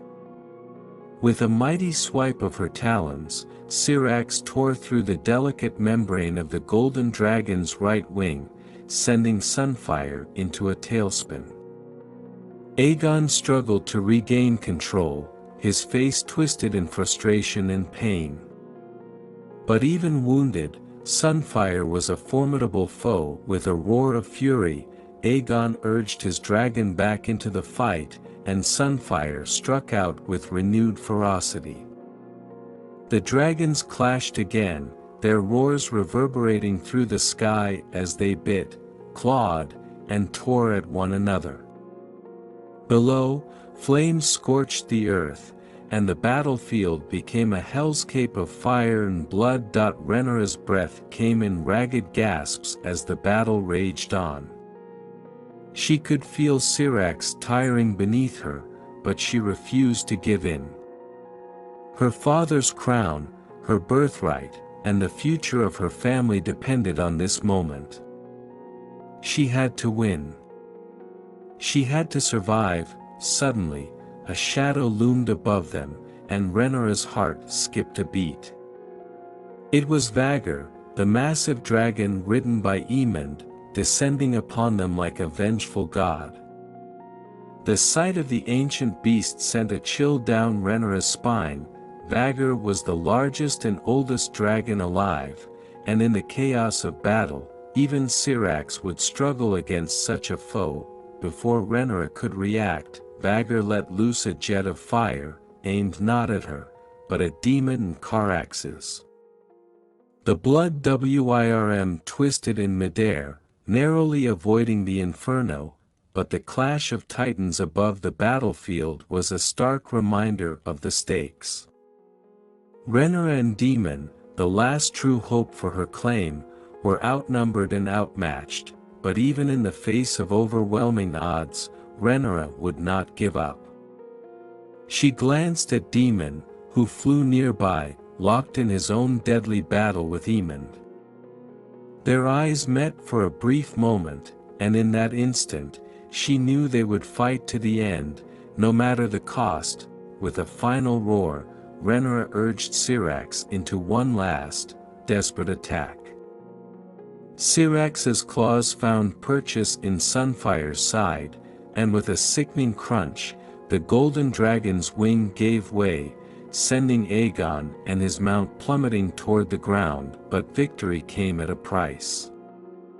As Sunfire fell, Aegon's spear found its mark, plunging into Syrax's side. The dragon let out a cry of agony, her massive body buckling beneath the pain. Rhaenyra held on tightly, her vision blurring as the ground rushed up to meet them. She could feel Syrax's heartbeat faltering beneath her, but even as they fell, she whispered one final command to her dragon: "Fly, Syrax. Fly." And in that moment, amidst the clash of fire and steel, Rhaenyra knew her destiny would be written in blood. The once vibrant battlefield was now a barren wasteland of death and destruction. The fires that had raged in the skies and on the ground were dying, leaving behind only smoldering ruins and the twisted remnants of war. Ash hung heavy in the air, and the acrid stench of burnt flesh and steel filled the senses. The cries of the dying and the wounded echoed across the battlefield, mingling with the groans of fallen men and dragons alike. The Dance of Dragons, as the maesters would one day call it, had come to a devastating close. Rhaenyra stood amid the carnage, her eyes sweeping over the landscape before her. Syrax, her loyal dragon, lay motionless on the ground, her body still and lifeless, her wings bent at unnatural angles. Rhaenyra's heart broke at the sight of her fallen companion, but she could not afford to grieve. Not yet. Not while the future of her throne still hung in the balance. Nearby, Daemon knelt beside the broken form of Caraxes, the blood Wyrm. His face was grim, his hands bloodied, but his eyes remained as fierce as ever. The losses were great, but Daemon still had the fire of battle in his veins. He would not be bowed, not even by this destruction. Together, they had survived, but barely. The battlefield was littered with bodies, both men and dragons. Sunfire's golden scales were tarnished by soot and blood as the once mighty dragon lay still, a victim of the same fury that had claimed so many lives. Aegon, the usurper, had been found, injured but alive, carried off by his loyalists. His fate was not yet sealed, but the battle had dealt him a crushing blow. Rhaenyra knew that his forces had been scattered, his supporters weakened. But the war was not over, not by a long stretch. As Rhaenyra walked through the aftermath, she saw familiar faces among the dead, knights and lords who had once sworn loyalty to her cause, now lying lifeless on the scorched earth. Ser Harwin Strong, the man who had stood by her side through every trial, lay among them, his armor battered, his sword still clutched in his hand. He had fought until his last breath, defending the queen he had loved. Rhaenyra's throat tightened as she knelt beside him, her fingers brushing the dirt from his brow.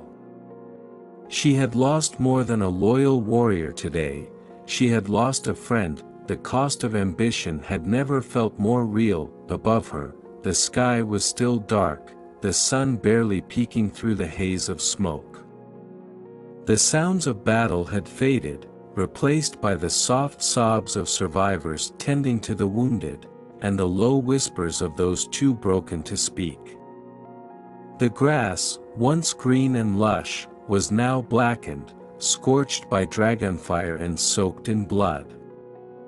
Westeros had been torn asunder by the clash of fire and steel, and the land itself seemed to mourn for the souls it had claimed. Rhaenyra turned her gaze toward the horizon, where the Red Keep loomed in the distance, its towers stark against the smoky sky.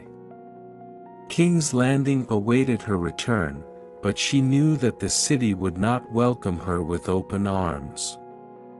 The people had suffered through this war, and though she had fought for the throne that was rightfully hers, the price had been high. Too high that a figure approached her, his footsteps heavy with exhaustion.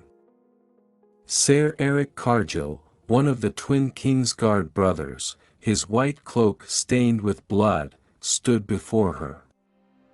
His face was lined with fatigue, but his eyes held a grim determination. "Your Grace," he said softly, "the lords await your command. The battle may be over, but the war is far from won." Rhaenyra nodded, though the weight of his words pressed heavily upon her. She had claimed a victory on this day, but it had come at a terrible cost. The realm was divided, the once mighty Targaryen dynasty splintered by internal strife. Even her family, her children, were scattered, and with every loss, her claim to the Iron Throne felt more fragile. "Gather the council," she said, her voice hoarse. "We must regroup. There is still much to be done." As she made her way back to the War Council, her thoughts drifted to Alicent Hightower. Somewhere, her former friend, now bitter rival, was mourning too. The rivalry between them had sparked this war, but both women had paid dearly for their ambition. Rhaenyra wondered if Alicent's grief weighed as heavily on her as it did on Rhaenyra herself. It was a cruel irony that their shared history, once built on trust and friendship, had led to this devastation. The camp demon was already rallying the troops, his eyes blazing with purpose. He showed no sign of retreat or doubt, and Rhaenyra drew strength from his unwavering resolve. The war was not yet lost, but the victory had come at a cost that could never be undone. Every man, every dragon lost today would forever haunt the histories of House Targaryen. As night began to fall, casting the battlefield in shadows, Rhaenyra looked to the skies once more. The dragons, once the symbols of Targaryen might, had turned the realm into a blood-soaked ruin. The power they wielded had forged an empire, but it had also sown the seeds of its destruction. The Iron Throne was still within her grasp, but the weight of it felt heavier than ever. In the end, the true cost of ambition was clear, not just in the lives lost, but in the future of the realm itself. Westeros would never be the same after the Dance of Dragons. The land, the people, and the dragons, none had escaped unscathed, and yet, as Rhaenyra stood amidst the ruins of her greatest battle, she knew that her fight was far from over. The Iron Throne was her birthright, but the path to claim it would be paved with fire and blood. There would be no turning back now. The fury of dragons had shaped her destiny, but it was the ashes left behind that would define the future of the realm. The Iron Throne loomed before Rhaenyra, its jagged, twisted blades casting long, menacing shadows across the room. The seat of power that had once seemed like her birthright now felt like a curse, an object of both desire and destruction. Its cold, unyielding metal seemed to mock her as she approached, reminding her of the cost she had paid for this moment. The throne, forged in the fires of conquest, had claimed countless lives, and now it stood as a symbol of the realm's suffering. Rhaenyra's steps were slow, burdened by the weight of her decisions. Each step toward the throne echoed through the empty hall, the sound stark and hollow. King's Landing had fallen eerily silent since the battle, as if the city itself mourned the blood spilled in her name. The Red Keep, once vibrant with life, felt like a tomb, its halls haunted by the memories of those who had perished in the conflict. The war had left its mark on the realm, and now, Rhaenyra had to face the consequences of her claim to power. She stopped just short of the throne, staring at the iron monstrosity that had shaped her destiny. For years, she had fought for this, the crown, the title, the authority that came with ruling Westeros. But now that it was within her grasp, the glory she had imagined seemed distant, even hollow. The crown had come to her at an unimaginable price. In the days since the battle, the city had been in mourning. The streets were lined with grieving families, tending to their dead. The small folk whispered about the dragons that had burned their homes, the lords who had betrayed their oaths, and the queen whose ascent had left the realm fractured. Even the lords and ladies of the court, those who had once pledged fealty to Rhaenyra, now wore somber expressions. They had won the battle, but the realm was broken, its people divided and suffering. Ser Eric Cargill, ever loyal, stood by her side, his white cloak stained with the blood of those he had fought. His expression was unreadable, but she could sense the unease that lingered in the air. Even the King's Guard could not ignore the unrest that now plagued the realm. Behind him, Maester Gerardis awaited her command, his face etched with concern. "My queen," he said softly, breaking the silence. "The lords have gathered in the council chamber. They await your word." Rhaenyra nodded, though her gaze never left the Iron Throne. She could feel the eyes of her court on her, their loyalty now a fragile thread, strained by the horrors they had witnessed. The realm, once united under Targaryen rule, was fractured beyond recognition. Her supporters had suffered, her enemies had been emboldened, and those who had remained neutral now questioned whether her reign would bring peace or further devastation. As she ascended the steps to the throne, her thoughts drifted to her children. They, too, had paid the price of her ambition. Joffrey had been taken from her, his death a cruel reminder that even the blood of dragons was not immune to the perils of war. Her other children, Jacaerys, Lucerys, were scattered, lost to her in the conflict. The grief she felt for them was a constant ache, one that gnawed at her heart even as she stood on the precipice of victory. At last, Rhaenyra stood before the Iron Throne. The cold metal glinted in the dim light, its edges sharp and dangerous. With trembling hands, she reached for the crown that rested on a nearby pedestal, the crown that had once belonged to her father, King Viserys.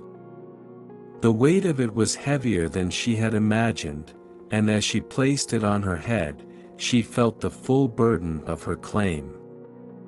The realm had been torn apart by her pursuit of this crown, and now, as its rightful queen, she would have to bear the consequences. The door to the hall creaked open, and Alicent Hightower entered, her face drawn with exhaustion and sorrow. The years of rivalry between them had etched deep lines of bitterness, but now, in the aftermath of war, the tension between them was overshadowed by a shared grief. Alicent had lost as much as Rhaenyra had, her children, her dreams for her son, and the realm she had hoped to protect. For a moment, the two women stood in silence, the weight of their shared history hanging heavy in the air.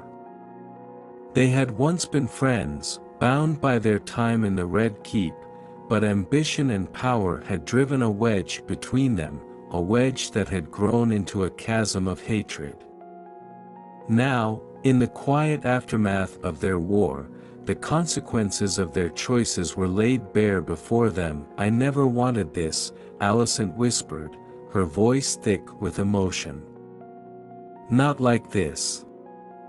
Rhaenyra's grip tightened on the armrest of the throne, the iron biting into her skin. She wanted to scream, to rage against the fates that had brought them here, but instead, she only nodded. "Neither did I." Alicent's eyes, once so full of fire and defiance, were now dull with sorrow. "The realm mourns," she said softly. "They mourn for what we have lost. And for what we have become." Rhaenyra looked away, unable to meet Alicent's gaze. The realm had been her responsibility, and in her pursuit of the throne, she had led it into chaos. The people she was meant to protect had suffered under her rule, and now, as queen, she would have to face the consequences of her ambition. "I will make it right," Rhaenyra said, though the words felt hollow even as she spoke them.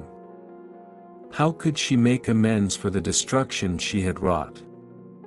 How could she heal the wounds that had been carved into the very heart of Westeros? Alicent turned to leave, her footsteps echoing through the empty hall.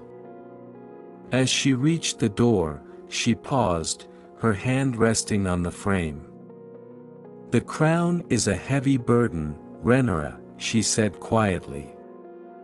"I hope you are strong enough to bear it." With that, she was gone, leaving Rhaenyra alone in the throne room once more. The weight of the crown on her head felt unbearable, pressing down on her with every passing second.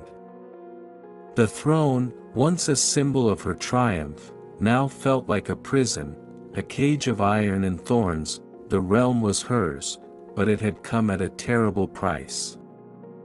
The cost of ambition, the blood spilled for the sake of power, had left its mark on her soul. And as Rhaenyra sat upon the Iron Throne, the crown of thorns she had fought so hard to claim, she knew that the realm would never be the same. The war was over, but the scars would remain for generations to come. Westeros would mourn for its fallen, and so would she, for the Iron Throne was hers, but it had cost her everything. The realm that Rhaenyra had fought so fiercely to claim was now a kingdom in pieces. The aftermath of the Dance of Dragons had left Westeros divided, not just by bloodshed and loss, but by the deep-rooted mistrust and lingering hostilities that had festered throughout the conflict. What had once been a unified land under Targaryen rule was now a fractured kingdom, where every corner of the realm seemed to simmer with unrest. King's Landing had returned to a semblance of normalcy, but beneath the surface, tension still bubbled. The small folk, many of whom had lost their homes and loved ones in the war, looked to the Red Keep with suspicion. The Targaryen name, once revered, had become a symbol of destruction and tyranny to those who had suffered under the flames of dragonfire. The streets of the capital, though bustling once more, were filled with whispers of rebellion, of dissatisfaction with the crown, and of new leaders rising from the ashes. In the north, House Stark had withdrawn behind the safety of Winterfell's walls, nursing the wounds of the war and weighing their next move. Lord Cregan Stark, ever a cautious and honorable man, had made it clear that the North would not be so easily swayed to follow the new queen. His loyalty to the Targaryens had wavered after witnessing the devastation the dragons had wrought, and though he had remained neutral for much of the war, his silence now spoke volumes. The North would not bend the knee until it saw a ruler worthy of their respect. In the Riverlands, the fallout from the war was even more palpable. The once mighty House Strong had been reduced to ruin, their lands ravaged, and their banners in tatters. The remaining lords of the Riverlands were divided, some loyal to Rhaenyra, others looking toward a future without the Targaryens. Petty squabbles and power struggles erupted, as ambitious lords sought to carve out their own dominions in the chaos. What had once been a region of unity was now a patchwork of rivalries. The Reach, too, was on the brink of rebellion. Lord Tyrell, who had reluctantly supported Rhaenyra, now found himself caught between the crown and his people.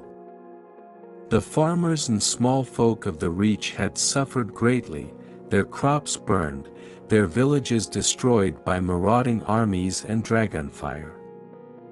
They demanded justice, but the crown offered little solace. As tensions escalated, rumors spread that the Tyrells were considering a break from the Iron Throne, seeking independence rather than continued subjugation under a fractured and unstable regime. In the Westerlands, House Lannister was in turmoil. Lord Jason Lannister, though loyal to the crown in public, harbored resentment for the way the war had upended the balance of power in the realm. The Lannisters had always prided themselves on their wealth and influence, but with the kingdom in disarray, even the gold of Casterly Rock seemed powerless to restore order. Lord Jason had begun to look beyond King's Landing for allies, forging secret alliances with other powerful houses that sought to destabilize Rhaenyra's reign. The Stormlands, once firmly under the control of House Baratheon, had also become a hotbed of unrest. Boros Baratheon's decision to switch allegiance during the war had caused a rift among his bannermen, some of whom viewed his actions as cowardice. Now, the lords of the Stormlands squabbled over who should lead them, with some calling for a new leader to emerge from the turmoil. Rhaenyra's grip on the Stormlands was tenuous at best, and she knew that any misstep could send the region spiraling into open rebellion. Even in Dorne, a land traditionally removed from the power struggles of the Iron Throne, the effects of the Dance of Dragons were felt. Though the Martells had remained neutral, they had watched with keen interest as the Targaryen dynasty tore itself apart. Now, with the kingdom fractured, the Dornish lords saw an opportunity to push for greater autonomy, if not outright independence. The Prince of Dorne, though cautious, had begun to quietly rally his bannermen, preparing for the day when Dorne might finally cast off the shackles of the Iron Throne. Rhaenyra sat in the council chamber, surrounded by her advisors, but the air was thick with tension. Ser Eric Cargill, ever vigilant, stood by her side, his presence a reminder of the loyalty she still commanded. But even he could not shield her from the reality of the situation. The small council, once a bastion of support, was now rife with division.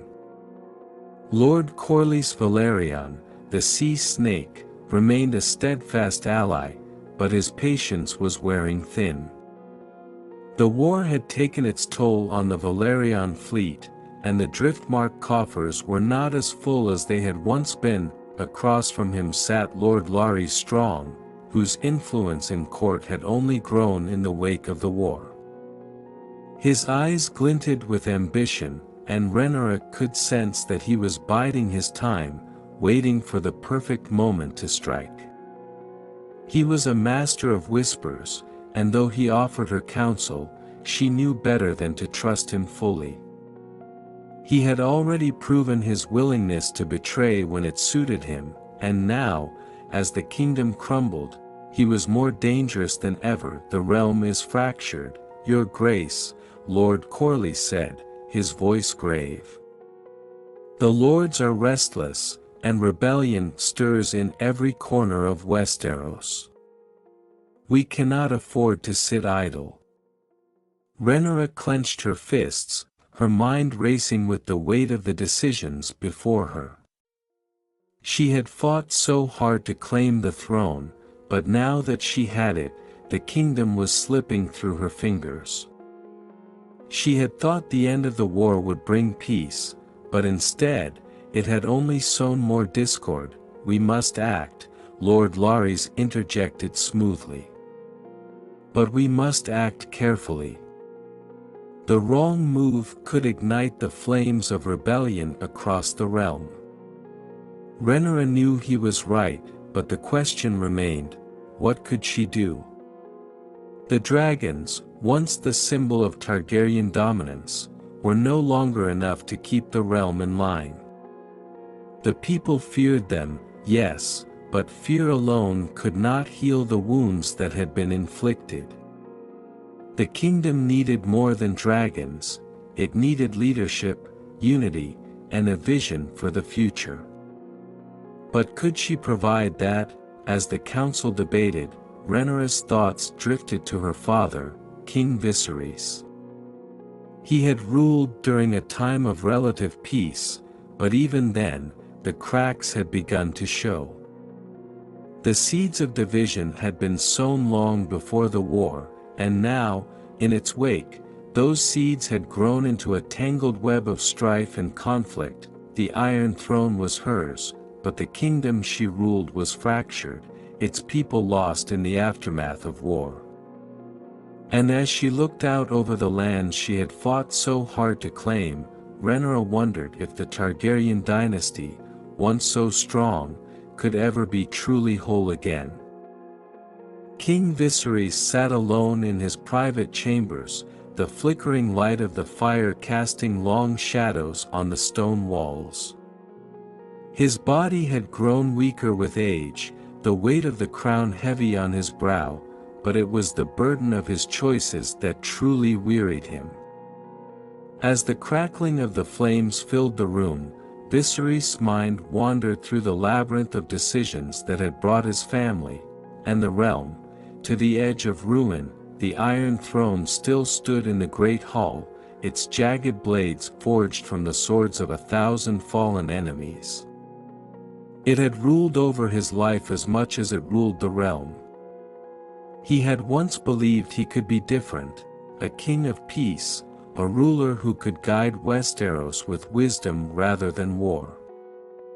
But now, as he looked out at the consequences of his reign, Viserys could see the echoes of fire spreading across his family and the kingdom. He rose from his seat and walked slowly to the window, the pain in his limbs a constant reminder of his mortality.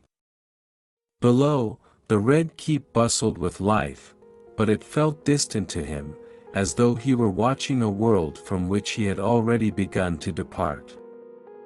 The court still functioned, and the small folk still went about their lives, but the fractures within the Targaryen dynasty mirrored the growing tensions in the realm.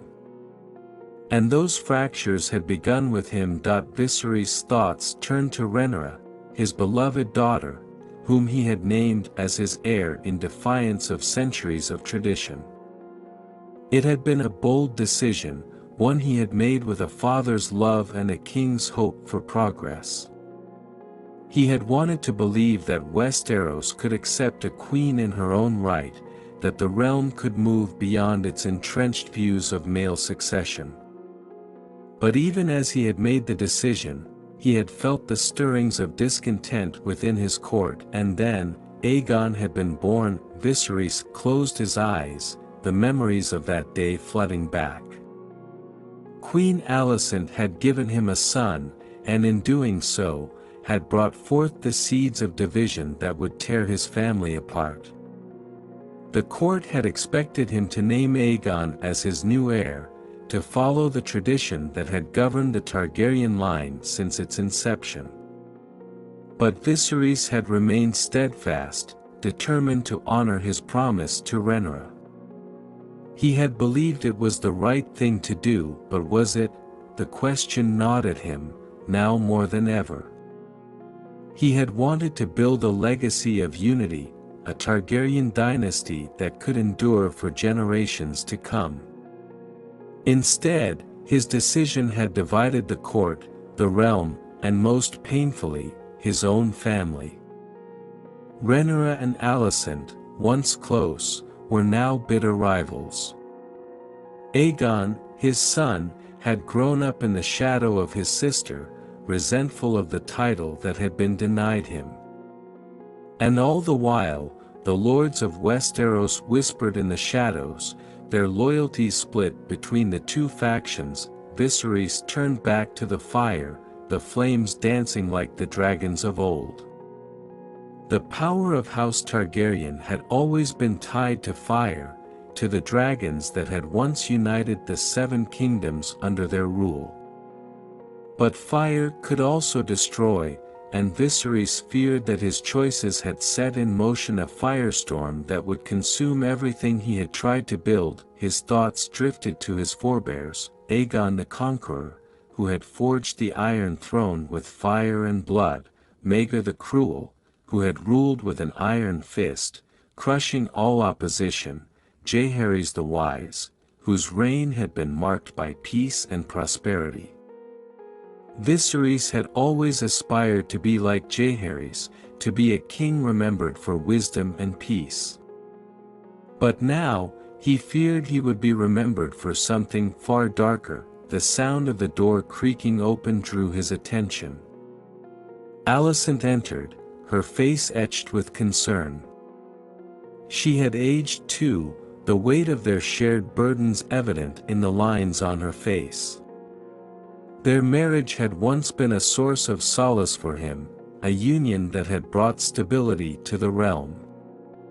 But now, it seemed as though even that was crumbling. Viserys, she said softly, her voice heavy with unspoken words. You've been distant. The council grows restless. I know, Viserys replied, his voice tinged with weariness. The realm is restless, Alicent. And it's because of me. Alicent stepped closer, her hand resting gently on his arm. You did what you thought was right. Naming Rhaenyra your heir, it was a brave decision. The realm needed change. Did it? Viserys asked, his eyes searching hers for an answer. Or did I only sow the seeds of division? I wanted to believe that Westeros could be different, that it could accept her as its queen. But now I see only the fires of conflict rising. Alicent's gaze dropped, her silence speaking volumes. She, too, had been caught in the web of his decisions. As Aegon's mother, she had seen the dangers of his choice, but as his queen, she had supported him as best she could. But now, even her support felt strained, as their children stood on opposite sides of a growing divide. We can still make things right, Alicent said softly. There's still time. Viserys shook his head, his heart heavy with doubt. Time, Time is running out for me. I fear that whatever I do now, it will be too late." The echoes of his choices reverberated through the halls of the Red Keep, through the hearts of his family and the lords of Westeros. The fire he had tried to control had grown beyond his grasp, and now, all that was left were the consequences that would shape the future of the realm long after he was gone. As Viserys stared into the flames, he saw the future reflected in them, dragons in the sky, swords clashing, and blood spilled across the land. It was a future he had hoped to avoid, but one that seemed inevitable now. "The dragons are fire made flesh," he whispered, more to himself than to Alicent. "And fire cannot be tamed." Alicent remained silent, her hand still resting on his arm. There was nothing more to say. The echoes of fire would carry on, and Viserys knew that his legacy, for better or worse, would be forged in those flames. The king had made his choices, and now, the realm, and his family, would live with the consequences. Rhaenyra stood on the balcony of the Red Keep, her gaze fixed on the horizon where the setting sun bathed King's Landing in a fiery glow. The wind tugged at her silver-gold hair, and the air was filled with the distant sounds of the city below. The capital was bustling with life again after the war, but the scars of the conflict were everywhere, on the walls, on the faces of her people, and most deeply, within her own heart. The Iron Throne was hers now, but the cost had been steep.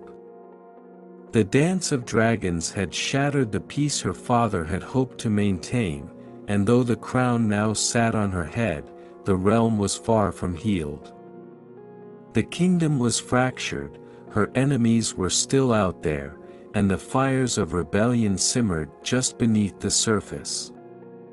But despite the weight of her burdens, Rhaenyra knew she could not allow herself to falter. The future of House Targaryen rested on her shoulders, and the future awaited. Below, her dragon Syrax roared, a sound that echoed through the walls of the Red Keep and sent shivers down Rhaenyra's spine. Syrax, her constant companion, a creature of fire and power, had been with her through every step of her journey. The bond between dragon and rider was unbreakable, but even now, Rhaenyra wondered if that bond could withstand the storms ahead. She turned from the balcony, her thoughts heavy with the future of the Targaryen dynasty. The war had shown her that dragons alone could not secure peace. Firepower, though fearsome, only bred more conflict. It had united the Seven Kingdoms under Aegon the Conqueror, but it had also torn the realm apart in her own struggle for the throne. Now, as queen, Rhaenyra had to find a way to mend what had been broken. Her advisors had warned her of the challenges to come. The lords of Westeros were restless, and many had yet to swear fealty to her. House Baratheon had made their displeasure known, and in the north, Lord Cregan Stark remained silent, choosing neutrality over loyalty. In the Riverlands and Reach, ambitious lords eyed the Iron Throne with a hunger that made her wary. The realm was hers, but its loyalty was precarious. Rhaenyra thought of her children. Jacaerys, her eldest, was growing into a strong young man, ready to take on more responsibility. Lucerys and Joffrey, though still boys, had the Targaryen fire in their veins, and she would need them at her side as the future unfolded. But it was her youngest, Aegon the Younger, who gave her the most hope. His quiet strength and unyielding determination reminded her so much of her own journey, and she saw in him the potential for greatness, if she could protect him from the same pitfalls she had faced. Yet, even with her children, Rhaenyra felt the looming shadow of the Greens, Aegon II, her half-brother, who still harbored his claim to the throne. Though she had triumphed in their bitter struggle, Rhaenyra knew that the threat was far from over. The supporters of Aegon II, scattered across the realm, would not easily let go of their ambitions. There would always be those who questioned her right to rule, who would conspire in the dark corners of Westeros to tear down everything she had fought for. The future awaited, but it was uncertain, a path littered with dangers both seen and unseen. Her hand rested on the pommel of her sword, dark sister, a reminder of the power she held as both a Targaryen and a warrior. But power alone would not secure her legacy. She had learned that painful lesson during the Dance of Dragons. The realm needed more than dragons, it needed peace, it needed leadership, and it needed a ruler who could balance strength with wisdom. As she walked back into the chamber, Ser Eric Cargill stood at attention, ever loyal, ever watchful. His presence was a comfort to her, a symbol of the few loyalties that remained unshaken. Her council awaited her decisions, but she knew that the true test of her reign was yet to come. The realm is healing, Your Grace, Ser Eric said, as if sensing her thoughts. It will take time, but Westeros has survived worse. Rhaenyra nodded, though doubt still tugged at her heart. Time was something she felt slipping away from her, even as she sat upon the Iron Throne. Every decision she made now would shape the future, not just for her, but for her children and their children. The legacy of House Targaryen was at a crossroads, and she could feel the weight of its history pressing down on her, but she could not afford to dwell on the past. The future awaited, and Rhaenyra knew that she would have to face it head-on. There are still threats, she said quietly, her voice steady. Rebellions brewing, houses that have yet to bend the knee. And my brother, Aegon, will not be a threat much longer, Ser Eric assured her. His power is waning, and his supporters grow fewer by the day. Perhaps, Rhaenyra replied, though she was not entirely convinced. Aegon too had proven himself resourceful before, and she could not underestimate him again. She walked over to the great map of Westeros that dominated the room, her fingers tracing the lines of the kingdoms she now ruled. The north, the Riverlands, the Reach, each region was a piece in the puzzle she had yet to fully solve. Every choice she made now would either strengthen her reign or drive the realm further into chaos. The Iron Throne was hers, but the future remained unwritten. Summon the council, Rhaenyra said, her voice firm. We have much to discuss. There are alliances to secure, enemies to outmaneuver, and a realm to rebuild. As Ser Eric left to carry out her orders, Rhaenyra stood alone once more. The fire in the hearth crackled, its flames rising and falling like the Targaryen dynasty itself, ever burning, ever enduring. The future awaited, and Rhaenyra would meet it with all the strength and fire within her. For her children, for her house, and for the realm, she would not be remembered as the queen who let the dragons fall. She would be the queen who secured their legacy, forged in fire, tempered by blood, and destined to endure. The halls of the Red Keep were quiet as night fell over King's Landing, the air thick with tension that had settled like a shroud over the capital. The court was on edge, divided loyalties simmering beneath the surface. And amidst the chaos, a figure moved through the shadows, unnoticed by the guards and courtiers alike. For months, this mysterious watcher had been a presence in the court, always lingering just out of sight, observing the moves of nobles, knights, and even the queen herself. Rumors had spread like wildfire, whispering of a shadow that followed Rhaenyra's every step.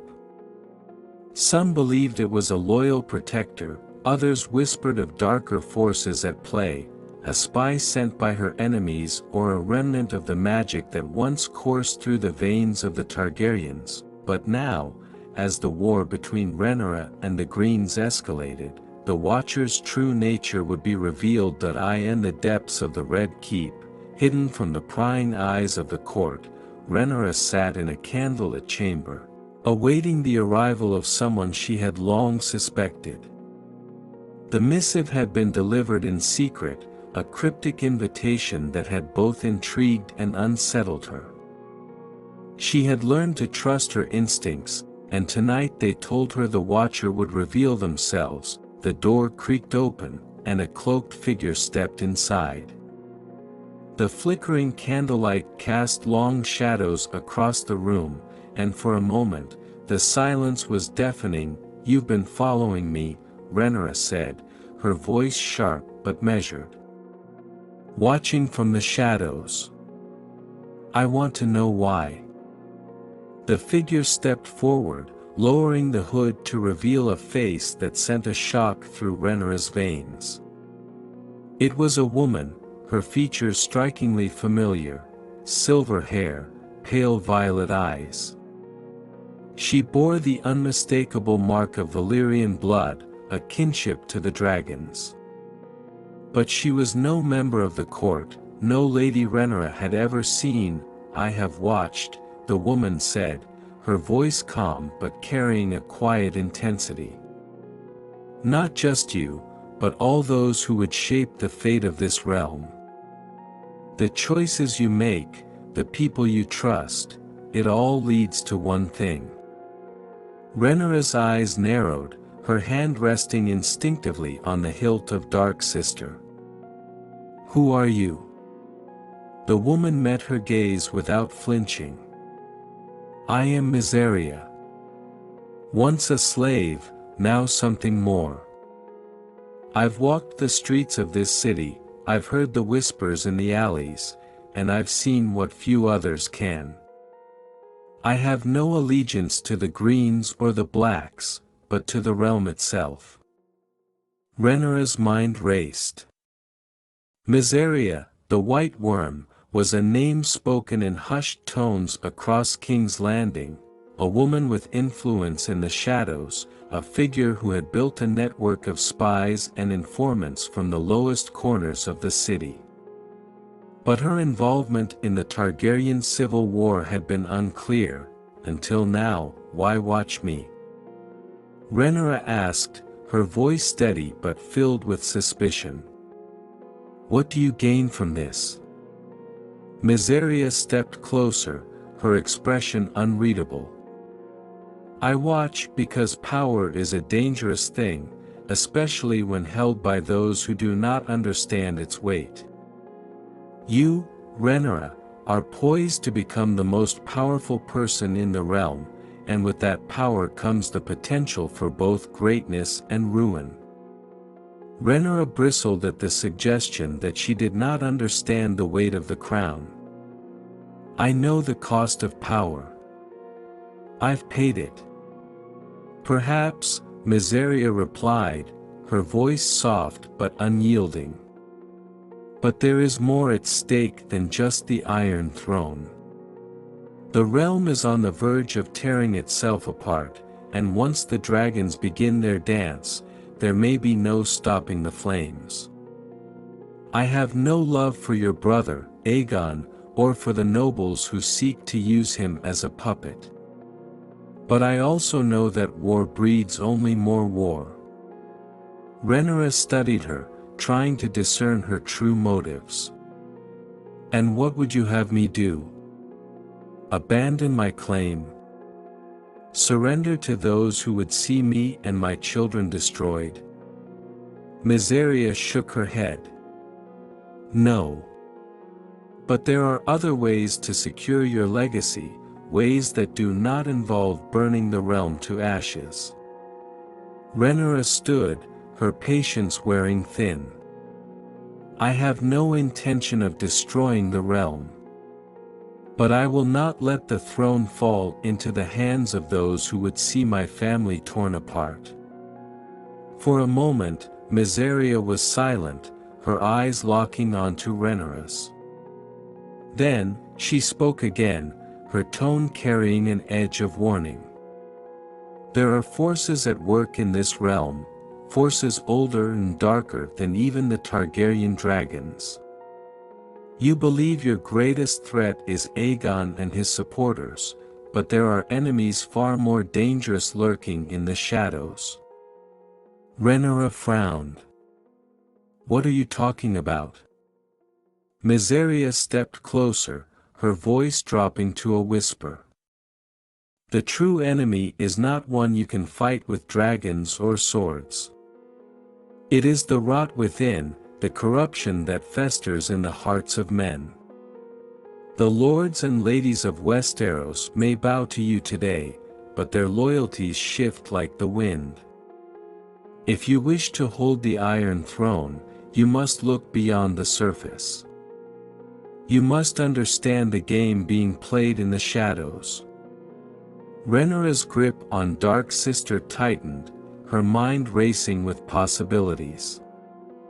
She had spent her life navigating the treacherous waters of court politics, but this felt different.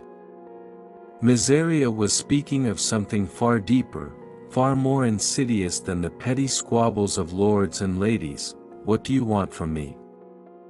Rhaenyra asked, her voice low. Viserys smiled, a small, knowing smile. "I want what you want, a realm united, a future secure for your children. But to achieve that, you must be willing to see the truth, no matter how dark it may be." Rhaenyra held her gaze for a long moment, the silence between them thick with unspoken tension. She had always known that the path to the Iron Throne would be fraught with danger, but now, as the shadows closed in around her, she realized just how deep those dangers ran. The dragon's shadow had been unveiled, and it was more formidable than she had ever imagined. As Viserys turned to leave, she paused at the door, her final words lingering in the air like a warning. "The dragons are powerful, Rhaenyra. But even they cast shadows. Beware of what you cannot see." And with that, she disappeared into the night, leaving Rhaenyra to contemplate the truth behind the shadows that now loomed over her reign. The dance of dragons was far from over, and the greatest threat still lay hidden in the darkness. The throne room of the Red Keep was silent, save for the crackling of the fire that burned in the great hearth. The Iron Throne loomed over the chamber, its twisted metal a reminder of the power and sacrifice that had shaped the Targaryen dynasty. Rhaenyra sat upon it, her gaze distant, her body weary from the trials of war. Though her claim had been secured, the cost had been unimaginable. The realm was hers, for now, before her stood her children, each one a reflection of the fire that coursed through their bloodline.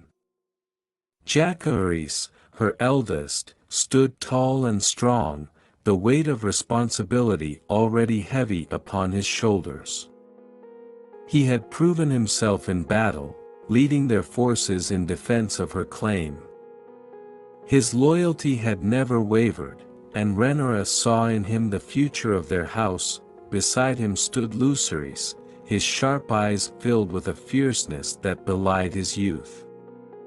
He had grown in the shadow of his older brother, but Rhaenyra knew that the fire of ambition burned just as brightly within him. His bond with his dragon, Erupt, was strong, and the future would demand much of him. Joffrey, still a boy, clung to the edges of the room, watching with wide eyes, eager but uncertain. Rhaenyra's heart ached for him, for the innocence he had lost in the wake of their war. But like his brothers, he would grow, and he too would one day wield the power of their house. And then there was Aegon the Younger. Quiet, thoughtful, and intense, his presence filled the room with a gravity beyond his years. Rhaenyra had seen the potential in him from the beginning, and as the youngest of her heirs, his destiny felt the most uncertain, and yet the most promising. The Heirs of Fire, each one bound to the legacy of the Targaryens, each one carrying the weight of their ancestors. Rhaenyra rose from the Iron Throne, her voice quiet but commanding. You are the future of this realm. The dragons live through you. Our house has endured, despite the forces that sought to tear us apart. But this is not the end. The cycle of power, of fire and blood, it will continue. Jaehaerys stepped forward, his jaw set in determination. The realm must heal, Mother. But we will be ready for whatever comes. Viserys nodded, his expression hard. We will protect what is ours. Rhaenyra looked at each of her children, her heart swelling with pride, but also with the knowledge of the burdens they would carry. The war may have ended, but the flames of ambition would never be fully extinguished. There would always be those who sought the Iron Throne, and as long as dragons lived, so too would the cycle of power and conflict. But for now, there was peace. Fragile, tenuous peace, but peace nonetheless. As she looked out across the room, her mind drifted to the future, not just for herself, but for the generations to come. The Targaryen bloodline had survived countless trials, and though they had been tested in fire, they had endured. The Heirs of Fire stood ready, and through them, the legacy of House Targaryen would continue. She knew that the flames of power were dangerous, and that those who sought to control them would often be consumed by their own ambition. But the Targaryens were not like other houses. They were born of dragons, and fire was their birthright. Rhaenyra turned back to the Iron Throne, her hand brushing against the cold metal. The chair of kings and queens, forged in the fires of conquest, had claimed many lives and would claim many more. But for now, it was hers. The realm looks to you now, she said, her voice soft but filled with the weight of her words. Remember that the throne is not just a seat of power. It is a responsibility. One that you must carry with honor and with fire in your hearts. Jaehaerys and Viserys nodded, their expressions serious. They understood the gravity of what lay ahead. The future of Westeros was uncertain, but the blood of the dragon flowed through their veins, and that gave them the strength to face whatever challenges awaited. As Rhaenyra stepped down from the Iron Throne, her children gathered around her. The fires of war had dimmed, but the embers still glowed brightly within them. They were the Heirs of Fire, and their story was just beginning. From the shadows of the Red Keep, far away from the light of the throne, Mysaria watched in silence. The realm may have found a momentary peace, but she knew better than most that power was never truly stable. The dance of dragons would never truly end, not as long as ambition and desire burned in the hearts of men and women. But for now, the Heirs of Fire stood united, and the realm could rest, at least for a while. The story of House Targaryen, forged in fire and blood, would continue. And as new heirs emerged, the cycle of power would begin once more.